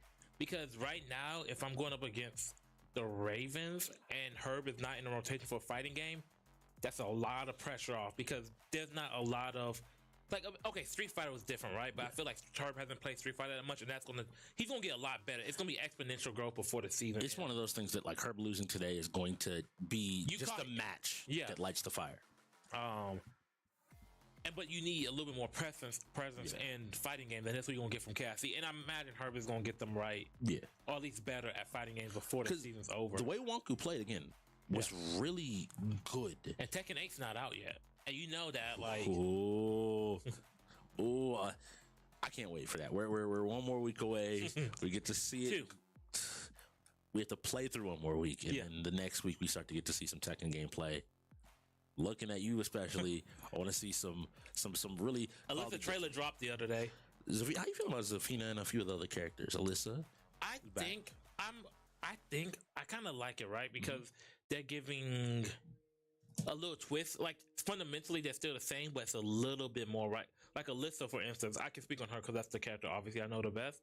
She is a little bit, her chainsaw destructive stance is a little bit more involved in this game as opposed to the Tekken 7.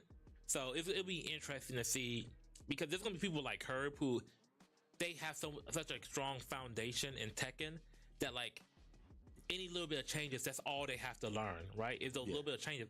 But you have the people who are learning right like square one. Yeah, not even the square one, like Stars and maybe Global, who have a fundamental understanding. It's tech time out there. We will be getting back into. We'll be getting in a Need for Speed shortly. Lineups are in. I think just working on some tech. I think Dev might be the best example because none of their characters are back. Well, Dev Dragunov is back. Yeah. So like Dev is great. He's not as good at Tekken as Herb, right? So there's still stuff to learn. So he still has to learn a little bit more about Tekken, and then he has to learn the new features. But so breaking down this game, what would you say has seemed to be like the biggest strengths for each team? So I'll say this is another game this weekend that has been very back and forth. Again, we're still sitting 7-7, and the strength looking at each team, I think personally the Ravens have had kind of this wide net that they've managed to cast. But when I look at some of the wins coming out of the Gorillaz, it required standout performances.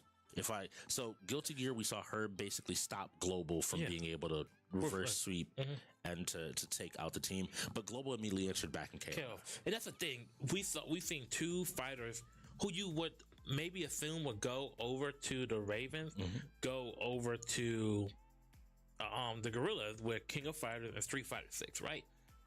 Do you think that happens as the season goes along? Do you think if we played this matchup maybe a month from now, 2 months from now, that'll be the same outcome? Or if KFC was available, right? Oh, no, knowing him, I think that what I want to see is in the second game, if I could somehow make these lineups change. KIC and Gatlike both be available for both the games, because I think it creates a really different dynamic in the fighting games and across the wheel. Karik's Drift was one, Stars with a good performance there. Immediately into Genghis beating Vape in UFC. But then a little bit later, Vape returning that favor, not directly to the same person, but them winning 2K. That's what I mean, where like it's almost like both of these teams are trading blows. But I feel like every game is scrappy, and so it's hard for me to be like, oh well, like I think this team just looks better today. I'm gonna be honest. I like this 5-man for the Gorillaz, right? Yeah. I think they need like another piece or two. But I mean, you have Stars and Carnage, and honestly, Murns too, right? For shooters, right? That's 3 people, right? But then you also have Murns for racers. He's like, I mean, don't think he's as good as Stars and Car Express, but the other racers. You have solid, like both Stars and Murs are solid enough at racers that they will beat a lot of the bad people, right? And then you have Global for the fighters, and you have a little bit more backup with, like a little bit of backup with some of the other people, right? Carnage, Vape, and Global all play some sports games here and there. Yeah. So again, sports are also covered. Well, oh, sorry, that's who I forgot. Vape is their big not racer, sorry. Fighter, or sports player. Person. Yeah, sports player. And then you see him in Forza. He was doing amazing, right? It hasn't worked out that well for him yet, but you see him in Pokemon. Yeah. And that could just be something that takes, as we know again, as the season goes along, he gets a little more comfortable in this particular format. Yes. Because it's a performance thing. And again, it's rookies. Like I tell people, the UEL is so different. You have to be able to go from one gear to the next almost instantaneously, and sometimes that can mess with you a little bit. StarCraft 2 was forfeited by the Ravens. Forza went on over to the Gorillaz, but was answered back when the Gorillaz FF'd Texas that followed. Super Smash, we saw some amazing gameplay that Rex was super happy in. Know what the happiest thing I was about that, right? Is Herb. So Smash has always been his crux when it comes to fighting games, right? And I'm not saying that he was amazing in that, but Herb was definitely not a liability.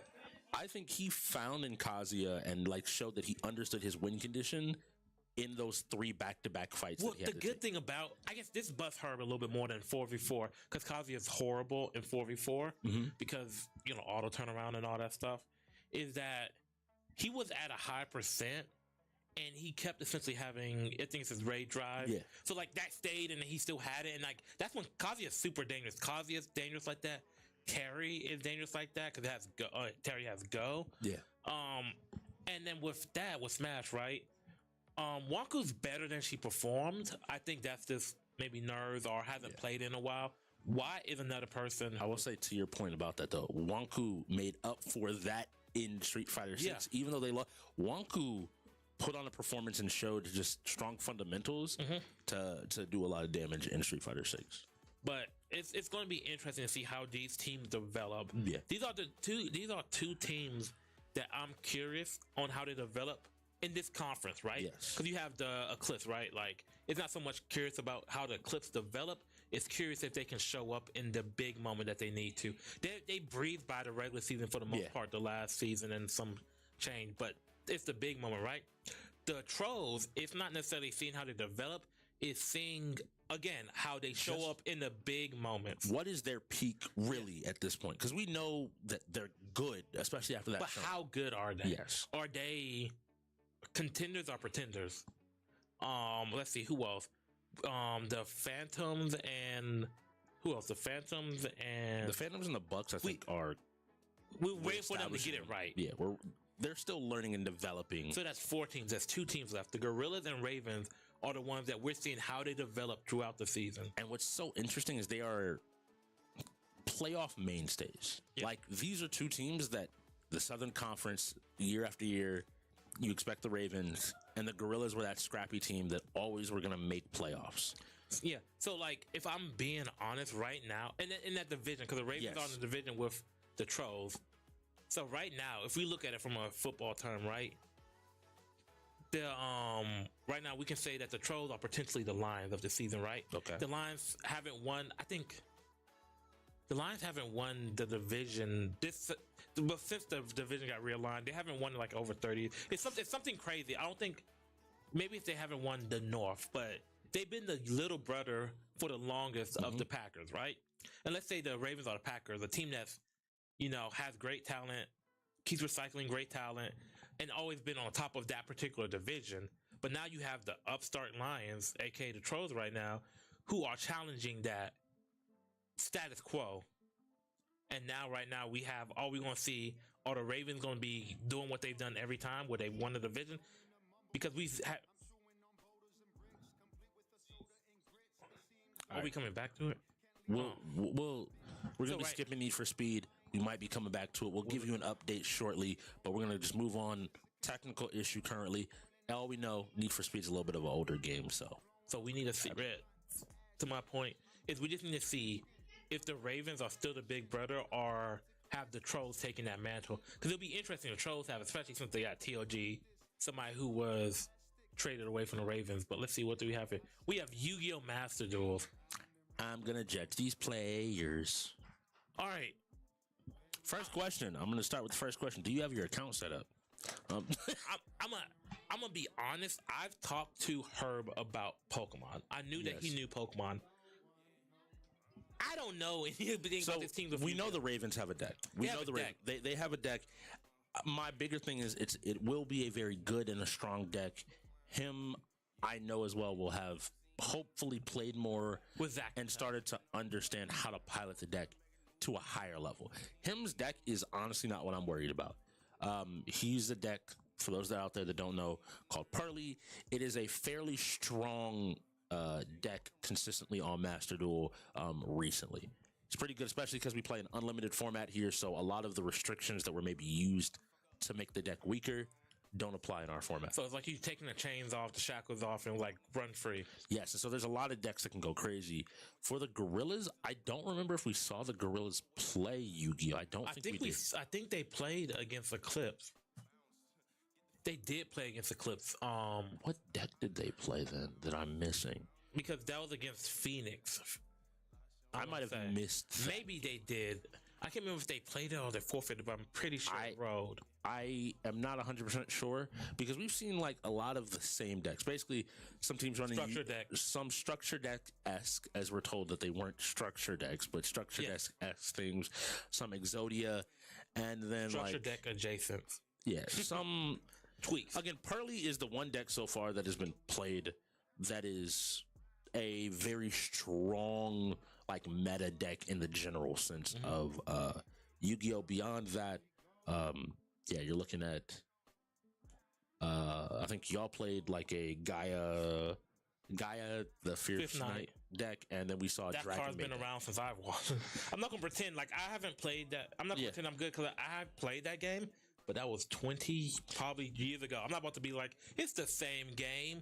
Like, to be fair with Yu-Gi-Oh!, they don't ban cards that often, and they always introduce support. So like, it's not the same exact guy, but when you recognize the name, you're like, I remember Blue Eyes. Yeah, that card. It's really Yu-Gi cool. boy. Like, now, I'm also looking to everybody here is to see how well they know. So again, I don't mind. I've told you this, and I've told people this because I want to see us play more games here, Yu-Gi-Oh! If you switch accounts on Master Duel and you log in, it will re-download a certain amount of the game, and it takes 5 to 10 minutes, give or take. Guess what you don't have? Guess what? If you wait till right now to log into a different account on Yu-Gi-Oh!, you don't have 5 or 10 minutes. And that's why you have to have a checklist of stuff to do before the game. I like to just come in and have a deck of cards, and when I flip over the card, it'll be like, throw your Switch in the dumpster. Bet. That's how I win Pokemon today. I'm just yeeting the Switch. I only say this because, like, I want some of these games, like Pokemon and Yu-Gi-Oh!, are the 1v1 games where I think strategies will start to develop over the course of the season. Yeah, and I think we've talked about this before, how people are a little gun shy right now, but there's going to be a point where somebody breaks out something like... Oh, yeah. I think that...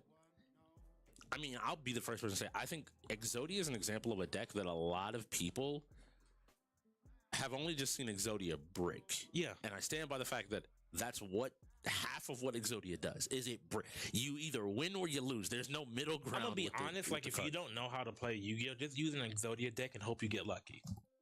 Like, I mean, but also if you're a Yu-Gi-Oh player, you can be like, but I can guarantee a win. And this is the Yu-Gi-Oh player conundrum that I know you and I have dealt with, is sometimes getting the separation of Yu-Gi-Oh the game and your personal love of the like. There are games that I'm like, if I sat down, I'm fully confident and like really wanted to start crafting Yu-Gi-Oh decks, I think I could probably, I could win that. I know you in Pokemon, like if we're sitting down like, okay, what if people played? What are people really using? Oh, you like these are bulky, blah, blah, blah. we can do that. Yeah. But then it's like, do I want to spend 10 hours each week crafting Well, that's the a new thing, thing? right? Like, I'm not at my peak of where, and that's one thing you have to manage if like the games that you used to play a lot or the games you came in out really good at, because like you fall off a little bit if you don't give it some TLC, right? Yeah. Like for me personally, when back in like, I think all the way up until maybe Sword and Shield, every Pokemon game I had 999 hours on it by the first like year, because I was playing that every day. That was really all I was playing. But you don't get that time now, right? Yu-Gi-Oh! You have 33 games that you have to juggle, and hey, we're getting ourselves into Elgato. No signal. So him is playing Pearly, and Global's playing Exodia. Thank you. Cool. We'll get to see Exodia. I kind of want Exodia to win because I want redemption. You want your teams to. It's just fun. Again, y'all, I give credit to more than anything else because I think you all beat Exodia, legitimately making good calls that you still could have lost the game. Oh my goodness, we see Pot of Greed. If you don't know, and that's a banned card, correct? Yes. All right, so nice job using using. And we see one of the Ash Blossom. the left leg of Exodia. Yes, one of the legs. So Global's using a more standard setup for Exodia, and that uses the Bamboo Sword line, which I'll talk about a little bit more. But using Pot of Greed here is really good because it stops you from being able to get a card. Now, I don't personally agree with using Into the Void here. Because teams haven't proven that they can beat you in one turn yet, I don't think you start to.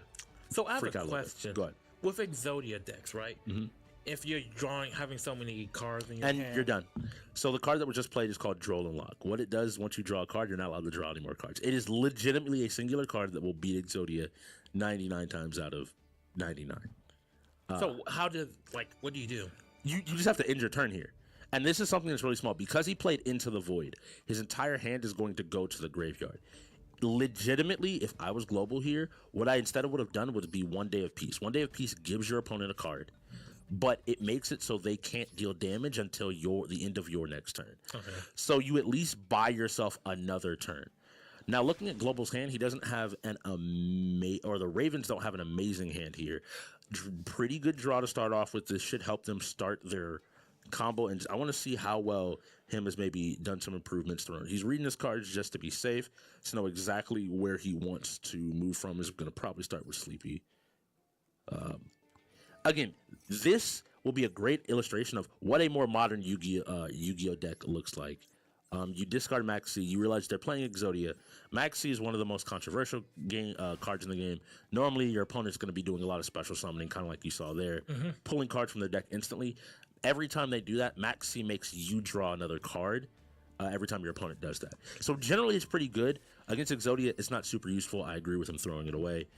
And now him is going to be comboing to just build kind of this big monster and have negates and being able to kind of stop Global from being able to do anything. So with Exodia, you tend to have a lot of cards in your hand, correct?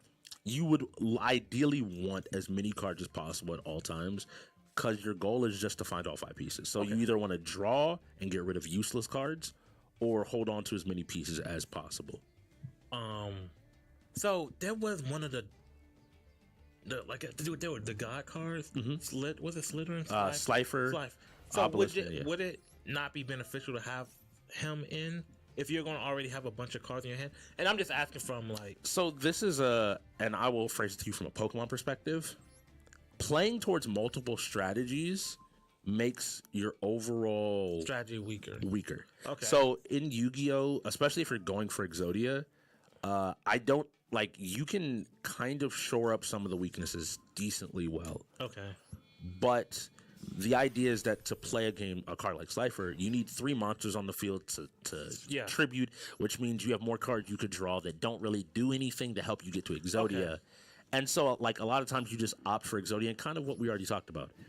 If you're playing Exodia, and this is the league out there, you're kind of accepting that it's going to be a 50-50. You're either going to win or you're going to lose.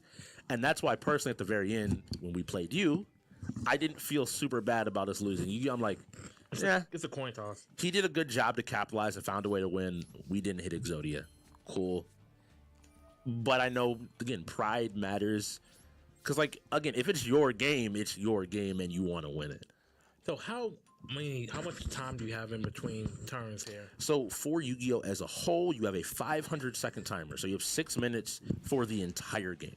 Once you get down to, like, really low, they may give you 30 seconds per turn. But you can see that little timer there over onto the left side. So it went down to 289. So Magical Mallet, I don't actually agree with the use here. Magical Mallet makes him return cards to the deck. We're going into NHL 24 after this. Return cards to the deck to draw something. You could have just used Chicken Game to draw another card. Now, Graceful, you draw 3 and then have to discard 2. You don't want to play this unless you absolutely have to here. Because you have to find an angle where, like, you're going to have to discard 2 of the 3 cards you get, and you're hoping that you get something. Like, what do you throw out here? It's going to have to be Magical Library and Terraforming because, hey, you need the Graceful possibly to draw more cards. Normally, you would want to be able to keep the Magical Library and go from there. Again, this is the other thing I have about Yu-Gi-Oh! Where we talked about having, like, a coach for Yu-Gi-Oh! Similar to Pokemon, like, there are situations that it is very difficult for me to explain in the moment other than saying, click the button. Trust me. Talk about it later. And this is the same thing that happened where, like, if I'm piloting a deck, I can handle things a lot differently, a lot different than, Yeah. Because someone that I think it looks like Global has someone there with him talking. And so they probably are having a conversation about, like, what do you think I should do? Because your hope is to get to a certain spot. And so far, they haven't been able to do it. So they sent Cursed Bamboo. This should let him get another Bamboo Sword. But now he needs a creature to be able to play that Bamboo Sword on. The way the Bamboo Swords work is specifically this one, the Golden Bamboo. If you have another Bamboo attached to a card, you are able to draw 2 more cards. So again, it's more draw. The Magical Library is super helpful here. I do remember seeing that card. I used to have Yu-Gi-Oh cards. Every time you play a certain number of Magic cards, or spell cards. They were called Magic cards, but spell cards. Once you get to 3, you're able to draw another card. You put like a token on. Yes, and you remove 3 of them, you get another card. And so again, you get the idea. You're supposed to just play, draw, draw, and you're just drawing until you find everything. And I'm trying to remember what him had to possibly answer this. He drew into another Ash, which is really unfortunate. So Ash Blossoms is going to negate that card, not letting him redraw and shuffle what he needs to shuffle. And so now he has to end his turn. Now, the big thing, as y'all saw playing us, 1 day apiece means that him can't win here. Yeah. Him doesn't win the game, and Global gets another turn. And now we're sitting at a point where we just have to kind of wait and see. Him is just going to keep getting more damage on his Pearlies and keep climbing and getting more and more Magic cards to continue to build his combo further and further. And it looks like Global just said, get me out.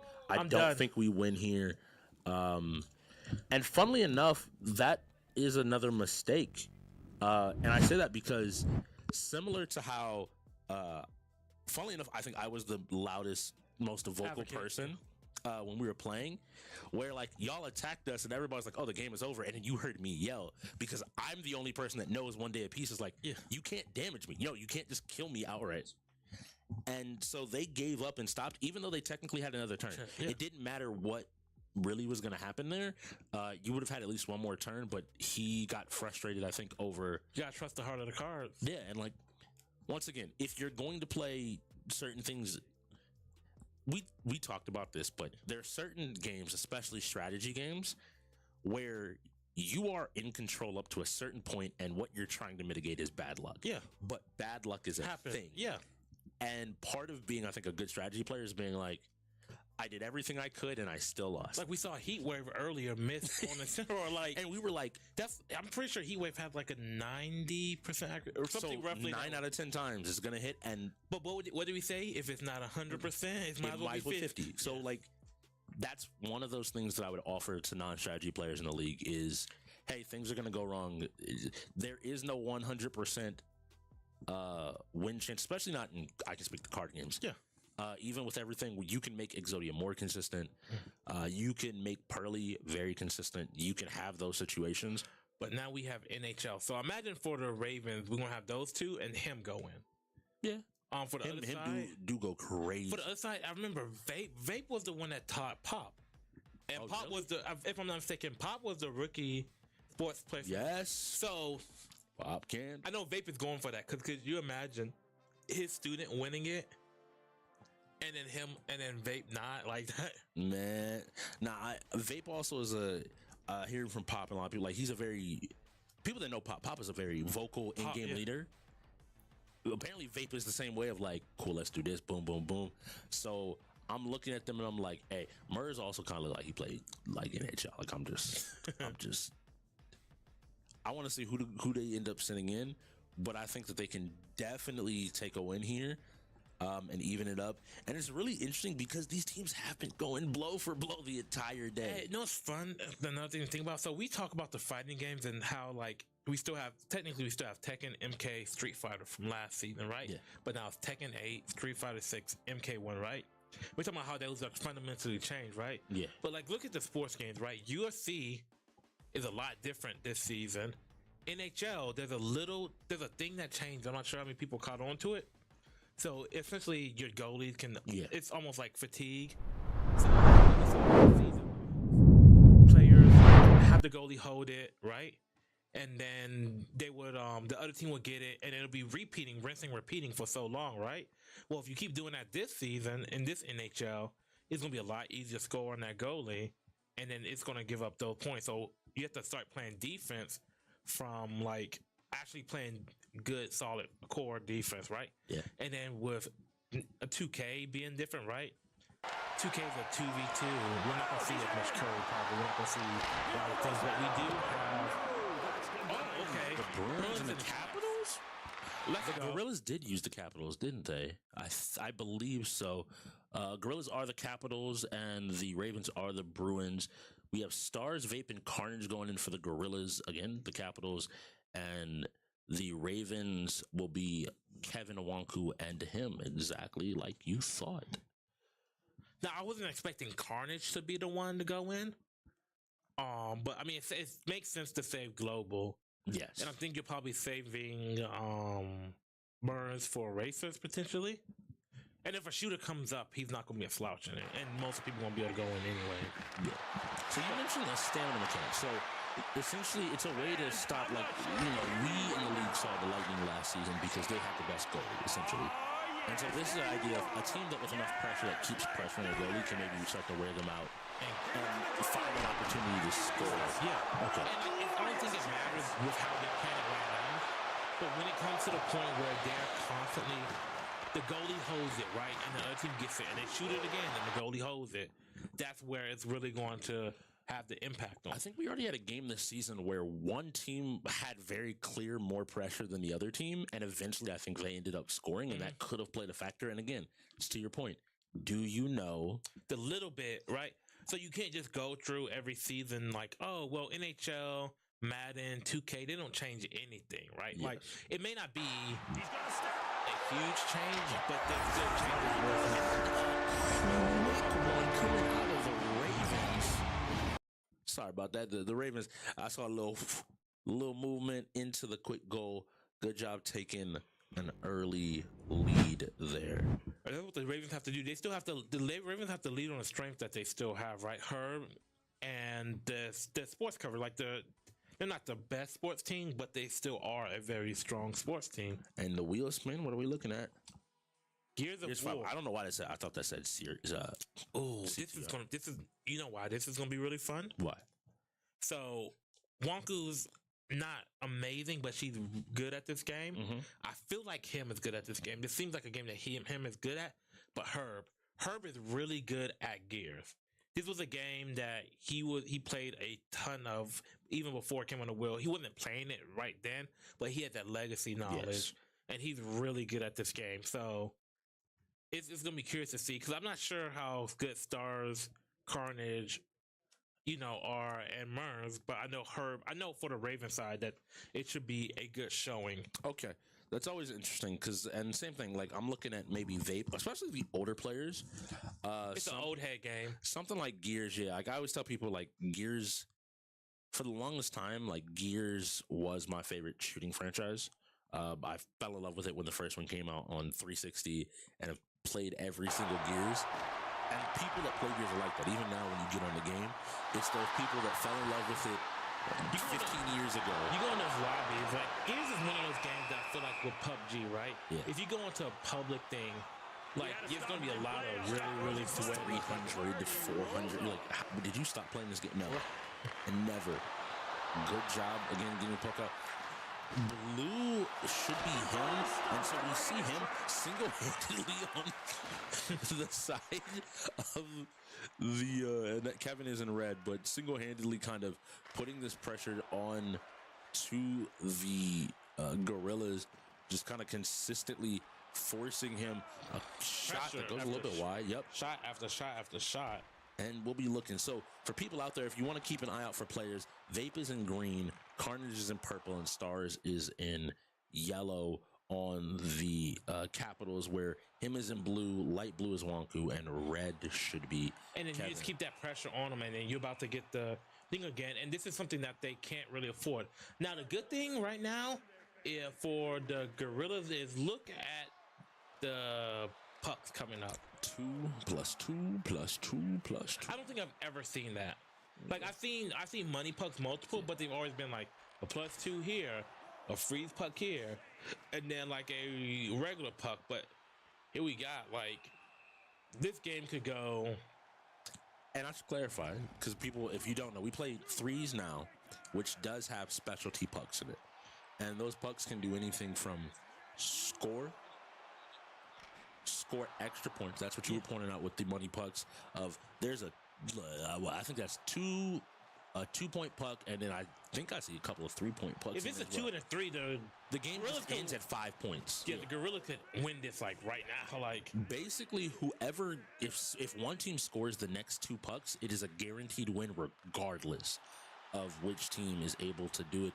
But him on the Ravens is seemingly having complete control of the game. Like every time I see him, he's willing to be in front of 2 or 3 of the opposing players. He's like I'm cool. just better.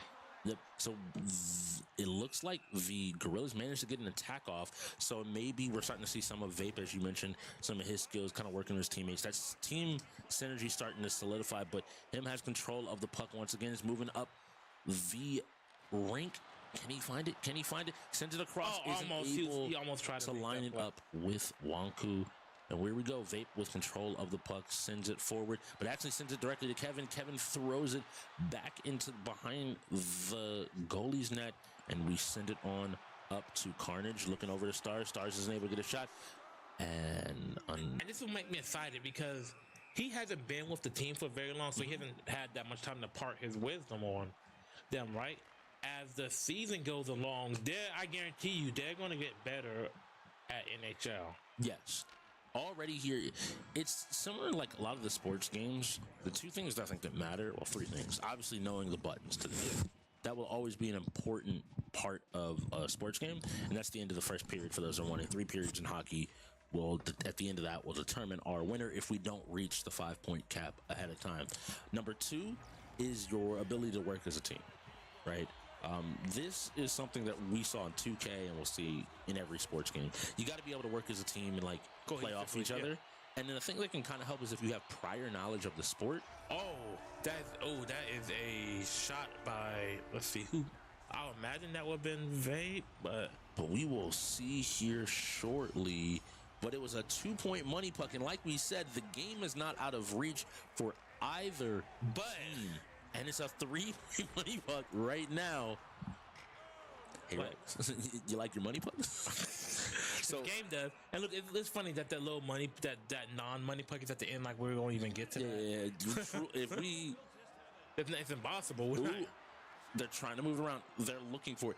The Gorillaz have to get this puck in. The Gorillaz have to get this puck in to win, and the Ravens have to stop this puck from going in to survive. So both teams are obviously looking just to get their opportunity to play it in. Stars tries to send it forward. Yep. Now here we go. Kevin with a quick shot moves back to him. Him kind of moving around, but and gets the lost the puck taken, and they immediately give it to Vape. Vape just sends it all the way around, looks to his teammate, and here we go. Wonku is not able to get the playoff, but they're still fighting for the puck. Vape Clears out. Here we go. Stars moving up. But nice job by Kevin to stop the play before it I mean, gets just honestly, this is the most important play, almost not important play, but most important puck. The most game shifting. Yes. Because this is the difference between a win and like taking the lead. Because like the Ravens could go up by 2 points here. And then the next puck just decides the game. Oh, no, I meant like the Ravens could literally go up in the overall UEL match by 2 if they manage to win this game. And the Gorillaz could go down, but could tie the game back tie the game up, yes. And this is what I think that's going to be the big thing. Whichever team is able kind of to break this back and forth first and get maybe like a 3-point lead will comfortably be able to take this game. And honestly, if you look at this wheel has been like very vape-centric. So some of the games that we knew, right? NHL, Pokemon, Forza. 2K, all 3 have, and 2K. All 4 have road. Yeah. Now, I think his record so far in them is 2-1. With the one being Pokemon. Yeah. But we're gonna see here. Trying his best. Okay, here we go. Pass it up. Vape having control. I think Vape might realize that his team might want to just start playing time and is realizing that he can control the puck better than pretty much any other player out there, but manages to lose it when pressured by 2, and it's really going to come down to here. They got it back again. They're just going to hold this puck, but that stamina that you were mentioning has got to start wearing out here now that we're in the second. I believe that's the gauge right there. Goodness, because we're at the end of the second period here, so we have one more period, and they have to get. And oh wow, him with the movement, him, and good job getting it away from Vape. And it goes. Is that? Yep, that's him. Pass it across. Him looking for it. Yep, and they're going to hold it again. And they're just going to keep pressuring, right? Because you can't afford to let that puck go there, because if you let it go, that's right on the go. I'm interested to see why they pick the Capitals, the Gorillaz do, because it's the second game that they've done it. Oh, was that the third? Maybe I was incorrect. That was the third period, actually. Because if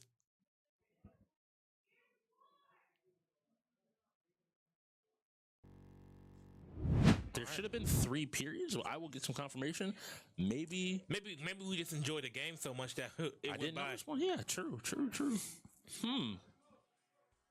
But they're getting into gears. Gears is a 2-minute setup. It's going to have to be fast. Hopefully, since there was a 3 man unit going in, the other 2 got the game set up. And that's difficult. Looking at both these teams, they're both running 5-mans, right? You have to be so on top of it. Even like, I can speak to our game because we pretty much didn't have anything. That was not a technical problem, but that required both of us as teams coming in being like, we want as clean a game as possible, and I'm going to do everything in my power. Where even when it's like, hey, I need this information, there were a couple of times I think you were like, hey, I need this code. And I'm like, I'm trying to get it set up. You were like, just shoot me a DM. I'm like, bet, cool, and just passed it off to you on Discord so you can get it versus trying to shout across the room with everything going on. And thinking about that, honestly, that may be a good look going forward, is to have your team create a temporary message thing and have that DM as a designated place for information like that to be communicated. Because even if it was, we go in and it's kind of like game rolled, all right, Texas, and I'm like, we take Survivor. Yeah. What map do you want? Boom, cool. Here's the code. Yeah. Lobby's up. Jump in, and like that way, it also tracks when you put it in there. Yeah, and so that way we can always keep track of stuff. And I just know that ended up working because you didn't have to keep saying it. There were so many times where even with my own team, it's like, what's the code? And I'm like, here's the code. Here's the code. Here's the code. Take it. And I had to be like, cool. Rex will have the code and will get his team into the game, but there is an amount of like working together. Congratulations. And we're back on this map. So the Trolls played this map when they played the Bucks. And it is a capture the hill map. No, this is also a TDM map. This is all Father's Arena. There was the Gorillaz forfeited? That's interesting. But the Gorillaz, I don't think the Gorillaz have any timeouts left. Or do they? Let me see here. No. Ravens still have 2. So is that set up wrong? Possibly. Depends on who the setup is, but potentially. So NHL went to the Gorillaz. Yes. Want to make sure, and then that means Gears went. And it's a back and forth. And what game do you want to see here? Is that Fortnite? Yeah, but if I'm a Gorillaz fan, this is the they can't get their duo in though on the Gorillaz. It's one of the two. And who do you send in? Who do you send in? I think you send in Stars. Oh, you. The Gorillaz had a setup mistake, and so here's one thing I would say is, the Ravens also don't have a optimal lineup for this. So I do think this is very well still very much go over to the Gorillaz. You give, and the Gorillaz have to know as a player, who do you know can take over a game, and to be very honest. Or do you throw Carnage in? Because isn't Carnage better than Stars? So one, not only that, but then Stars probably covers a little bit more outside of. Funnily enough, like even if they're close in skill, unless the gap is big, yeah, I put the person that I think is slightly more calm, Carnage, in that situation. Not because I don't think Stars can win it, but I think that there is a pressure to win here, and because if you don't win this is a game this is a game y'all been talking about all off, and you're supposed to win. Yeah, and you can't expect, like, again, I think Global and Vape both could be very good at Fortnite. I'm not looking at either one. Genghis could be really good at Fortnite. Exactly. We don't know that. Kenny could. What we know as quantities are Stars and Carnage. Yeah, they are proven. The only thing I can always say is that when I've talked to other Fortnite players in the league, the fact that those players highlight how good of a duo that is tells me that, like, all right, it's not just them running their mouths about it. It's actually other Fortnite players like acknowledging, like, hey, cool, this is a problem. These are good players that I have to handle and have to deal with. So I want to see who they end up going with. So it looks like they go with Stars, which I don't think is a problem. Because here's the other thing. This is Carnage's second season, and while he's played Fortnite, he hasn't played it in UEL. Whereas the only difference for Stars between season 6 and season 8 is there's one less person he has to kill. Yeah. And one less teammate he has to worry about. And I think in that situation, that experience could carry Stars. And that's looking at him, or we'll tell you in a second. Let me wait. If it's not going to be necessarily him, it's Genghis, Kevin, and Herb. Now I know Herb has touched every single game on the wheel, right? But Herb. I think the big one, I think if the Ravens were to win it, it's going to be on Genghis. It's similar to when the Reapers played the Ghosts and Rad went crazy, went nuts, dug in on people before just popping over and shooting them. You need like that unexpected good person. Yeah, if you're gonna win this, because I think if Stars would have to be put in a position where he doesn't feel comfortable, and this might be one of the few games that Stars will always feel like he's the best person in the room.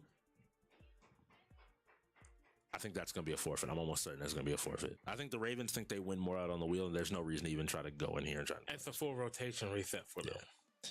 Yep, that's Fortnite. I'm not kidding to you that the way we trade FFs back and forth in this game is insane. Here we go with another wheel spin. Let's see, what are we going And you have into? Stars out for most likely whatever's next.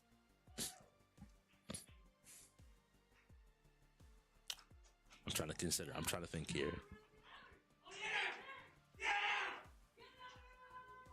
Well, I know Wonku's happy. For those kids on the floor right now, Wonku was saying get loud, and we're trying to hyper team up. So I'm making the call here. So I'll ask you, do you remember if it was Kenny or Kevin that played Mortal Kombat? I think they both did. So okay. Herb and Kev. Which one did Herb play a bunch with? I'm gonna be honest, I can be out there on the floor for him and I don't know which one's which.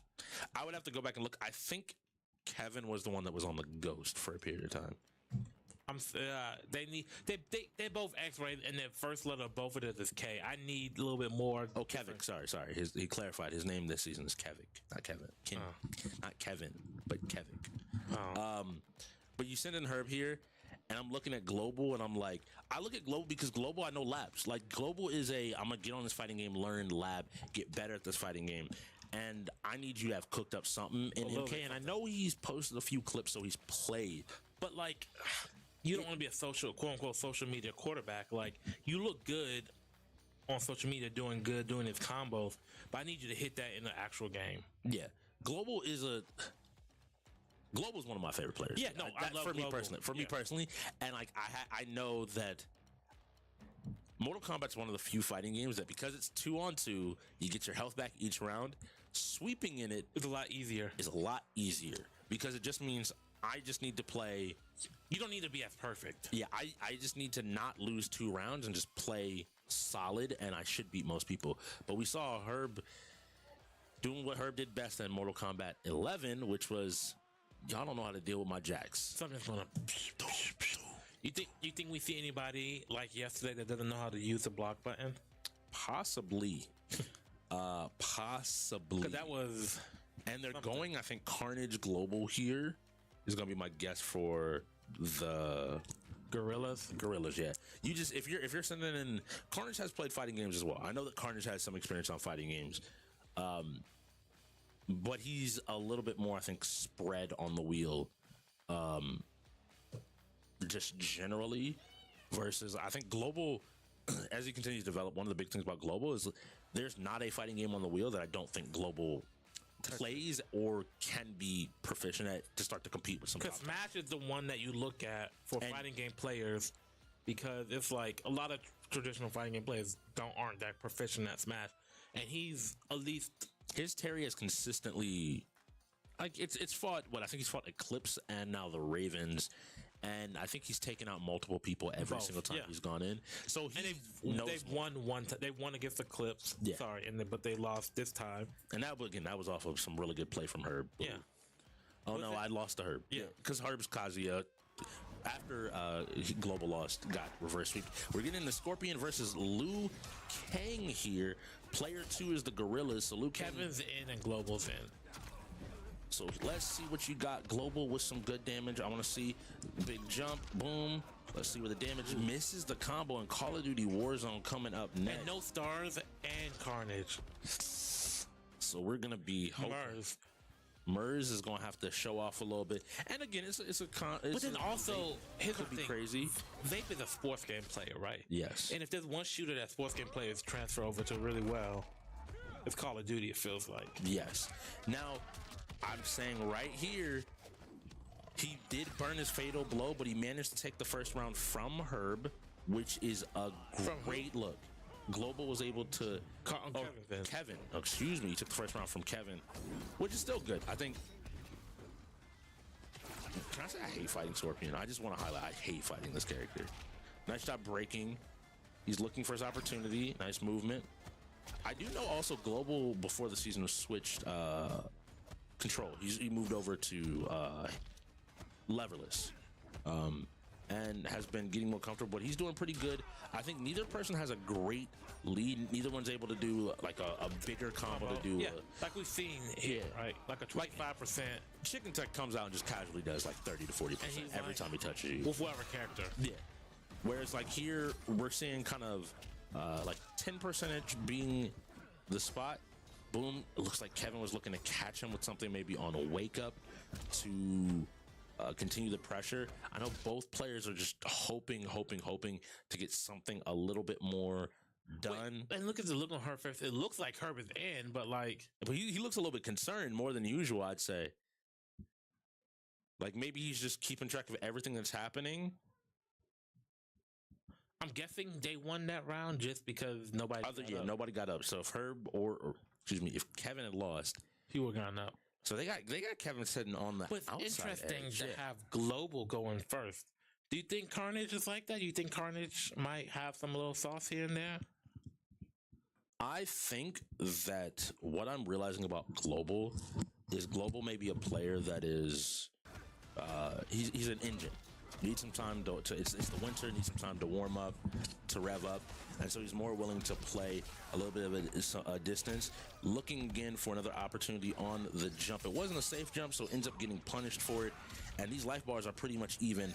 We're gonna see who manages to go ahead. Oh, nice empty hop there. Yep, into a throw and back into the same situation as before. Got to be willing to block. Nice check. He once again looked for it. That's a fatal blow. The fact that you can recover. Good job staying safe. But he's still gonna get the fatal Nice blow. job, and you got to hit this combo. You've been trying it all day. Now is the time. Finish it up. And with finally, we have seen him drop that multiple. He hit it multiple times, and when it came down to it, he absolutely managed to maybe that was clutch it. If he took out Herb there to begin with, maybe Kevin's better. I wouldn't be surprised actually, because I know they used to play a bunch. But I guarantee you, Herb is grinding. Is gonna like after this today. He's gonna like. I don't think Herb performed badly, but if we look at all the fighting games, right? You said MK1 rolled up.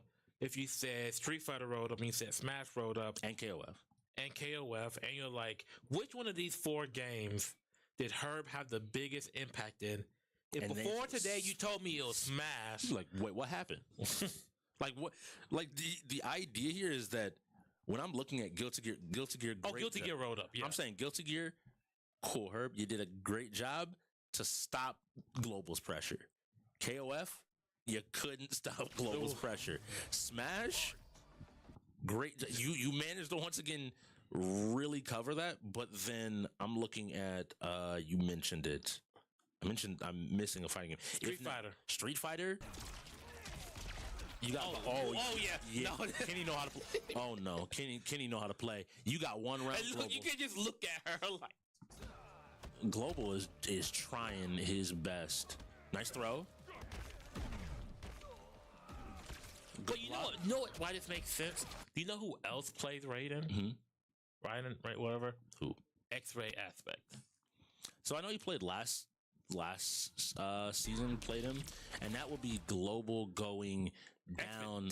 Like that's impressive because now the Ravens have a little bit more threat in fighting games. Like it's here and there. It's not.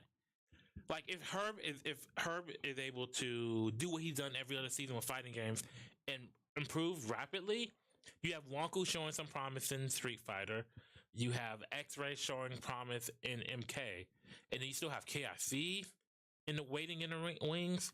Yeah, and Herb finally getting over that hump in Smash. Like this is a team that's really interesting to look forward to developing. Hey, I'm looking at this. Kavik has played like I know they brought him in last season when they drafted him because he was strong at Mortal Kombat. And I don't know how many times. First of all, playing Smoke could be very good because if you know how to mess with people with Smoke, you can get away and start to take a match. Yeah, you can really push the pace of the game. But nice block there. I always say, like, start off being good at, like, one form of fighting games on the wheel and then kind of move to the other ones. Because the time you have to spend labbing a lot of them is there. Nice job. All right, it looks like Carnage does have some idea of what he's doing and is able to block what wasn't in range for there. Good job just knowing that. And it doesn't look like he doesn't knows all the options and all the strings that Raiden can bring out, and is now just starting to get mixed into the throw. Once again, 4. Oh my goodness. Did 11%. Why? Yeah, either he's not comfortable or it's just something's off because he is not landing whatever combos that he needs to land, and he tried to delay it, and it still. that's just so obnoxious. That has to be. Yes.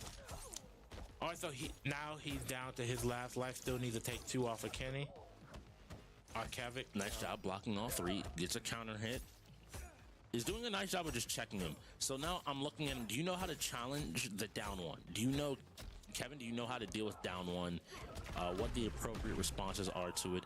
Nice job getting started. All right, nice. Gets himself out of the corner. But that TP, that teleport. And it looks like Carnage is starting to also settle in a little bit here, but a nice throw coming out of Kavik. And now, do you know how to handle it? Boom. Trying to bait it out, but manages to get a hit into a throw. And a lot of these grabs here. And again, each one of these throws is 11% of your life. And when he's getting, So he was just looking at the film like, oh, okay. Well, you got hit by that. Okay, you got hit by that. You got hit by that. All right. Heard one of the. So, okay. So Kenny was the one that was on the Ravens. I know that because he's wearing Kenny's jersey. So Kevin was Kevic. We get everything updated, but Kevic did a great job there. Great job showing why again the organization wants him. Like as a fighter, do you know the idea of how difficult it is to say, hey, I need to be able to beat 200 people consistently in 8 fighting games? Yeah, and there's so many like matchups to look at, and so hopefully both of these teams have their Call of Duty loaded up and ready to go because you have 2 minutes. Oh God. And Gears was an FF for setup, so Fortnite would have been on the Ravens. MK would have been on the Gorillaz. The Ravens don't want to lose another timeout off of this. Like, I mean, the Ravens still have a little bit of time to play with, a little bit of timeout, but you haven't used a timeout since the half. Yeah. You want to keep it that way. The Gorillaz have one more forfeit. I'm trying to figure out what game they would want to forfeit at this CTR. point. Unless you, again, CTR is that weird game that somebody has to come in having played it and no one comes in having played it. None of them. I will confidently say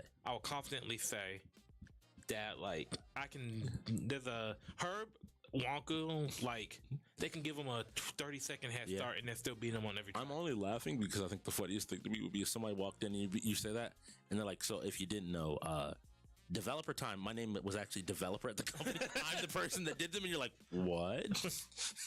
What? Because that is the level of some of these players. Again, I still remember there was one day I came in and Wonka was working on a dev time, and she had it. It was like finally like a clean run, and the game crashed. I remember that. It was on the Xbox. Yo, and the anger of just like, I've been doing this for like an hour or two. No, I was playing Time Trial the other day, and I forget what, I was distracted for a second. I got behind it by a little bit, but I'm like, I'm not going to restart it. I'm going to push through it, and like I'm gonna just diff it, right? I'm going to be better. Yeah. And then my PlayStation has been having issues with, I think it's something with the hardware. Yeah. And I was like literally catching up, doing better. This program cannot be played. I'm like, you're ready. That's when you just want to throw the whole thing. You're just like, okay, I earned this. Give me my money. Yeah. So for those watching that may don't know how we play Call of Duty Warzone, we play a kill race, but it's a little bit different than how we jump into Call of Duty servers. All 4 players, so 2 from each team, will load into a team, and it's about getting the most points. You can get points for every kill and every 1,000 points or every 1,000 damage as an individual. So this really challenges the dominant players to really be able to go in there and show off. And Formula is Mars in for this? Mars is in for but I think it'll be a reset. It's a full reset if I remember correctly. Because it was they have differing lineups because of Texas. So yeah, okay, that's interesting because I know Courtney has actually been putting time. We watching him. Oh, him is already looking to flick. He's warming up. This is the best game to have. He is ready to flick. He is definitely as well. Playing on mouse and keyboard. We had some problems with controller, so I do have a little bit of a worry. Oh, it's only because they didn't certain people didn't set it up before they got into the lobby, which it's supposed to do. Yeah. But this is a game that could potentially last a little while. Yeah. So if you're 49 minutes, yeah, to your point. If you're the Gorillaz, like another instance of if you don't win this game and you waste a lot of time on this, you could potentially be looking at down 2 or 30 minutes to go. And now we're looking at Vape, just something on his controller, it looks like. Hopefully, yep. Gang gets Vapor.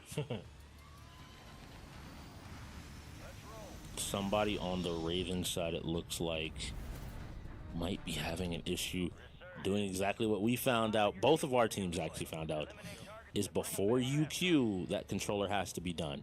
Can't do it in the lobby. You have to change it. Yeah. You have to do all things before you And I do recall telling them this before, specifically telling the Raven. Ooh, we got a crash. Okay. So we will get this all sorted. So knowing F1's up, and you can see the lineups, Wonku's probably going to have to go in for F1. And I know she's been putting time in this. At least at one point when she was coming here regularly, I saw that she had put a decent amount of time in. So I think you put Mers in. Yeah. I do have to say something about that, though. What? Mers has crashed out the few times he's played, and it's not because he's bad at F1. It's because he takes risky lines to try to save time. Yes. And has had a couple of times where either the AI, probably the AI making a decision that puts him in a bad position and he ends up crashing out. So I want to see from him especially a willingness to play like a little bit safer, especially if he takes the lead. And we keep going back and forth with this. After F1, it's a full reset for the Ravens and whoever they put in for the grill, which is Mers. No, like Stars as a veteran player has so much coverage on the wheel that you don't ignore that and like not put Stars in. Yeah. Or you put Stars in. Yeah. So I'm trying to think what fighting games are left. So we've had Guilty Gear KOF, DBZ. We have had Smash. We've had Street Fighter 6. We've had MK, so I think it's just DBZ because we don't Tekken 8's not on the wheel yet. Yeah, so I was just curious to see because Global, right, is getting to that point in the and match. he can also Global could 1v could definitely. But I do know Herb is good at DBZ. Yeah, oh yeah, and especially having played with TLG, there's a level of understanding of good at the game. This is really interesting. Like, I want to see the box scores out after this. Again, shout out to Jesse for those box scores. If you're ever wondering, and if you are in the UEL Discord, usually the day after the game comes out. Not even sometimes. Like, sometimes it's like evening of. Yeah. We get the box earlier scores, games. with a lot of insights into how different players performed. And while it doesn't give a total picture, it gives enough of a picture for you to start to kind of really dive into who is performing at least UEL wise in different genres. And at the end of the season, where we can kind of looking back and see, oh, this person went. Yeah, like I'm looking at that first game that the Trolls had. Yeah. A lot of numbers that are very helpful to them in those final season rewards, being able to post, like, oh, I won 8 fighting games today. Who says I'm not a fighter? Right? It's like, okay. You get to see the individual teams and then the individual players. And it'll be easy to track everything. We once again are dealing with a small technical issue if you're just joining us for Call of Duty. We'll be getting right back into the game here shortly, followed by F1. If you are maybe joining us and you're late in the game and wondering what is the UEL, first and foremost, it's where gamers go pro. Let them know. Ultimate in Gamers League. We are a league that is a multi-genre esports competition. All right. We play 5 different genres: shooters, sports, strategy, fighters, and racing. All across that, there are 33 games that we put onto a wheel and we spin. Randomized. Completely randomized. It is a tech timeout, so yes, we are still working on that. You can see there's 45 minutes left on the main clock. We started with 4 hours, so this is down to the wire. It's an endurance fight just as much as it is how good are you moment to moment. Yes, you got to be able to hold out, and you are seeing it. Whoever has the most points after these next 45 minutes will walk away and win this game. And every game matters because when you get to the end of our 10-game season, right? Yeah, playoffs happens, and the winner of playoffs, the league as a whole, is playing for their piece of $100,000. And then there's so much between winning your division, not being one of the higher seeds, so you can skip that wild card round. Like, man, this season is very interesting because of those changes. Every game matters. I mean, you and I've already discussed the 3-man that go dummy and the possible implications of and it's another game that the possible implications. Yes. These are both teams in the same division or conference, yes. And what that means is each one of these will definitely end up playing a part. And so, okay, am I the 5th seed out of the South Conference or the 4th seed? And each of these teams have already lost the game. So neither team wants to start the season off. Somebody's leaving here 0-2. And that's where I was saying, this I'm happy with this game so far because I looked at this game. Both of these teams had a rough first game. Yes. Whether you were playing Eclipse, You had one team that lost by 16, and you had another team that lost to a team with only 3 people. yeah, and also lost by like 5 or 6 to 3 people. And so this was their game to kind of regain their form. But what I'm happy about, We got Call of Duty. what I'm happy with the whole scheme of it is both teams have performed well enough today to be like, all right, we're not bad. We just ran into a situation. Yeah, we have to just improve as individuals. All right, so we are just in this little warm-up phase. So this is nice for people on Call of Duty, right? With how we play it. Yeah. 'Cause it gives you a little bit of time that like you're not just going in there unprepared. Like if you have some time. Yep, everybody's moving. I like it. We're seeing movement from people. I know the shooters out in the league. They were a little bit disappointed in the first few games of Call of Duty of the season. So now we get a chance to actually see maybe a little bit of confidence. So to remind you, since it has been a little bit, on that the top pictures, you're going to see either Genghis, who we're currently looking at, or him for the Ravens. And on those bottom set of pictures, we're looking at Vape currently, and he's playing with Murs for the Gorillaz. The Gorillaz are playing this to tie the game up and keep us pretty even going forward. The Ravens are playing, well, obviously they want to win this. Yeah. Because it gives them a huge buff going forward, bonus going forward. Yeah, we've had 1 2-point difference the entire, or 2 2-point differences the entire game. And everyone has immediately been answered. So if you can, whichever team's able to break that streak is looking It's been back and forth for a while now. at a streak. All right, let's see. Let's see if they have a call on where they want to go. One of these Russian cities. Are you going to ping the map? That's going to also tell your opponents where you want to head. And I think that is Genghis pinging exactly where he wants to go ahead and land, and is already out of the plane, almost to the ground, swinging in. Let's see what loot he's able to find. A lot better movement. I believe last time we saw him play, he looked a little bit uncomfortable, and maybe he was on mouse and keyboard, and he's normally a controller player. And who are we talking about? Genghis. I believe that happened. Yes, I believe it happened to both sides, both of the people that are playing. Because if you don't remember, both teams last week had setup issues. Yes, and so I'm looking now at, he's worked on that. He's moving a lot better. This looks more like Call of Duty that I would expect From somebody who's excited to play it. Yes. And that tells me that maybe Genghis might be a more of a shooter, but he might be a console-based shooter, which, again, has its own ups and pros and cons. I'm really excited to see Genghis as he... Let me get, so he's giving plates to his teammate. So he and him are together. I'm wondering what the two of them are going to go ahead and do. Moving across to this next building. Still looking like they're taking the approach of getting really good loot. We've seen a few teams be willing to just hot drop into a place with minimal loot, trusting they'll win the gunfights to get maybe an early lead and put some pressure out. But he's much rather wanting to be kitted out with something maybe he's more comfortable with. So let's see here. Nope. Ooh. Have his targets on something. Now we're looking at Vape. Team is not open. Stepping out here, he's looking as well. He knows where they're moving. He can see them, and this creates really interesting opportunities because Third party, your own team. yes, you can always create like kind of situations. And Vape with a sniper in his hand, so maybe wanting to play a more ranged game, which in a kill race is really interesting because you kind of have to go to high traffic areas, but that opens you up to needing somebody to watch your flank. Yeah. Yep, we're good. He's looking around, doesn't see anybody. They're pinging, they're kind of working together.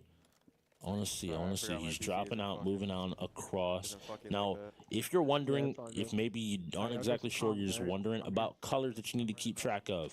All right, so I believe that is Genghis, if I am saying that correctly. The color's a little bit difficult. Yes, pink and yellow are the Ravens. Okay. And then green and blue will be the Gorillaz. So right there, we saw Genghis was able to pick up a kill, which is already going to be a point. Damage-wise, he also could have done 1,000 damage and picked up another point. The big things here is you want to be able to get as many as much damage as possible and kills. Sometimes you aren't able to pick up every single kill, but being able to consistently put out damage will help you just get more points for a team, because you can't have 800 and your teammate have 200. No, you need 1,000 to secure that point for your team.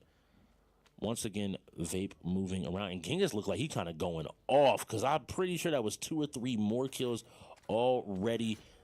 And we get a bounty picked up here. So that leads you to exactly, roughly the area that somebody's in. And it's interesting because they're in the same squad, so both teams will be playing for this bounty if they want to get that kill. And that can be a positive or a negative because, hey, they know when you get close to them. So you have to kind of play a little bit of balance. So Genghis going underneath the stairs there for a second. Looks like him is kind of watching. Doing some coverage. He's sending out his drone. Good teamwork immediately. Somebody came down the stairs. Him is able to trade back. You have to know he has a teammate somewhere. Be ready. You might want to put on some armor before you push up those steps. Go to the roof. Go to the roof. Loot goblins are on the move. Another kill being secured there for the Ravens. I think that's 3 or 4 already. And I haven't seen too much from the Gorillaz yet, and that can be a good or a bad thing. There's somebody in that though. Yep. So hopefully they have to know not to. Him. Ooh, he dropped down the roof. Please secure that kill. This could be another big kill for the. Big kill for the we're watching the Ravens. Precision airstrike though. They gotta get. They both were like, wait, we need to leave the area immediately. Dropping down, moving around. And I guess they're going to push this building. I think they just decided they want to take this fight. Another kill there for Genghis. Genghis right now is the man to stop. If I was one of the Gorillaz, we either got to get something started or we got to find a way to slow him down. You know what I want to see a team do? What? Win. True. That would be fun, but that'll also take a lot of time. Which the Ravens, I think, are more than happy to do. Genghis went down and was killed, and him jumped out as well as also immediately going down that building they were pressuring. They have to remember that while you're playing in duos, you're going up against quads. You don't just have the freedom. That's 3 people dead. The issue here is, can he get his teammate up safely? The bounty was posted, so you don't get that bounty money that you might want. You know what would be really interesting for the league? What? If we had a rule, if you got points for rezzing players, could you imagine the mind game of rezzing somebody who is on the opposite team of you technically? While I agree, there is cheese to that. I'll just. Well, yeah, it'll just be a funny little. Like, all right, let's go find a building to jump off of. All right, cool. We'll do this for 20 minutes. My leg. But no, that would actually be funny, because you have to figure out, like, all right, cool. This is the guy on the team that's getting the most kills. Let me go ahead. Do I pick him up for a point? I fire shots in the distance, let him know where I'm, then I res him.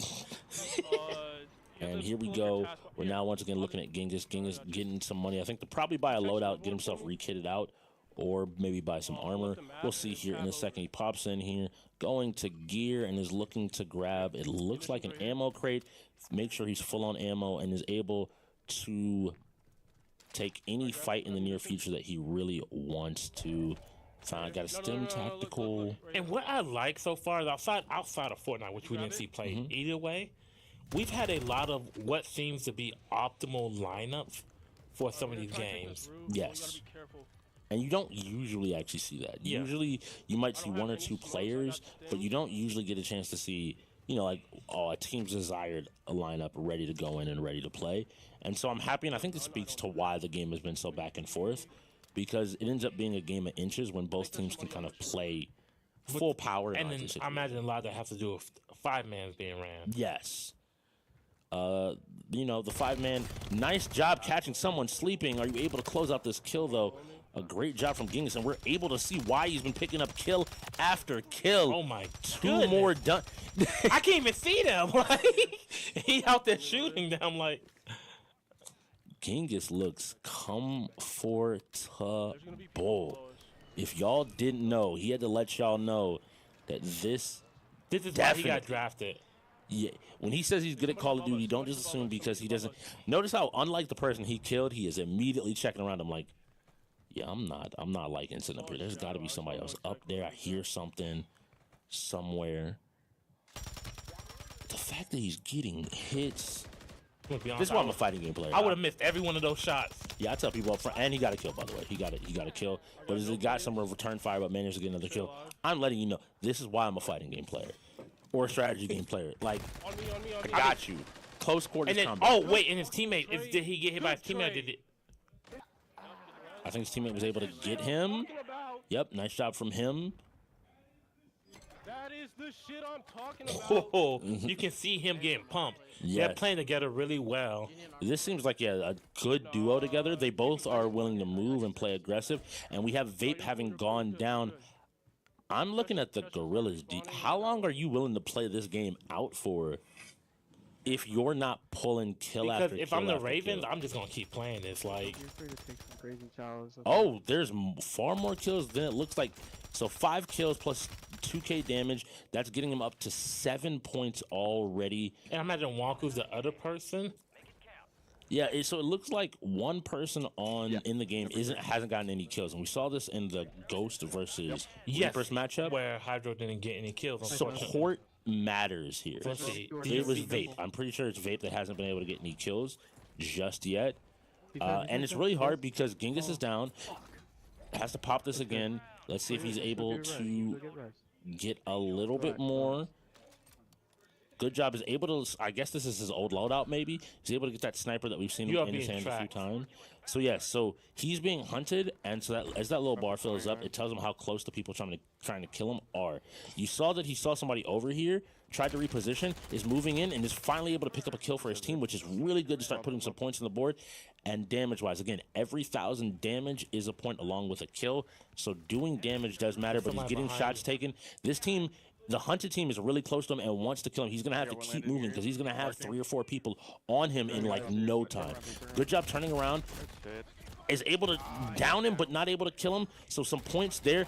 But I think pretty sure that's Mers dropping in. Mers, is he able to pick up the kills? He is not. That's another death. We might be seeing the end of this Call of Duty game shortly. Oh wait, they're still up there. Is that still? I believe we are now watching That's him. still him, and is he still up there with? Him is still up, and it looks like Genghis, I believe, is down. Him may be going down himself, which would leave 1 player alive for the team, I believe. Down but not out, and Vape seems to be dropping in and is able to. Now this is the hard call. Vape could technically land and get some more. Genghis dies as well. Is that the end of the game? Is that the lobby? 6 and what's that? 6 and 3 or 5 and 3? That's 8. Vape had 2 kills. Yeah, we're watching Vape. So Vape, it looks like Vape as well as Mers were able to get back in the game here. And if they're able to do a little bit more damage, but immediately getting punished for going back to where a teammate just died.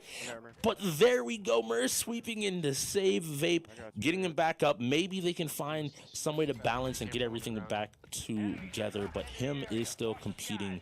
It looks like him should be looking for money to maybe buy A loadout.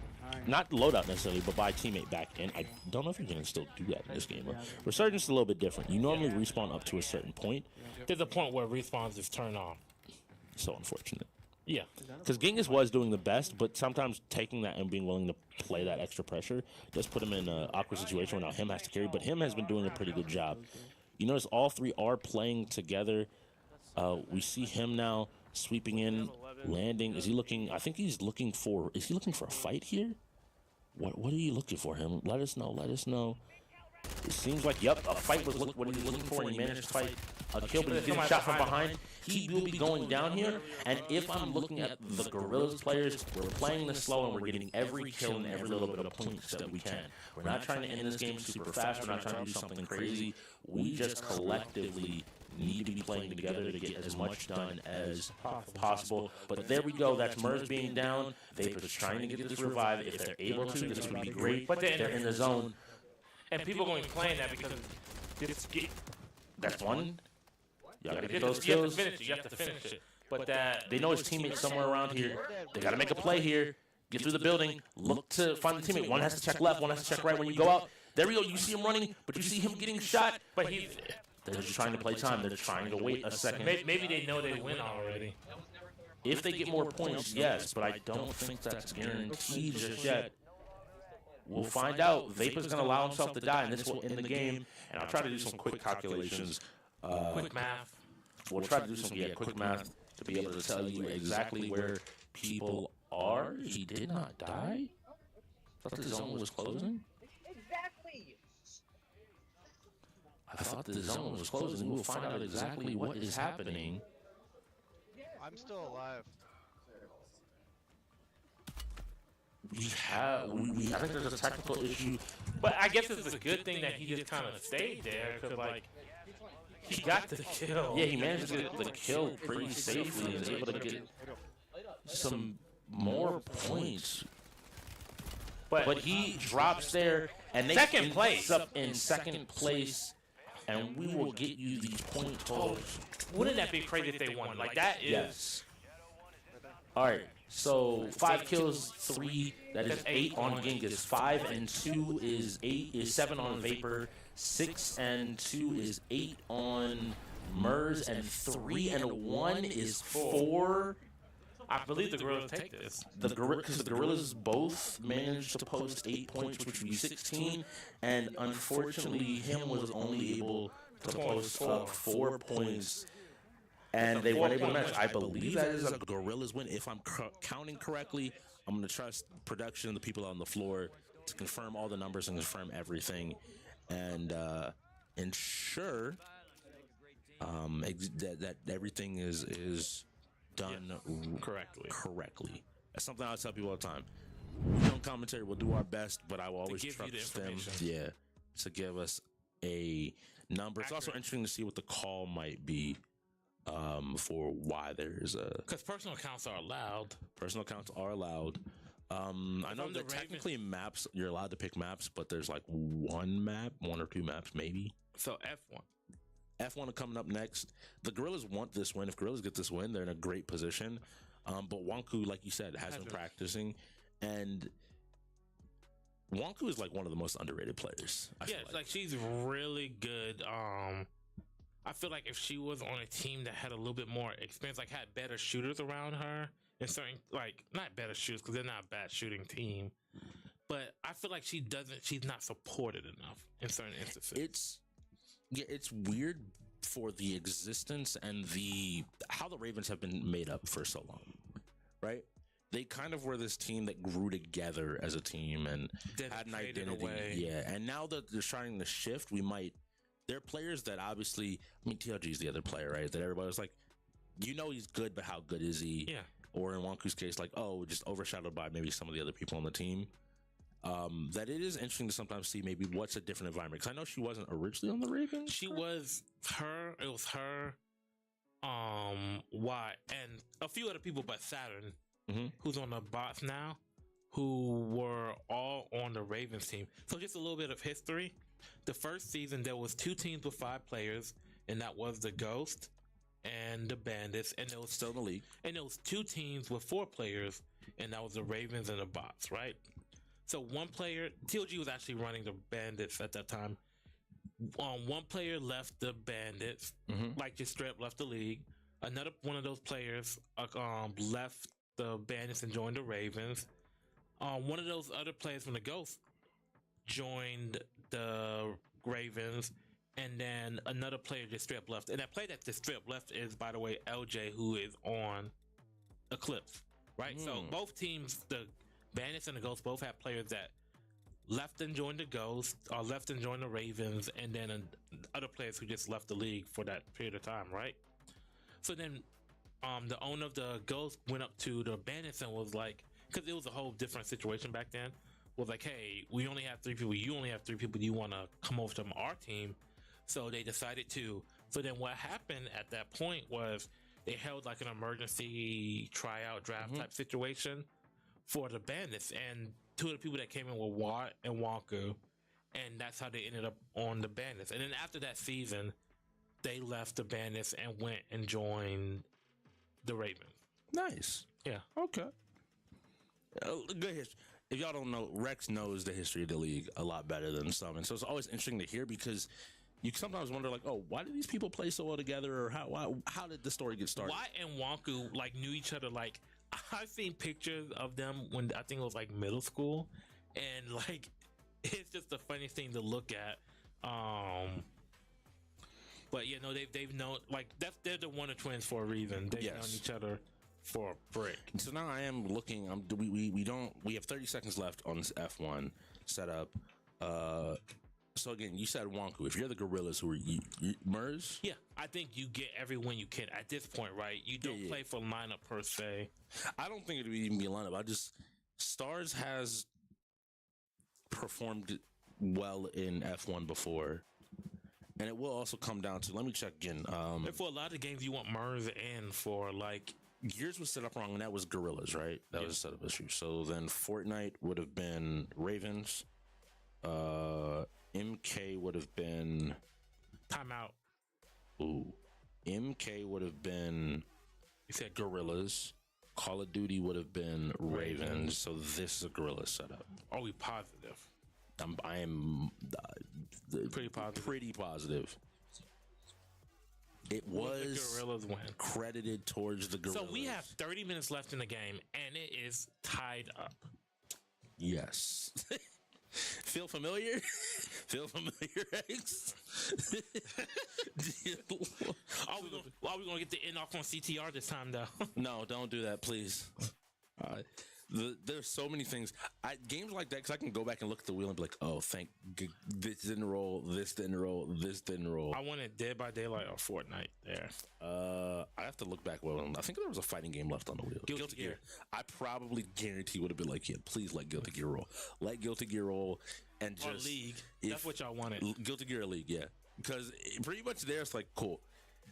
Is Jekyll available? Is Strix available? It would have been interesting though, because if Guilty Gear had rolled or League had rolled, that would have been an instant forfeit for us. So we got another same. Yeah, it was the CTR. Like we knew going into that game that like we're not playing Rex's team in CTR. We're not doing that. And so it was one of those things of like we looked, we asked, and I was like, "How you cool?"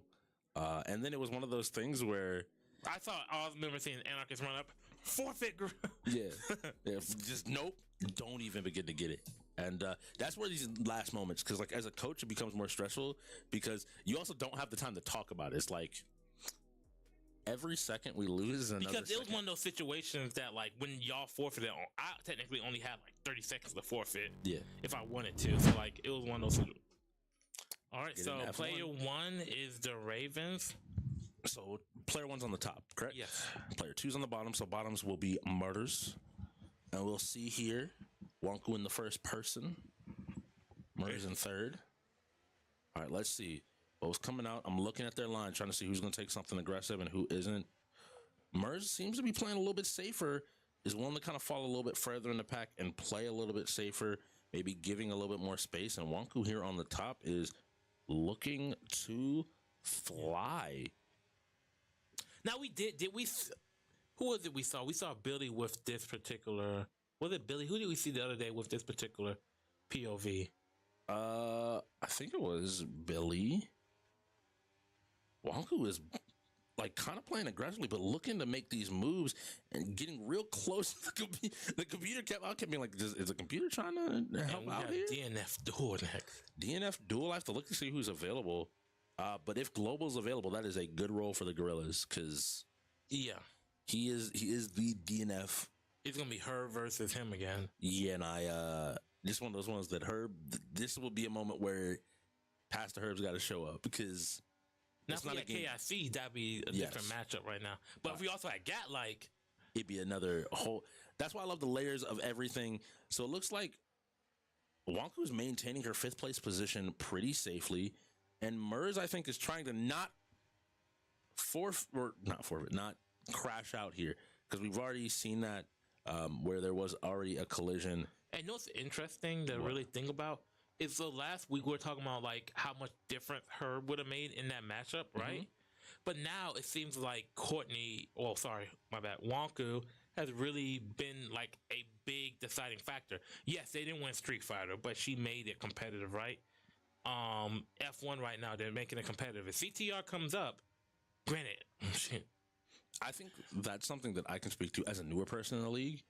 I don't have some of that legacy knowledge, so maybe I view teams a little bit differently and like players and pieces. I recognize Herb's strength on the Ravens and as a player, but I do have seen like some of their other pieces and know like Wonku, like we said, is an underrated piece that Rocket League.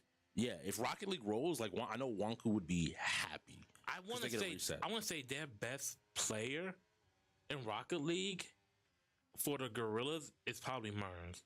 Okay. So like I don't think it mattered that much, but you're also now taking away their best like potential. And we have to remember DNF is a fast game. Like we're gonna have another game after DNF, regardless. We have a 2-minute setup into a 4-minute setup because it's I forget the F1 is. And who do you put in here with Herb? Like, cause like I feel like that might be a game, Kevin. That like maybe because I feel like that might be a game that what's his name that Genghis, not Genghis, him plays, right? Like I feel like doesn't that feel like a game that maybe him participates? It's one of those fighting games that if you have somebody that's willing to help you, you can get to a proficient level fairly quickly. And he's learned a lot from KIC. We've seen that in Street Fighter 5 last season. That's why, funny enough, I was laughing at the modern Kimberly because whatchamacallit was on. Actually, we need to make a quick correction. Mers is actually on the top here, and Wonku is on the bottom. So what that means is Mers is who's been holding very tightly to this 5th place spot, and that makes sense because he tends to play a little bit more faster and aggressive. All right, but we will. How many laps is F1? I thought it was supposed to be 7, which is what I was. That's because I was like, this felt like a long race, even by F1 standards. I'm positive it's supposed to be 7, but I guess we'll get confirmation on that. Again, trust production, trust the GMs. They will figure all of that out. This was a fast setup and a fast turnaround in 2 minutes, and we do have to remember that the Gorillaz did not have a timeout as well. And Mers was playing the last game, so we have to figure out like where everything is landing. We go, boom, playing together. Mers is fighting for this 5th place spot. I mean, Mers is great race. He learned from Chicken Steak. Yes, back when they were on the Ghost, I know that they had worked together, which is why I've always kept an eye on him because, like, every time I've seen him play, he's not a bad racer. It's just he takes risks, and those risks have punished him. And so here we see him flying around the track. I mean, but there's not a lot of people around him. Oh, man. This could very well be like close to the last game if he didn't take too much damage. Yeah, that was really, really, really scary though. Because he was almost brake checked and that can end your race if you're not careful.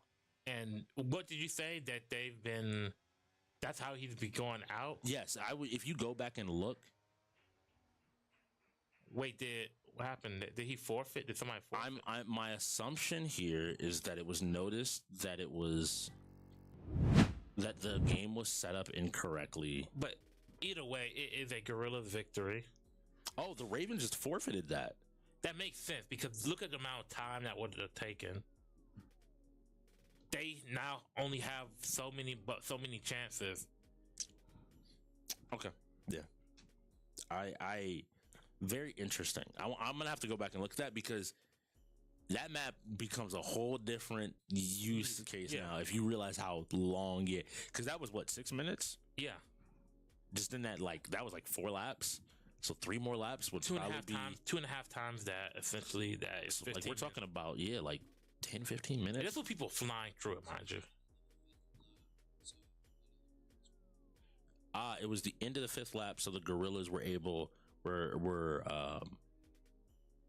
took the race there. So the Ravens look like they called a timeout. Probably will obviously preserve some time here because now they're the ones with backpedaling because we've seen it where it's been mainly Has it been that the Gorillaz really had a lead at this point? It was going back and forth. So even when like Guilty Gear, KOF, Carx Drift, then UFC immediately stopped that. You go Pokemon, StarCraft. So it's been a back and Forza, Texas. Then it's like, okay, well we got we got Smash and Wreckfest, but we went into 2K Street Fighter. Like it, yeah. You go up by 2, and then it's immediately. So this equalized. is the first time that the Gorillaz have had a lead. Yes, and looking at this, I'm looking. We talked about Herb, and we talked about like his performance today, and maybe some of the fighting games, and being a little bit surprising where his strengths kind of showed up. Another story that has been playing out over the course of this game is Global once again in their second game with No Gat, like kind of being that primary fighter for the Gorillaz. I do realize, I think he went 1-3 last week in fighters, but that was a whole different monster he was going up against. Yeah. And this week he's like, see, I'm not bad at these fighting games. It's just, you're asking me to climb a tall mountain. So yeah, there was KOF today, which he lost. King of Fighters, which he won. Smash, which he lost. Street Fighter 6, which he won. MK, which he lost, and now DNF Duel, which presumptively I'm placing in his category. Yeah, I think he's better than Herb. Like, I don't think Herb is bad at this game. He's one of the best DNF Duel players in the league, and yeah, Herb isn't. Again, Herb is not bad, but for me, outside of Tekken and Street Fighter, which are traditionally Street Fighter 5, obviously 6 is a different game. Those are his games, even MK to a lesser extent. There is in like some of the anime fighters, Guilty Gear. And so you know what's DNF. interesting? So name off the fighting games that they've lost today. The Gorillaz lost? No, the Ravens. Ravens have lost KOF, Street Fighter 6. And we're waiting on DNF now. Tekken ain't not on the wheel yet. Especially with how close Smash was, do you know there's one player that would have helped them out in each of those games tremendously? The Ravens. One player on the Ravens. No. We used to be on the Ravens. Used to be on the Ravens. KOF. TLG is the first name that pops in my head. And Street Fighter. Yeah. He would have helped them out tremendously in each. And it's an interesting story, right? Like their first full season without TLG in a while. And Street Fighter, I think he would have won that. It's a very subtle thing because, again, I think it's crazy because, and maybe you can correct me on history, it felt like when I came in, a lot of teams had as many fighters as they did to try and deal with the Ravens lineup at the time of OGL, TLG. I think, and even just was happenstance. And I don't think teams were preparing to beat the Ravens. Teams have always geared up after the second season to beat Eclipse. Yeah. All right, so I can tell you right now, Herb is on the left as Hitman. Brawler is going to be Global. Herb does have some practice, I know, with his team against he tried out the character. It came out around playoffs. He was experienced in it. Rocket League, which is a great role for the Ravens if they're able to get out of this game fast enough. But they do need a win, or they have to hope on the next 2 games. And what other games would you really say is heavily favored towards the Gorillaz? Me personally, Halo. I think Halo is a very nice job. He caught him, but he was not ready to combo there. 20 seconds left. You just have to hold. Yep. Global, you just don't take a magic hit. You just don't take an M button hit, and you're fine. But the throw is fine. You're okay here. You will die, though, to like 80 damage, and now Herb is just going to block. I don't remember if it takes into account Gray Life or not. We're going to find out here. But Herb gets the hit. Matter. We'll see. And that went to Herb, so Gray Life does not count as real life. You got to be willing then to spend it. I'm looking at Global now. So how do you deal with these barrels? So the barrels, you either jump over them, and a nice job using the armor move. This is a solid, just straight up 50%. combo starter, and you're gonna see Global be ready to set up immediately after. Yep. And now Herb was able to challenge. He's figured out already. But he dropped that. Oh. Yep. And Global isn't gonna kill off of this, but it'll be guess for game. Knockdown. Boom. All right, let's see what we got. Nice DP. Yeah. But is able to convert off of it. Let's see. How much have you practiced, Herb? Let me see. and he isn't able to convert there. Nice job capturing the barrels before he. It's a rough option. It looks like Herb is focused, and Herb is locking in, trying to get this win, trying to get one more round. If he's able to get around and take out Global, that would be huge for his team. And guessing he did not. All right, cool. One more round. Next round matters. The fact that he took one life off. And we don't even know how good Kenny is because we thought Herb was the better one in MK. Nice job. Forces him to block. Good job. Herb isn't just challenging wherever. Gets a punish hit. Let's see what Global can do off of this. It's going to be big. How much damage can you do? He's going to set up poison and is into the next situation. And he continues it. He looks for it. You want to juggle him into the combo. Unfortunate side change, but he's able to get a chunk of damage here. And we have to, for the Ravens, you have to hope that Kenny is that guy. Yes, and here we go. Herb is not able to get enough distance, but now he is an awakening, which allows his move to kind of have the shadow that comes in behind him and does extra hits or extra effects that you have to be aware of. Nice job. A run-up grab. He's still making a play here. Remember what happened in that first round? It was the gray life that ended up telling the story, and Herb just needs to basically get one more hit in, and Herb might have just taken out Global. Global has to make a move here shortly to do something. The DP! Oh, my God. Herb is that guy. I thought that was over. I thought Herb lost that. And that DP at the last second, we saw something similar, right? Where the person just literally didn't have to press a button. And I think that happened in the game last season and they win. Yes, it happened. I definitely can tell you there were a couple of times where just being willing to sometimes say somebody could DP. Now, the big thing here is Herb does only have one round. And we don't know how much Global Global has talked to maybe Carnage or someone else on the team to get them proficient in. Because look at Kevin. Kevin's like, oh, man, that's a lot of pressure off of me. Like Kenny, I mean. Yeah, and so here it means in here. I want to see who you play at launcher. Okay, maybe you put 3 people in for Rocket League, and then all of a sudden it's a full reset for the tiebreaker. Maybe. So I'm gonna say this. All right, let me talk about launcher because I'm gonna start giving out and maybe messing the league up a little bit. So launcher, the tech has always been the role. Please. This is not the correct answer. I'm letting people know. A good launcher, it is very difficult if you mistime your roll incorrectly. Her normal auto attack will catch you off that roll. So you have to be aware of that and know how to play around it. I'm just telling people that. I know every launcher out there is like, yes, please continue to develop my sauce.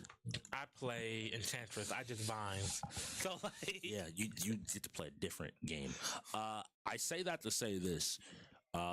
If Herb knows this,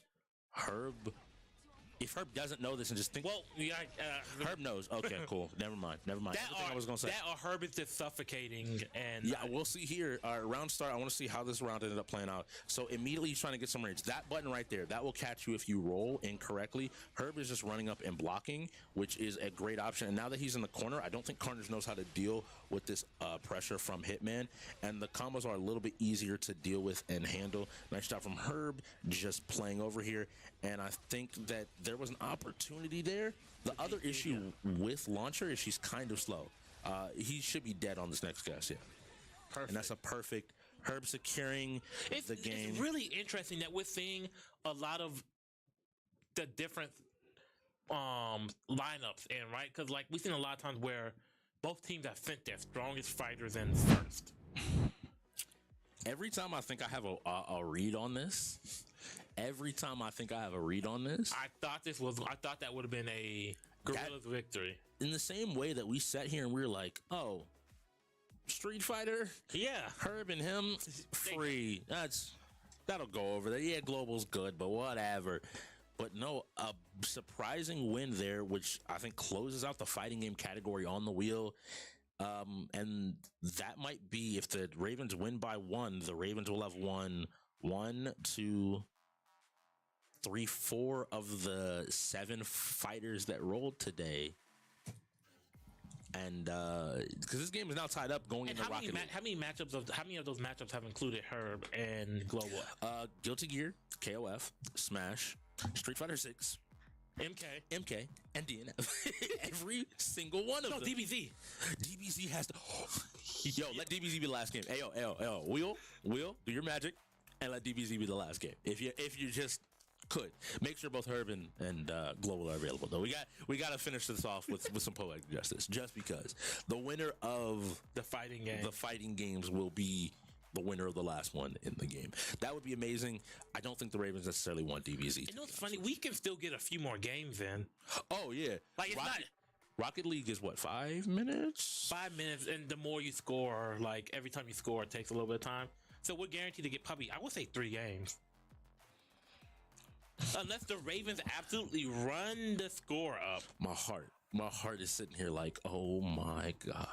Unless the Ravens absolutely run the score up, unless the girls forfeit. If I'm the girls, I'm forfeiting. I think you try Rocket League. I don't think you just forfeit Rocket League because you only have 1 forfeit left.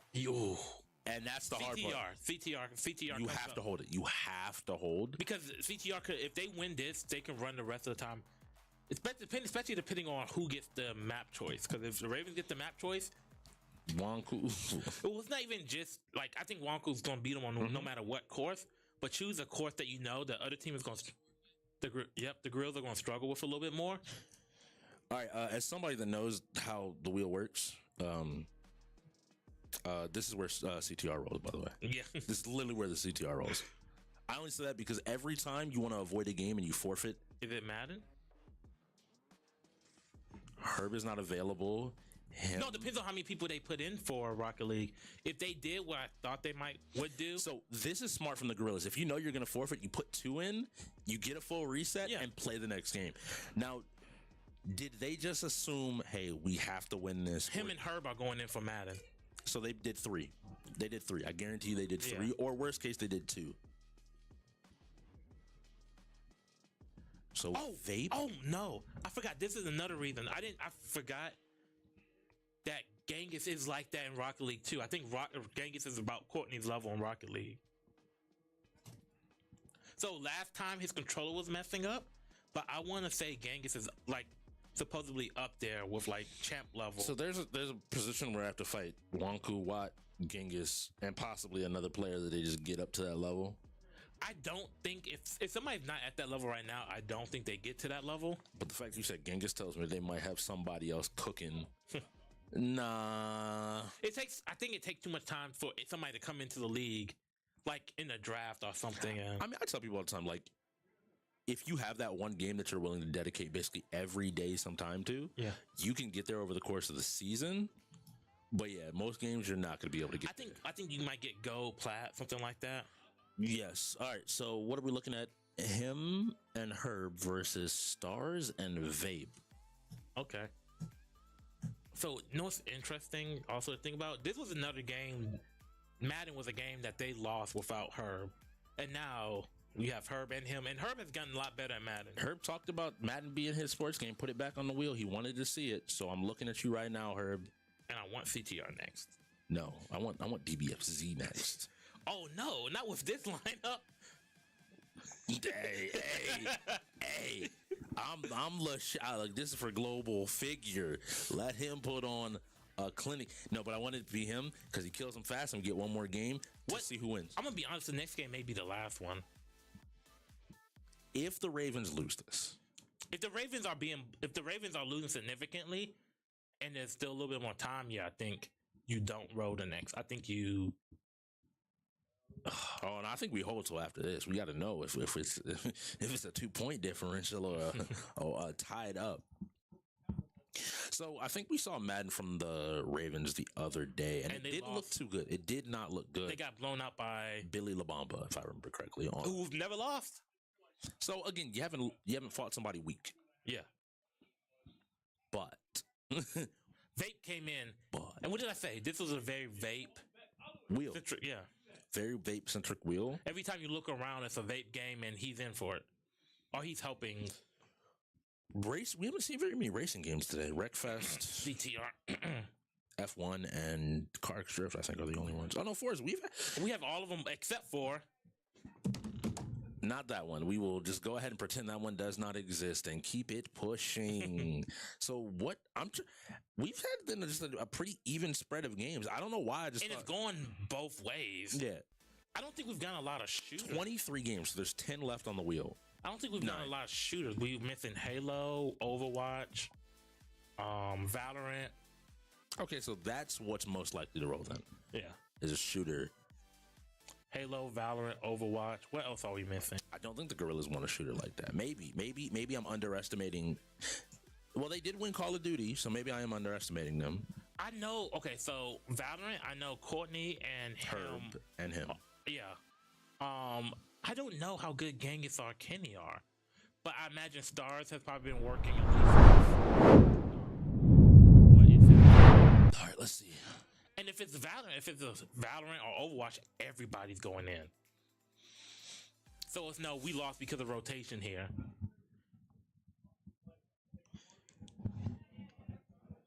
I think they're checking something with the game master, finalizing it, and we will be getting in. We still see some banter in the back there between coaches Wonku and Carnage. And then you just see game master. And you see 300. All right, it's a Raven v Ravens. So tell the people about Madden, how we play it, and what to expect. All right, so it is 3-minute quarters. Obviously, at the end, whoever scores the most points wins. We've seen high-scoring games. Well, okay, so we've seen low-scoring games, and we've seen very one-sided high-scoring games. We haven't really seen high-scoring games where both teams score a lot. It's one of those games that you make one bad mistake, and because of how low-scoring it is, that could essentially cost you the game. So it is one of those games that... And we will get confirmation on who's purple, who's white. Yeah, who's purple and who is white. Ravens are purple. Ravens playing the Ravens. So it looks like... And Gorillaz will be the white. So I'm not sure. They received the ball. Nice angle. Oh, he unfortunately had to go left and right, but if he had a little bit more forward momentum there... At first I was like, I don't know if you take this out because it took you so long to take it out to begin with. Gets it, what, 34? That's like about 10-yard game. Yeah. Extra 10 pin or a little bit more, which is a good start. And if that's vape, that makes me happy. I see you catch that and you're like, all right, cool, time to cook. That should be good. And I know Herb will be happy to have somebody good to play against. So him is going to be QB, and Vape is going to be QB. All right, cool. So we're going to judge now. Let's see. So Herb is... So I want to know who's green. A delay of game is my... No, a timeout to save the delay of game would be my assumption here. Maybe he saw something he didn't like. Again, I think the trust here is you just put it in your rookie and let your rookie cook best he can. Oh, nice play action. Oh, that's a fumble. You have to get on that. You have to get on that. Okay, don't be shaking and baking with the lineman. There's a flag, though, on the play. Penalty. Pushing the back. Oh, no. Let's see. Blocking the back. Oh, offensive pass interference. Did they accept or decline it? I think they declined it. That's smart because it just would have been 10 yards and then still first down. All right, cool. Now you've put a lot of pressure. It is 2nd and 29. All that extra distance that Vape made. No, they are so lucky that was not a turnover. And that's an interception. That's an interception. That was a horrible play. You're running. You ran another play action. And, he had the man underneath. Yes, it's not going to get you there, but it was a safer pass that you could at least try to make some yards up. Yeah. On your feet. I'm letting you. I don't think that was a smart play, right? Because, at least on first down, right, you have the ability to be assessed, right? Is it a run? Is it a pass? On second down, 2nd and 29,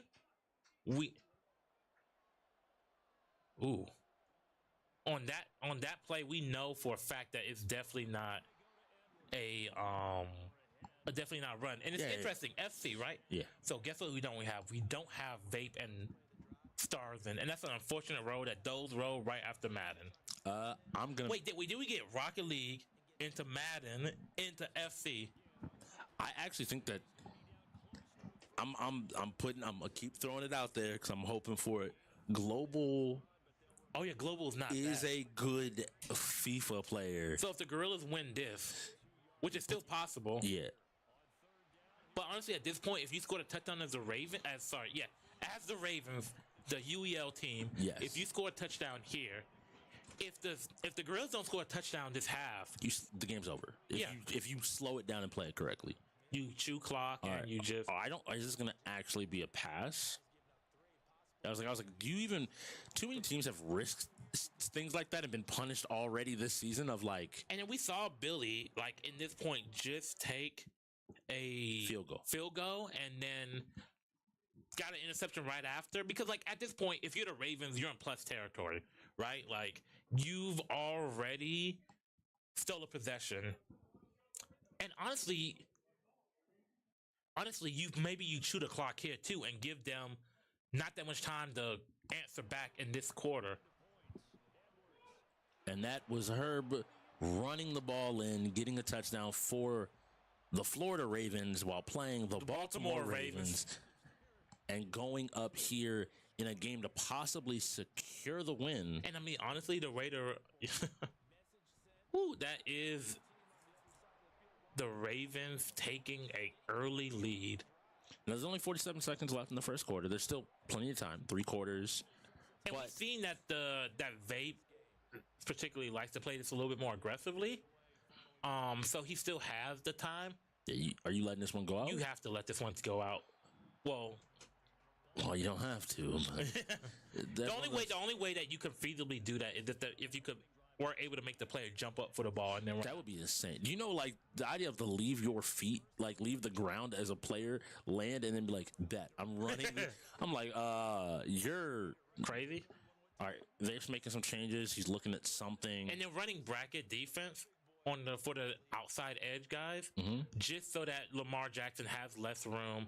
Because that's one thing you don't want, right? You don't want Lamar Jackson breaking off a big one. So this is really interesting because I think Stars and Vape, I'm not seeing a whole lot of synergy there of him like trying to be like, hey, like Stars, my guess is that Stars knows. And they're pushing their people in a little bit, so maybe they're expecting a run if you see how they're moving their defensive line and linebackers. Oh, and see, that's the issue. Vape using his feet. Lamar Jackson is just that fast. like I can't say that. Vape did that perfectly to where right before he crossed the plane to where it was going to turn into a run, he positioned himself so his receiver would catch that block and give him the inside also lane. If that guy comes off of that receiver, you stay there, you set your feet, and you pass the ball. Yeah. All right, let's see. That's the end of first quarter. That's fine. You've made good progress. Again, and see how big that turnover was there. Yeah, it ends up mattering because at the end of the day, if they had scored for us, you are in control of the pace of the game and what's happening. Well, essentially the Ravens stopped them and scored a touchdown. That's essentially what happened here, and that's the interception. Oh my God! Okay, he's doing risky passes. Okay. If we know anything, he's a very aggressive player. And honestly, a lot of what he's trying to do, like just running a cover 2 man, like that's because like he could have still run forward a little bit there if he wanted to. He's not taking the easy. Like he's taking it when he's running with Lamar, but he's not looking for his like. I feel like he has like 1 or 2 receivers he's specifically looking out for, and the moment that doesn't work out, he's willing to bail and just go versus kind of work through his progressions. Yeah. Like here, he might just use his feet again if he sees an opportunity. You see how somebody's just willing to take that hit. It's smart for him to take it on a sideline, just so that if the ball does come out, it doesn't. But they also need a touchdown here, and when it gets to the red zone, that's when things get a little tricky. Smart to run out of bounds there because he saw that fumble early on. My thought is he trying to do this repeated run to maybe force the Ravens to respect and maybe give him a little bit more space in the air? But when you're this close, that doesn't matter, right? Yeah, like the end zones, like when you get into the red zone or like past around this area, that's where the field starts to condense because you don't have to respect the deep ball really because you only have so much space to cover. Yeah, like right here, like okay, cool. If I'm covering kind of that middle section, I'll be in range if you try to run. Same as if you try to pass. Yeah, and so I want to see how well the red zone offense.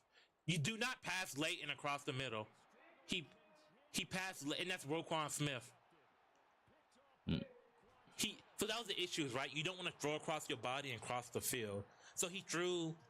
That gives the defenders that makes it harder for the receivers to get a proper angle for passes to come to them, and also it sets up long returns like this. And I get that he thought, is there still a way to throw the ball away in Madden 24? Yeah. Because like it looks like he was worried about the sack, but at that point, just throw the ball away. You're out of the pocket at that point, and you just throw it away. As long as it crosses the line of scrimmage. Yeah, you're just delay a game. But the Ravens still have all 3 timeouts, and with how Madden is, like how explosive it is sometimes, you're not really worried about. But if the Ravens get a field goal, if I'm the Ravens, I take any points here, right? A field because goal you get the ball back at half. Yeah, a field goal makes it a 2-possession game, meaning they have to have the ball back twice to catch up. You get a touchdown here, they have to get 2 touchdowns. Like this is a really hard position for the Gorillaz to be in. Yeah, no, you have to stop them here. You can't allow them to get any kind of points whatsoever. And that's a good start. I guess they don't care, but like you don't want to give up the sack. You don't want to give up the sack, but you also don't want to give up the interception. That's a fumble. Luckily, one of the Ravens, both teams now have fumbled the ball and the quarterback has fumbled the ball and has been recovered. But I want to know it's interesting because the Gorillaz are choosing their play, their defensive play, before the Ravens choose their play, right? So like now the Ravens can see what kind of personnel like. Neither team looks particularly at ease.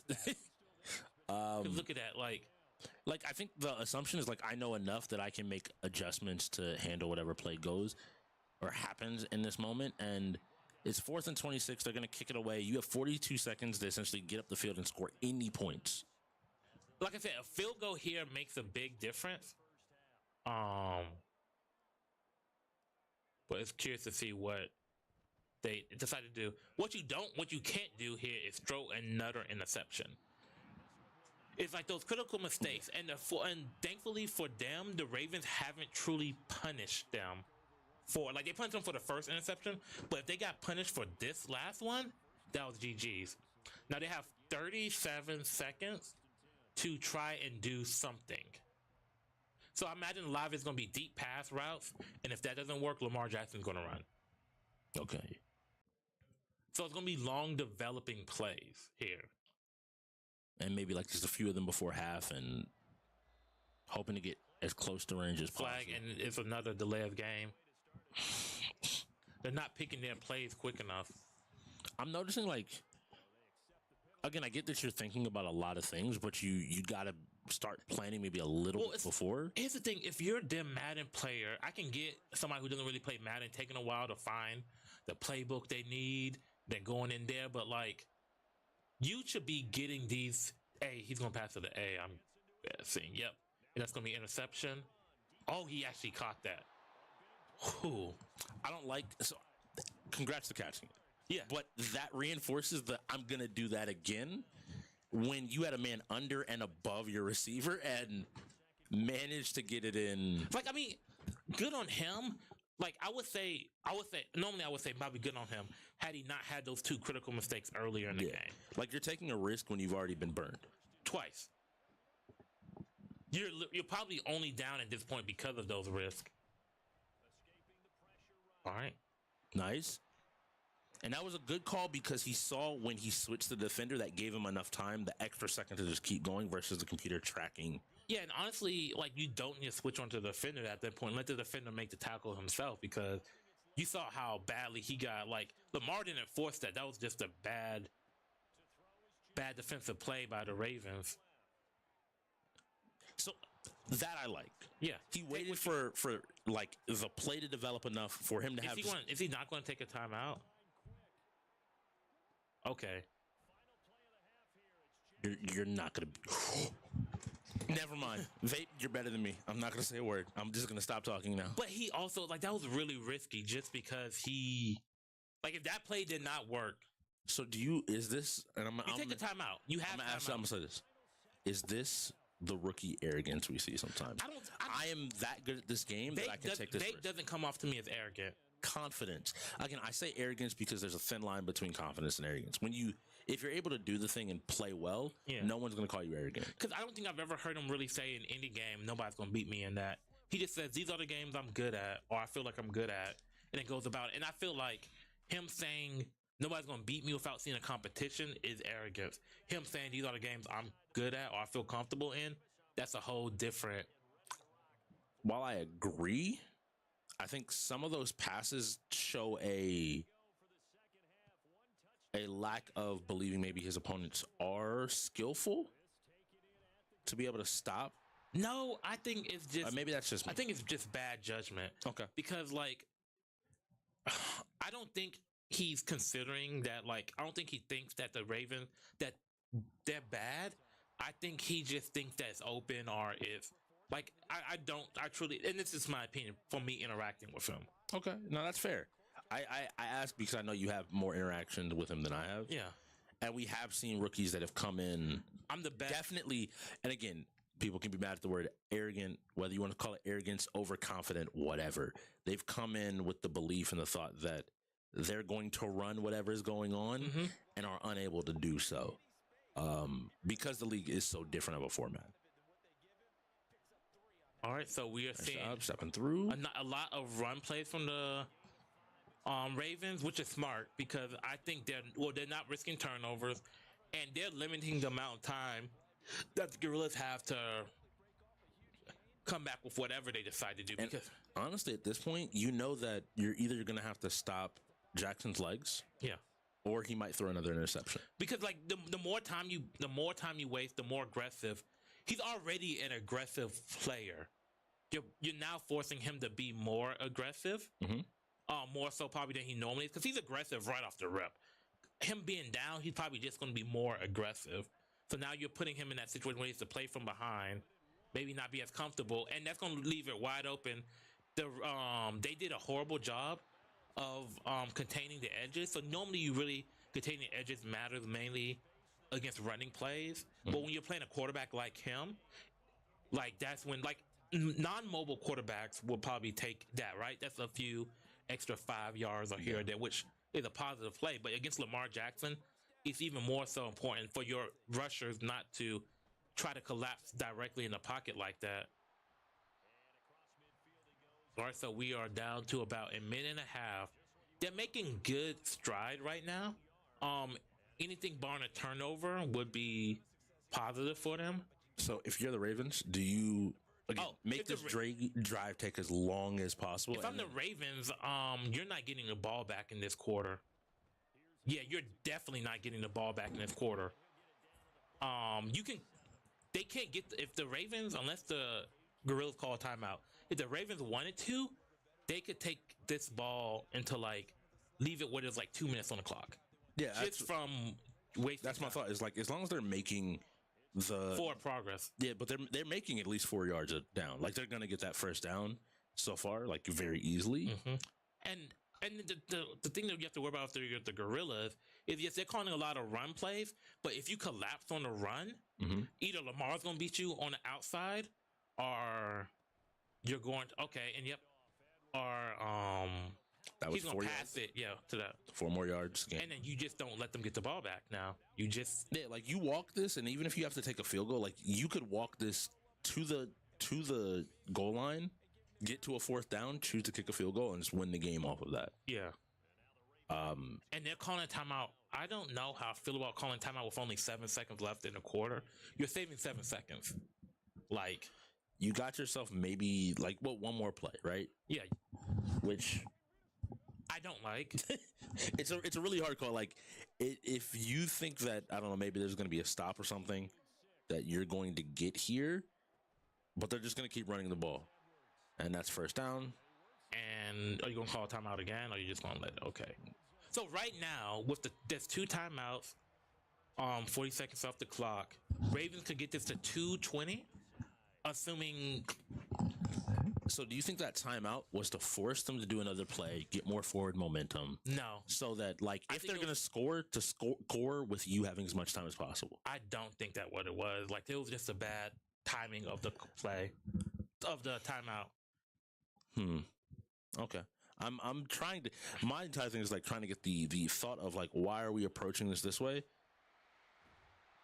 And yellow, that would have been a vape. And I'm gonna be honest. Do you stop that, or do you just let him run that? I think you let him run it in, and just like because you give yourself 2 minutes and then just march up the field the way. And then even then, if you get a turnover, if you stop them, you still have timeouts. You get another opportunity. But if I'm the Ravens right now, that ball is not going to get snapped until there's about 10 seconds left.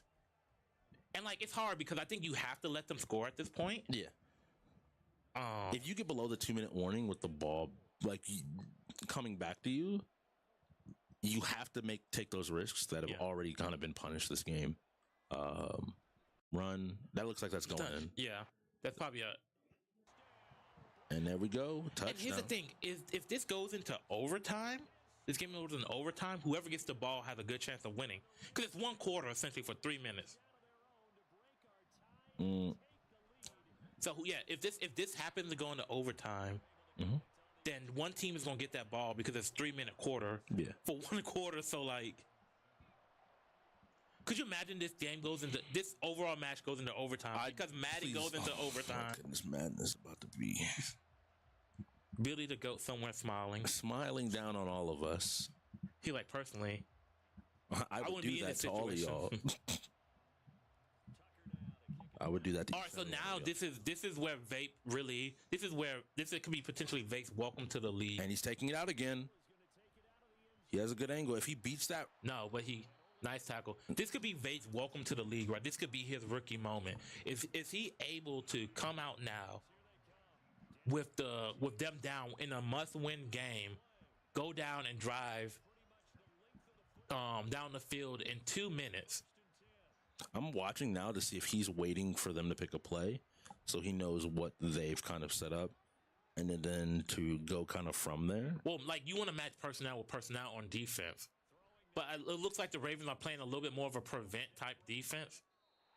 And that's I mean, like I said, it was 1 yard, but 1 yard gain is better than like a 5 yard loss. Yeah. I don't want to see I saw play action read up there. I don't want to see it. I don't want to see it. I don't want to look. Oh no. All right, now it's and a lot. He's looking for A. That's interception. That should be game. Yeah, and it's after the 2 minute warning. You just keep running the ball, and guess what Yeah, and now if you look at it, the Gorillaz only have 2 timeouts left. Yeah. Now this is one of those situations where like I saw that play and I think he got picked 3 times on play action reads. Yeah. You're in a position where you know that they have to where you're going to be passing the ball, right? Passing or running with Lamar. Yeah. You haven't really done much elsewhere. You haven't threatened me to where I have to worry about. You still have 2 minutes. He's also going to the A receiver pretty consistently. Yeah. You have 2 timeouts left. You still have the 2 minute warning.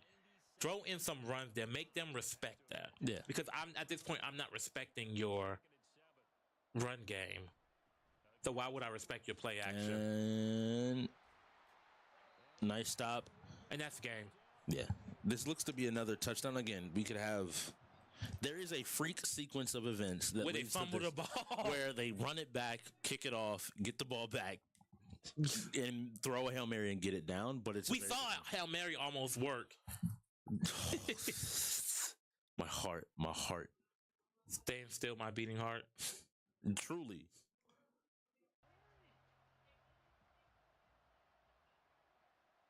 What? I think there's talk of the ruling about delaying of game. No, because I specifically talked to Claire about. You're allowed to kneel the ball. Yeah, there's no reason to not kneel. The issue is the issue or like the delay of game comes in when you're not trying to do anything that moves it forward to winning the game. Yeah, this is a legitimate strategy that is moving you to winning the game. Yes, and I imagine that the girls are probably complaining because they're like they're delaying the game. Well, it's not delay of the game. It's them doing what is best to secure the win. Yeah, there's a difference in like there's a sequence like someone just say, oh well, they could score here. They don't need to score here to win the game. The game will end whether or not they score here, even if they knew. Yeah. So, the game's not in an even state to take this. If the score was even, then you bring up, okay, now they're trying to take us to overtime to then play the game clock outside of the game. This is a situation where you're just looking at, hey, I'm up, and just like any professional NFL team here, I'm kneeling the ball. Yeah, like to end the game. You literally had a quarterback, Patrick Mahomes, earlier this season, purposely dive before he got a touchdown because a touchdown led them to the possibility of losing. Yeah, it was a small chance, but the possibility still stood. But him sliding, stopping there, stopped them complete. Was that the rest of the game clock? Yeah. That'd be taking longer. Man. FC would have been the next game. Again, I think that we will get the winners in here. Third place finishers. Yeah, third place finishers from last season. But the winners of this game, and I think 13 to 11. Like I mentioned, this came off of 3 back-to-back wins in essentially DNF, a forfeit in Rocket League, and Madden. The Ravens putting on a performance and managing to pull this win out and letting themselves go to 1-1. If the Gorillaz are watching this back, I don't want them to look at this like, oh wow, we're 0-2, we're a terrible team. You played a tough team, and then you played essentially you played first and second, third from last season. Granted, third place looks a little bit different. Yes. But still, the mindset is still there. So you still have a lot of opportunities to make the playoffs. And this is a big step from their first game as well. I think that, again, work and focus on cleaning up what you have, and it'll be good. And here we go. We have the bunch of hooligans, the Ravens. The Florida Ravens coming in, slide in. Let me get y'all. Yes. All right. So we want to hear from one of either Pastor Herb or Wonka. First thing I gotta say is big shout out to our newest sponsor, Hollywood and Horror. History and Horror. Hollywood and History. The best sponsor in America, bro. The best sponsor in America. You guys gotta watch out for the Hollywood and History. Please, big shout out. What else you got? You want me to say something? Okay. First off, don't talk about my 2K plays, okay? I'm embarrassed, all right? I know. But I want to give it up to the birds here, you know what I'm saying? We got rookie Genghis. We got not rookie Kevin.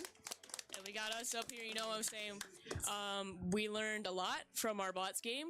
You can call us bots. That's cool. We don't care. We hear your hate. We hear it. Keep talking because... we gonna keep winning. We don't care. We're gonna keep winning. You know, like that's just how it works around here. We don't stop because oh no, we lost that bat. No, we're still coming out here. We're still gonna play our hardest, and we're gonna learn from our mistakes. That's right. We grind those setups. You know what I'm saying? We grind up the setups, the coaching. We figure out everything, make it work. Right. Yeah. MVP of the game. Who's MVP? You, bro. Me? Hell yeah. Oh. Yeah. Thank you. He showed why he's one of the top players in this league. You guys went crazy though. Okay, bad. Shout out her. But I just want to ask because it was a back and forth game. Y'all were fighting the entire time. Yeah. How did y'all keep the mental, the just to keep pushing? We talk trash back. Yeah. Like and we talk.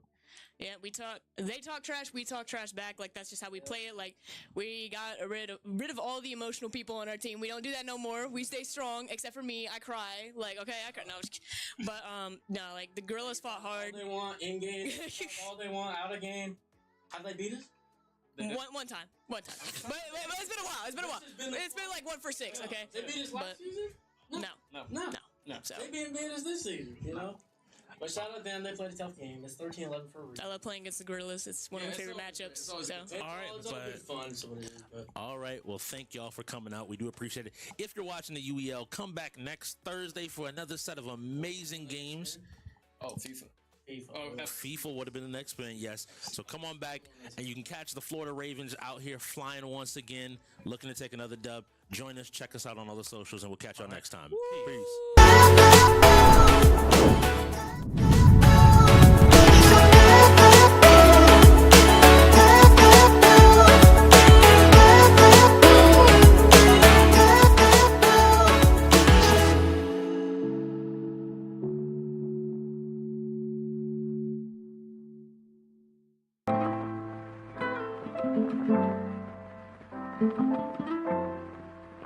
We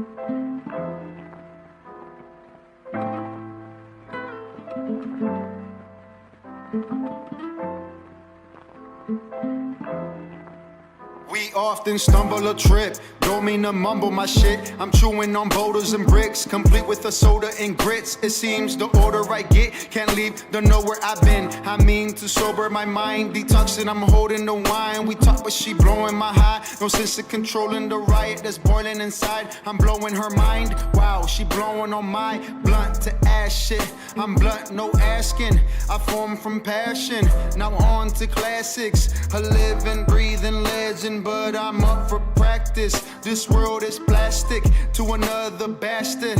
I said, round and round we go. Where we stop, no one knows.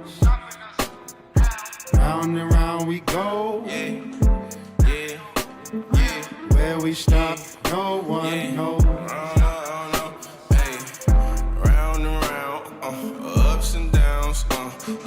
Yeah, center of attention, but I was the clown. Yeah. Frequency ain't vibing, I'm feeling down. Shitting on me, fuck how. Tryna make a new plan now. Any nigga in my way getting gunned down. Put his body 6 feet under the ground. New king walking around, I got a brand new crown. Yeah, nigga hating on me and I got this bitch, why you frown? I'll turn that motherfucker upside down. That's how the merry go round. Money keep spinning and the team keep winning. 2 B's in the air, I'ma keep on sinning till they burn me in hell. But oh well, I'm the hottest nigga out. Ouch, don't touch me, bitch, just bounce. Get the fuck off my couch. That's my ounce. Round and round we go. Lost your mind. Waste my time, oh no. I'm on mine, yeah. 24/7, I'm on that grind. I gotta get mine. Make sure the team shine, we doing fine, yeah. Fuck with mine, I'ma do time. I'ma sleep in my cell, I'ma do fine. Time gon' keep on spinning, yeah. Time gon' keep on spinning, yeah. Round and round we go. Where we stop, no one knows. Round and round we go. Where we stop, no one knows. A miracle in the making. Pen strokes when my soul feel vacant. Getting hard trying to find a replacement. Open up your vision, every verse does LASIK. It's hard to relate. Everything feels basic. Following my heart, can't phase this. You running out of time. Too easy when I chase it. I'm busy getting a grip. Finding a balance, no challenge will slip. Caught from a floor, she served me a zip. Loving her eyes with a blade on her lips. Once in a while, it's cutting too deep. Dragging the brush in my head when I sleep. Pain is a beauty and anguish. They cannot fuck with my language. I enjoy when it's dangerous, so I hang from the cliff. One hand pulling strings when I switch up the riff. The other a torch to light up the spliff. Leading the pack as I fall to the ground. Land on my feet, then I float in the sound. Can't skip rotation with merry-go-round. You wanted it pathetic, you could feel this. The synthetic, I'm a realist.